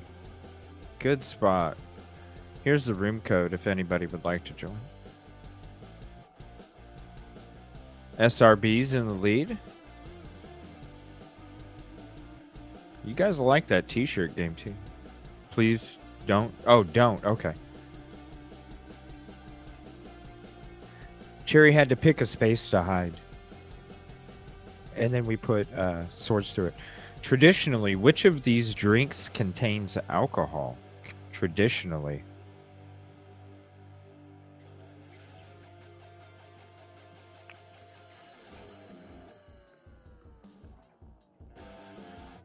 Yep, and now it shows you as an audience member at the bottom left.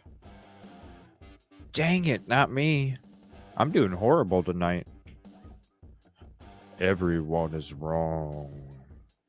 Oh, oh, oh. If you guys could hear him, he sounds like the Saw guy. Mind meld.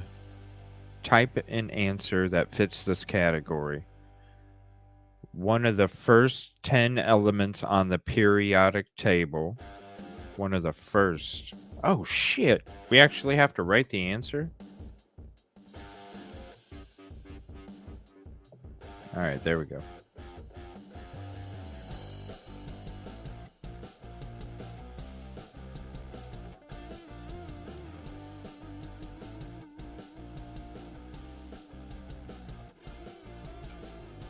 Got 15 seconds.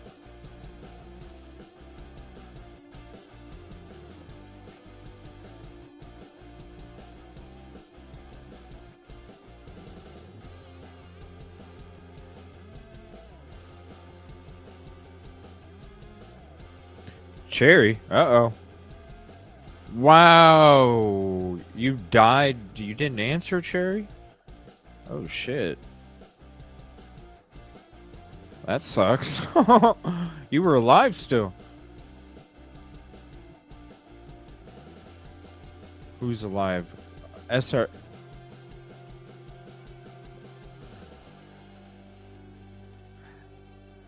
Yeah, it's hard with no audio. I'm sorry. That's why I think the t-shirt game is just a little bit more enjoyable when it comes to this. But I'll try and see if they have any other packs open. Definitely need some web-based games. Kanye West albums. Click each answer that fits. Answers you don't click can be right as well. So if Kanye's album wasn't named one of those, then don't select it, and that can still be a right answer. All right, SRB is in quite the lead. All right, I won't be able to see chat because I have to go back to the game. Plural nouns. So, plural nouns.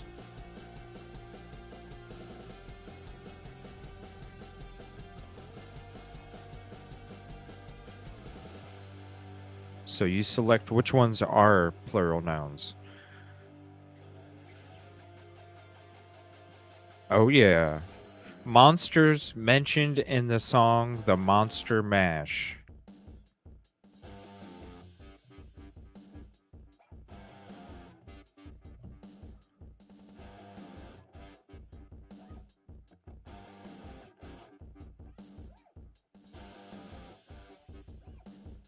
Ooh.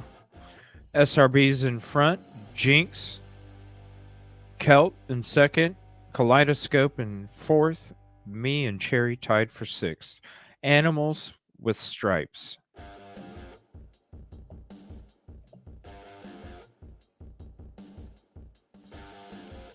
I got 2 out of 3.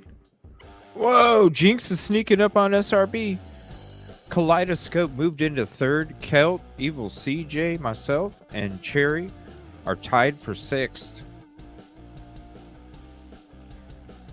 Descriptions of the Grinch.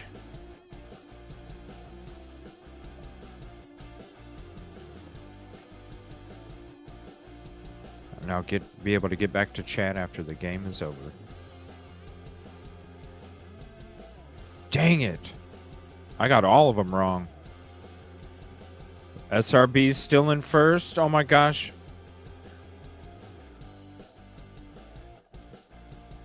Disney animated movies.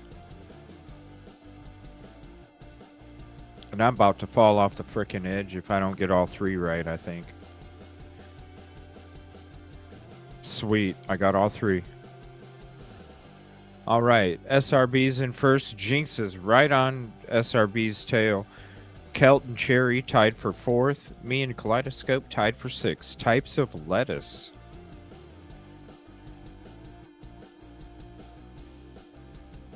Beautiful. I got all 3. Jinx takes over 1st. SRB in 2nd. Cherry's in 3rd. Me and Kelt tied for 5th. Kaleidoscope in 6th. Detective on a Law and Order show. I don't frickin' know.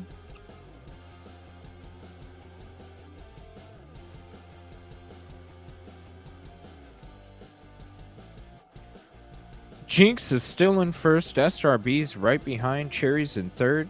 Kelt and Kaleidoscope tied for 5th, and I'm 6th. Common varieties of fig.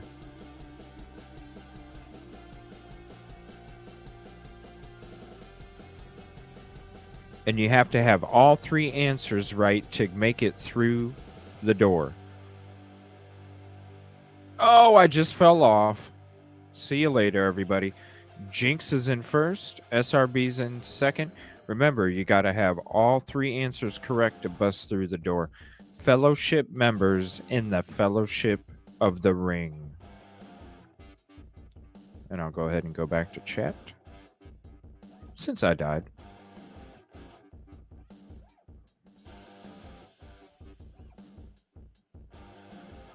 Oh, Jinx won! Jinx won!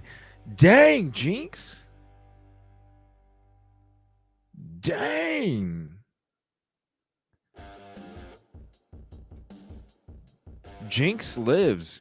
Killer believed to be too quirky. SRB, cause of death unknown. 2650. Kelt, cause of death unknown. Kaleidoscope, cause of death unknown. Evil CJ unknown. What? When has that ever happened? Where, well, Cherry, bad at melding minds, and the audience you could not escape in time. When does that happen where we're all unknown mostly? Jinx, the survivor, 2600. Congratulations on the win, Jinx. Wow. Came back from behind. Was on the heels the whole time, and then you just broke through right at the frickin' end. You just closed out the dart game. Good stuff. All right, we're going to do the t-shirt game now, TKO. So give me 1 second. I'll get that loaded up, and then we'll get that room code shared to you guys. So go to jackbox.tv again. Go ahead and close out that one because I'm going to be setting up a new one. Go to jackbox.tv. And then I will give you a new room code. Gosh, Jinx, you tore it up. Good shit. This is starting to become my favorite game right here.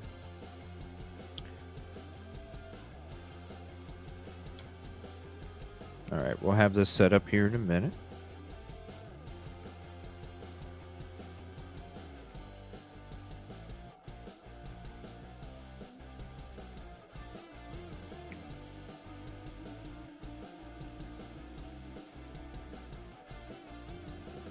Oh, that's cool. It like reads it to you now.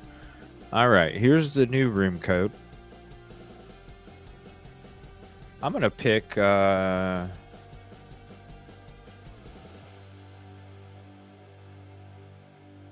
go with the bunny.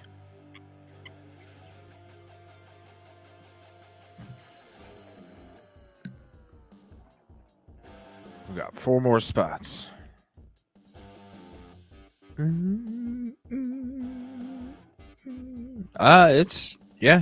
It's 18 plus. Aw.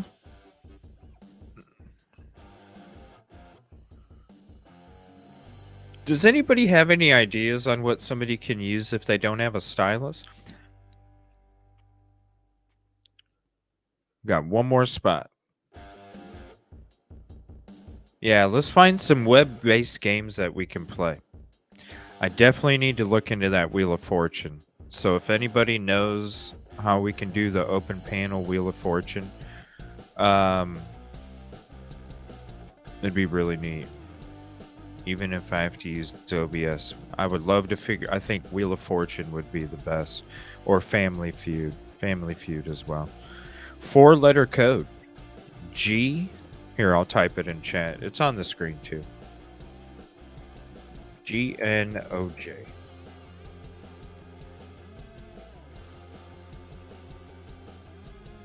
I was thinking a Q-tip before, Jinx, but I guess it doesn't work. But I thought maybe a Q-tip.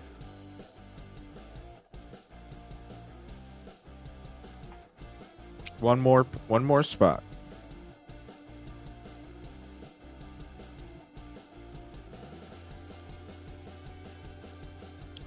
This is starting to become my favorite game, really, because you get and the cool part is you just, a damp Q-tip. That's a good idea. Very good idea, Jinx. Yeah, try that. If anybody doesn't have a stylus, try a damp Q-tip. But this is and if you can't think anything, you just hit suggestion and it helps you out. It's so cool. I do want to check out Guespionage at some point. So if you guys are kicking it and you guys want to play another game after this, we can check out Guespionage. I guess that can be even more 18 plus than this t-shirt game, so let me know. For some reason, my stylus kicked me out every time I tried. Weird. All right, we don't have nobody joining that last spot. Yep, Cass is in.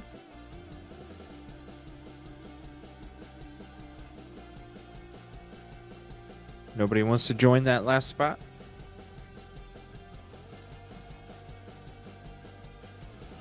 We'll see. I'll wait 30 more seconds. Let me know if anybody wants to hop in or you want us to wait so you can fill in that last spot. We'll wait.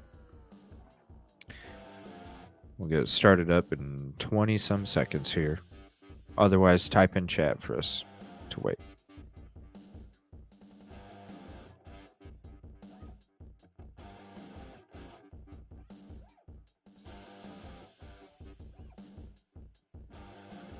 Yeah, just keep in mind, I'm not taking the stream down. We're leaving it up. But it's totally up to you. And it is 18 plus. I already made that set from before I started doing my show. So, and we're not monetized. So,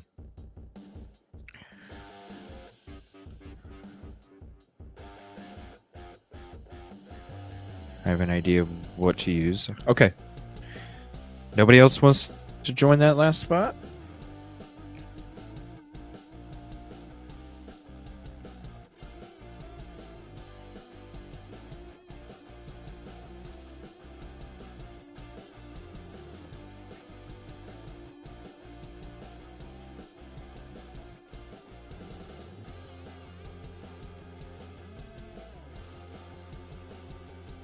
And if you're using a device, just make sure you swipe the screen a little bit or change your character so your Jackbox TV don't time out. Yep, we're waiting. We're waiting for SRB. Plus, there's one more spot if somebody wants to hop in.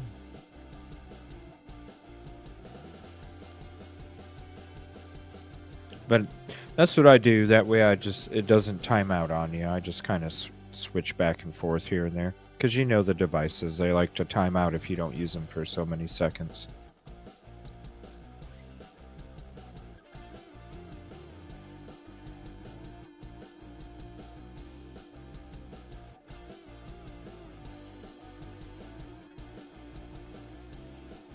Yeah, just let us know when you're back, SRB. We'll wait.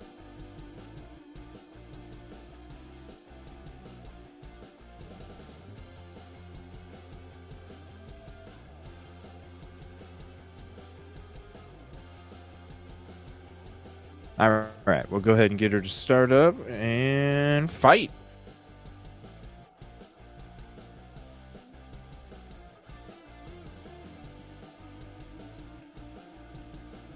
Let me get rid of that open sign.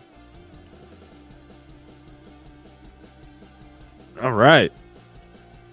TKO. Tournament Master.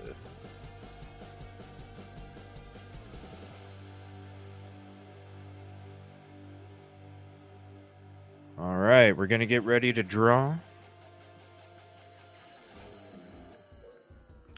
You come up with phrases, and remember, if you don't have any ideas, just hit suggestion. All right, I'm going to be sucked into this here.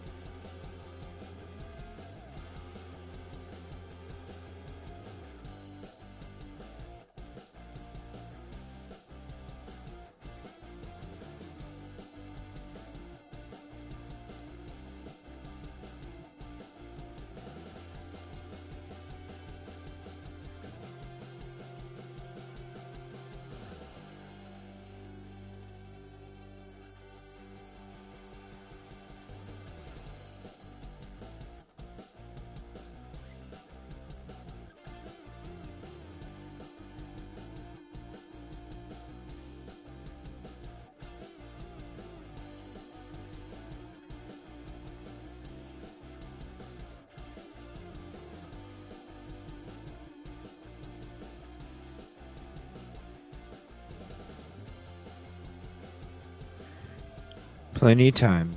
Still have 20 seconds.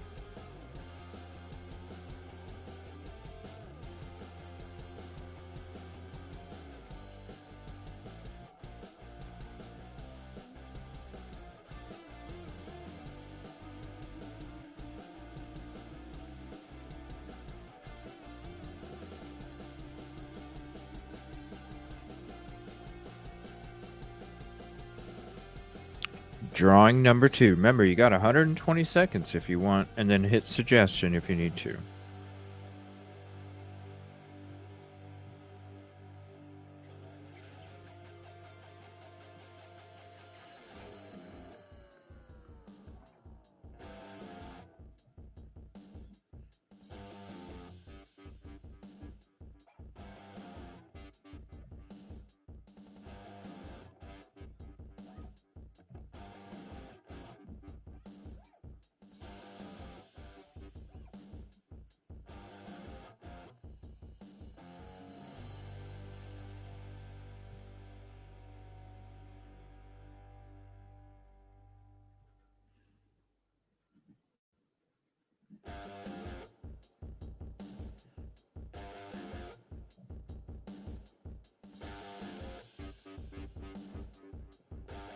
You got pushed out? Might have to restart your phone. Or does it let you reconnect?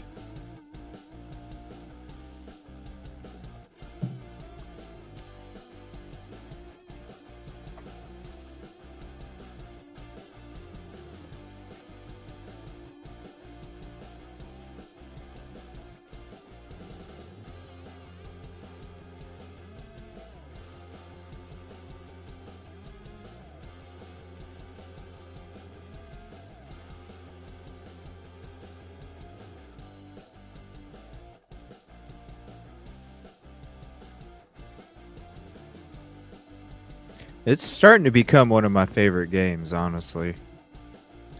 The creativity plus the suggestions makes it real easy for anybody. Even if, you know, even if you don't think you draw good, they're still funny. Sometimes the way they look, it looks freak flag what? Okay, number 3 drawing.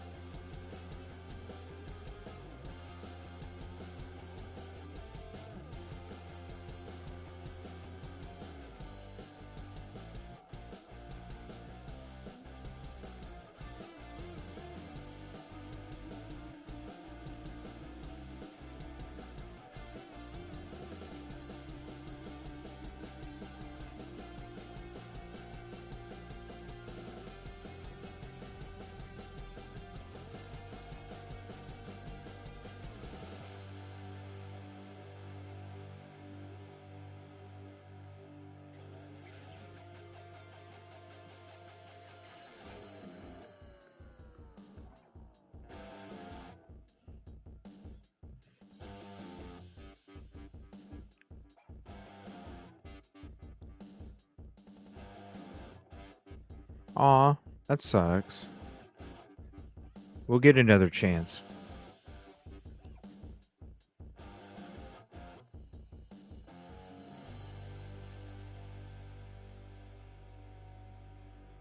"27 seconds."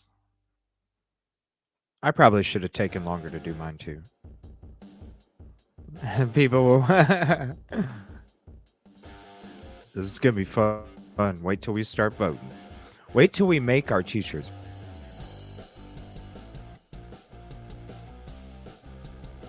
So, when we make our t-shirts, you take a slogan and you take a picture that they provide.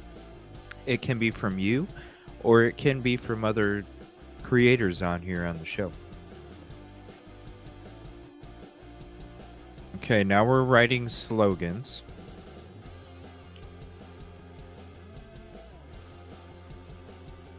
"18 plus."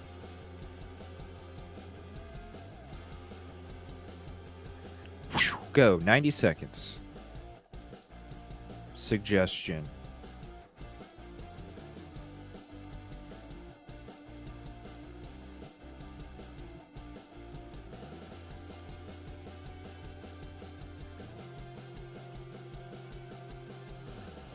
Alright, let me see. Afraid you might.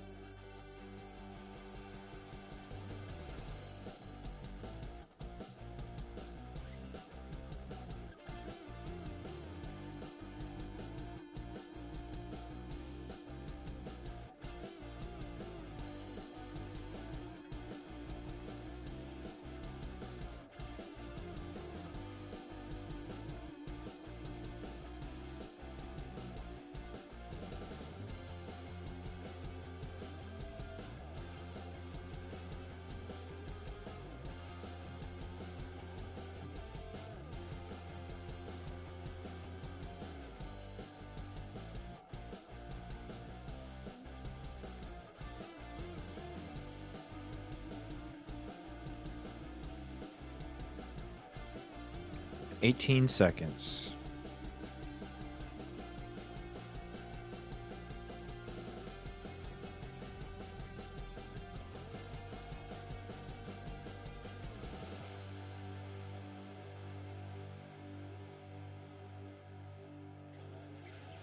All right.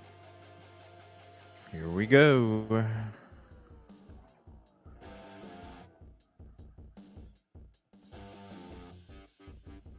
So you have a series of drawings and slogans at your disposal. It's up to you to make the best t-shirt based off of what's available. All right.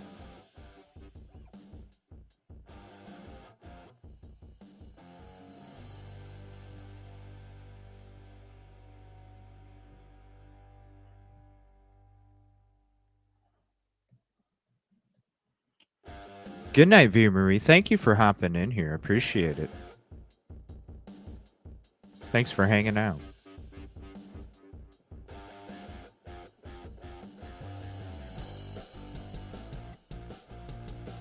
You definitely got to come back and check out the replay when it comes to the t-shirts. We're at the 4-hour and 39-minute mark of the stream.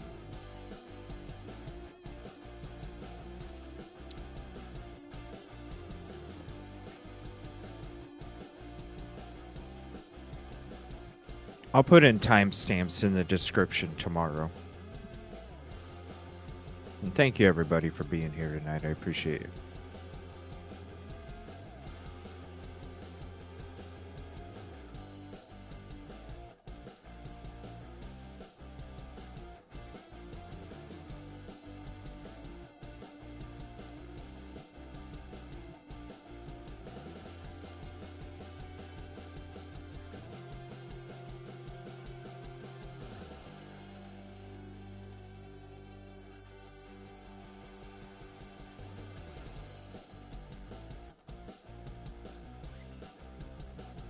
Here we go.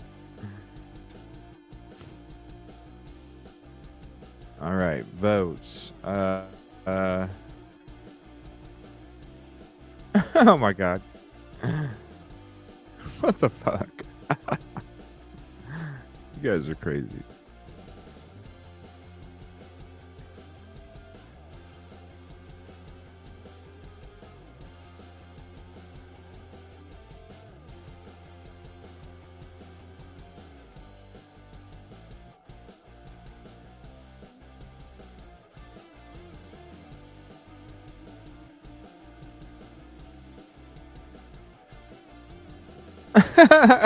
Cherry.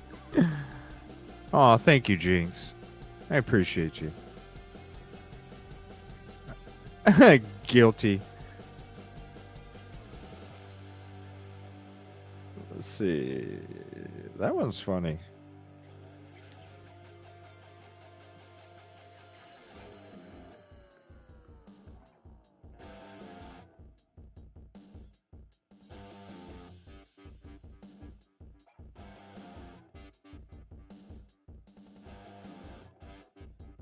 All right.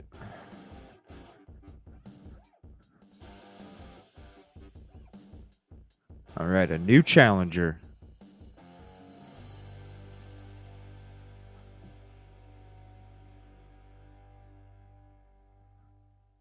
That's a really cool sun with the rainbow there.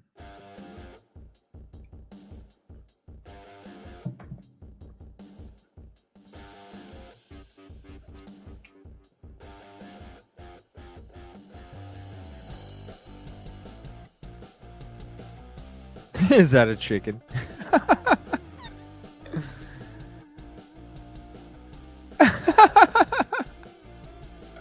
Oh man, I like them both.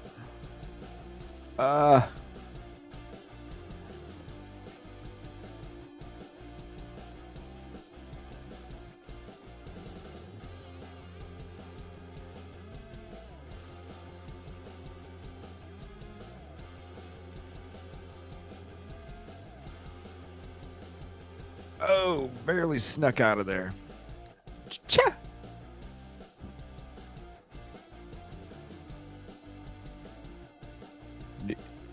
New challenger. The level you fuck around is the level you will find out. Ah, shit. That was a cool rainbow. That was a cool rainbow.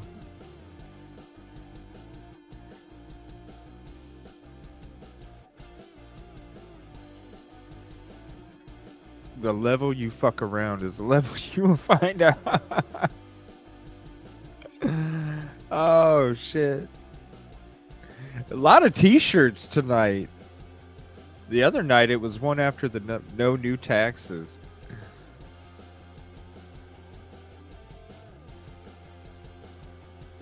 Right?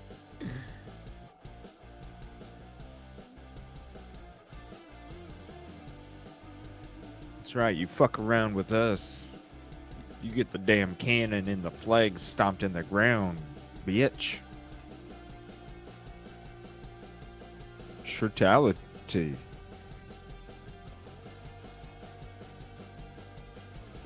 Great t-shirts.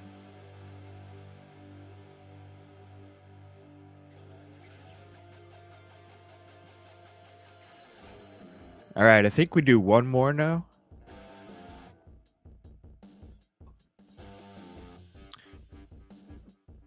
One new drawing and as many slogans as you wish. So 120 seconds on the drawing.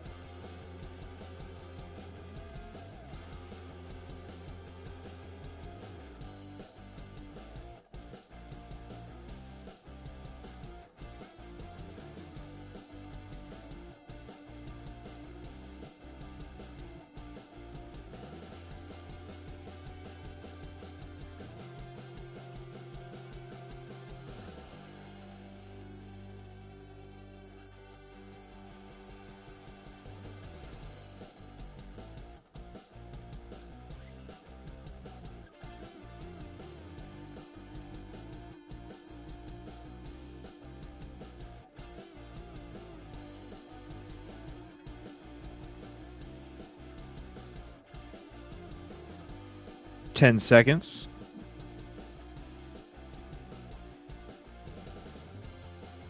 One, zero. Ooh. All right, as many slogans as you want, or you can fit in. We got 60 seconds.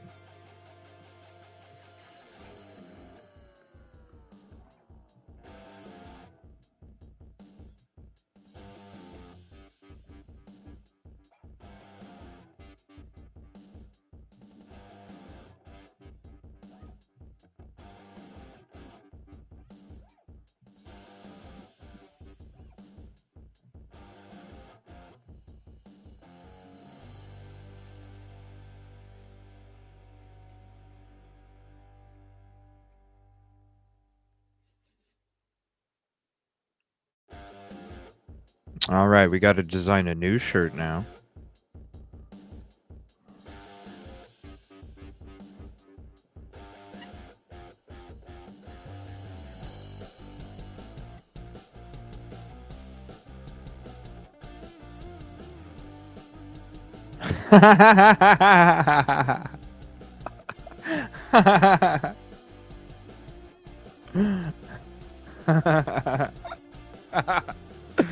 Oh, this is good.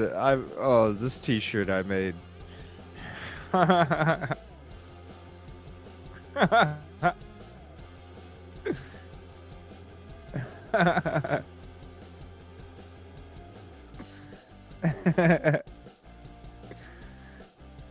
Oh shit.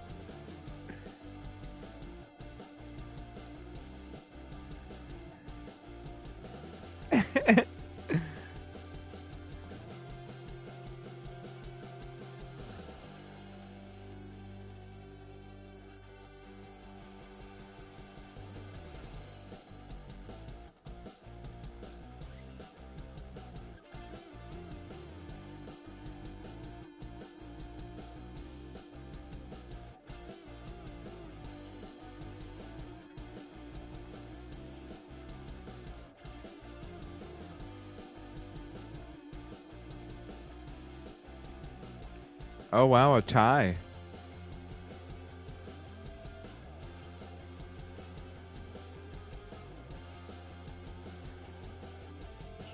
Jinx is making the shirts tonight.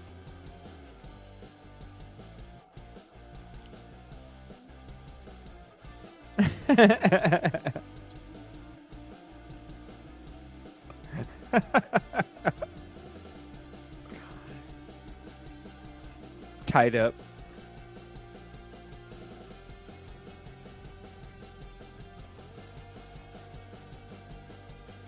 Yeah, my Google shit, right? My Google mode.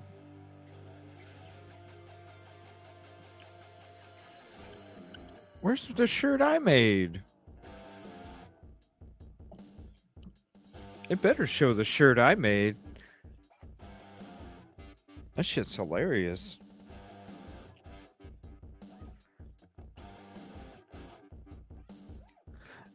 I did. I was like, I didn't like the suggestion and I didn't know what to draw, so I'm like, fuck it, I'll just draw a dude with my hat. It didn't show my shirt. No way. I had a great shirt. I had a loaf of bread and it said, my eyes are up here. Oh crap. There it is. Right there.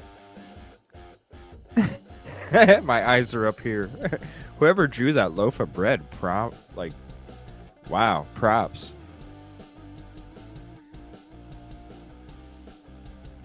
My eyes are up here, not on the bread.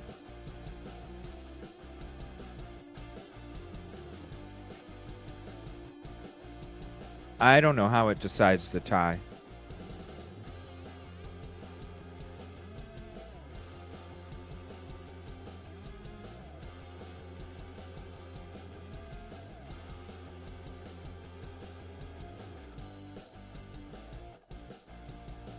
Fight.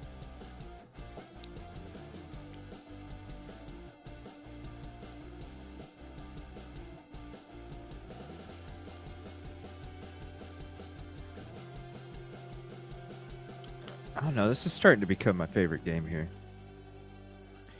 Yeah, we need some web-based games. We need to figure out Wheel of Fortune, Open Panel Wheel of Fortune, Family Feud, something. Lightning crashes.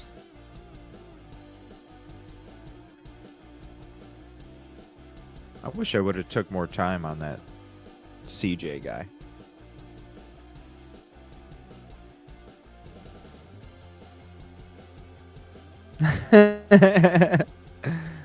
I wish I could stream the audio. We gotta find a web-based game. And I'll see if there's any other Jackbox packs that are on sale.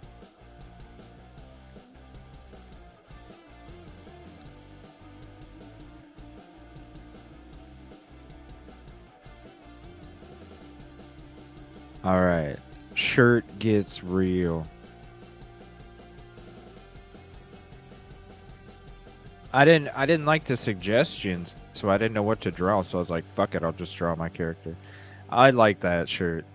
Damn, these are tough shirts. I like... You know what? I'm going to have to go with this one.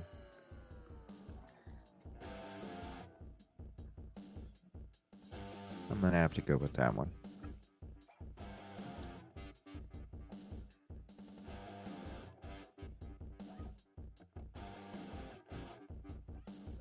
Yep. Had to.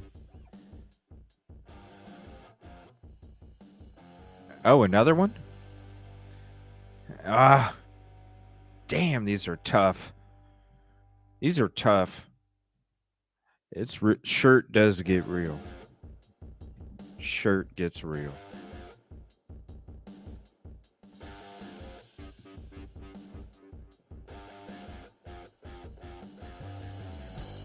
I like that shirt. Good shirt. So I made the art and Cassie made the slogan and Jinx put the shirt together. In a world of Karens, be a Mary Jane, says Jinx. That's right. In a world full of Karens, be a Mary Jane. Congratulations, Jinx. Best writer is Kaleidoscope. Best artist is Jinx. Most shirtalities is SRP. And the fastest artist is Kelt. Most ignored, Cherry. Sorry, Cherry. Most prolific, though, is Cherry. Congratulations, Jinx.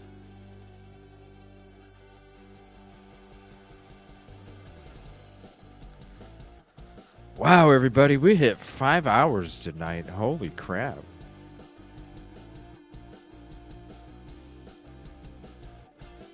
Wow.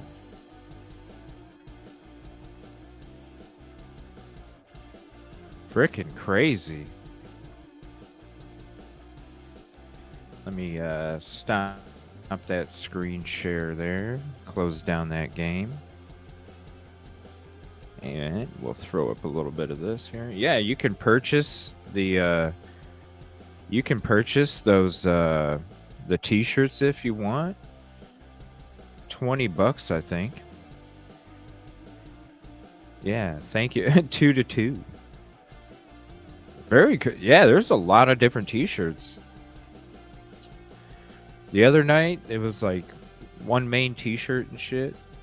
But that's a lot of different t-shirts tonight.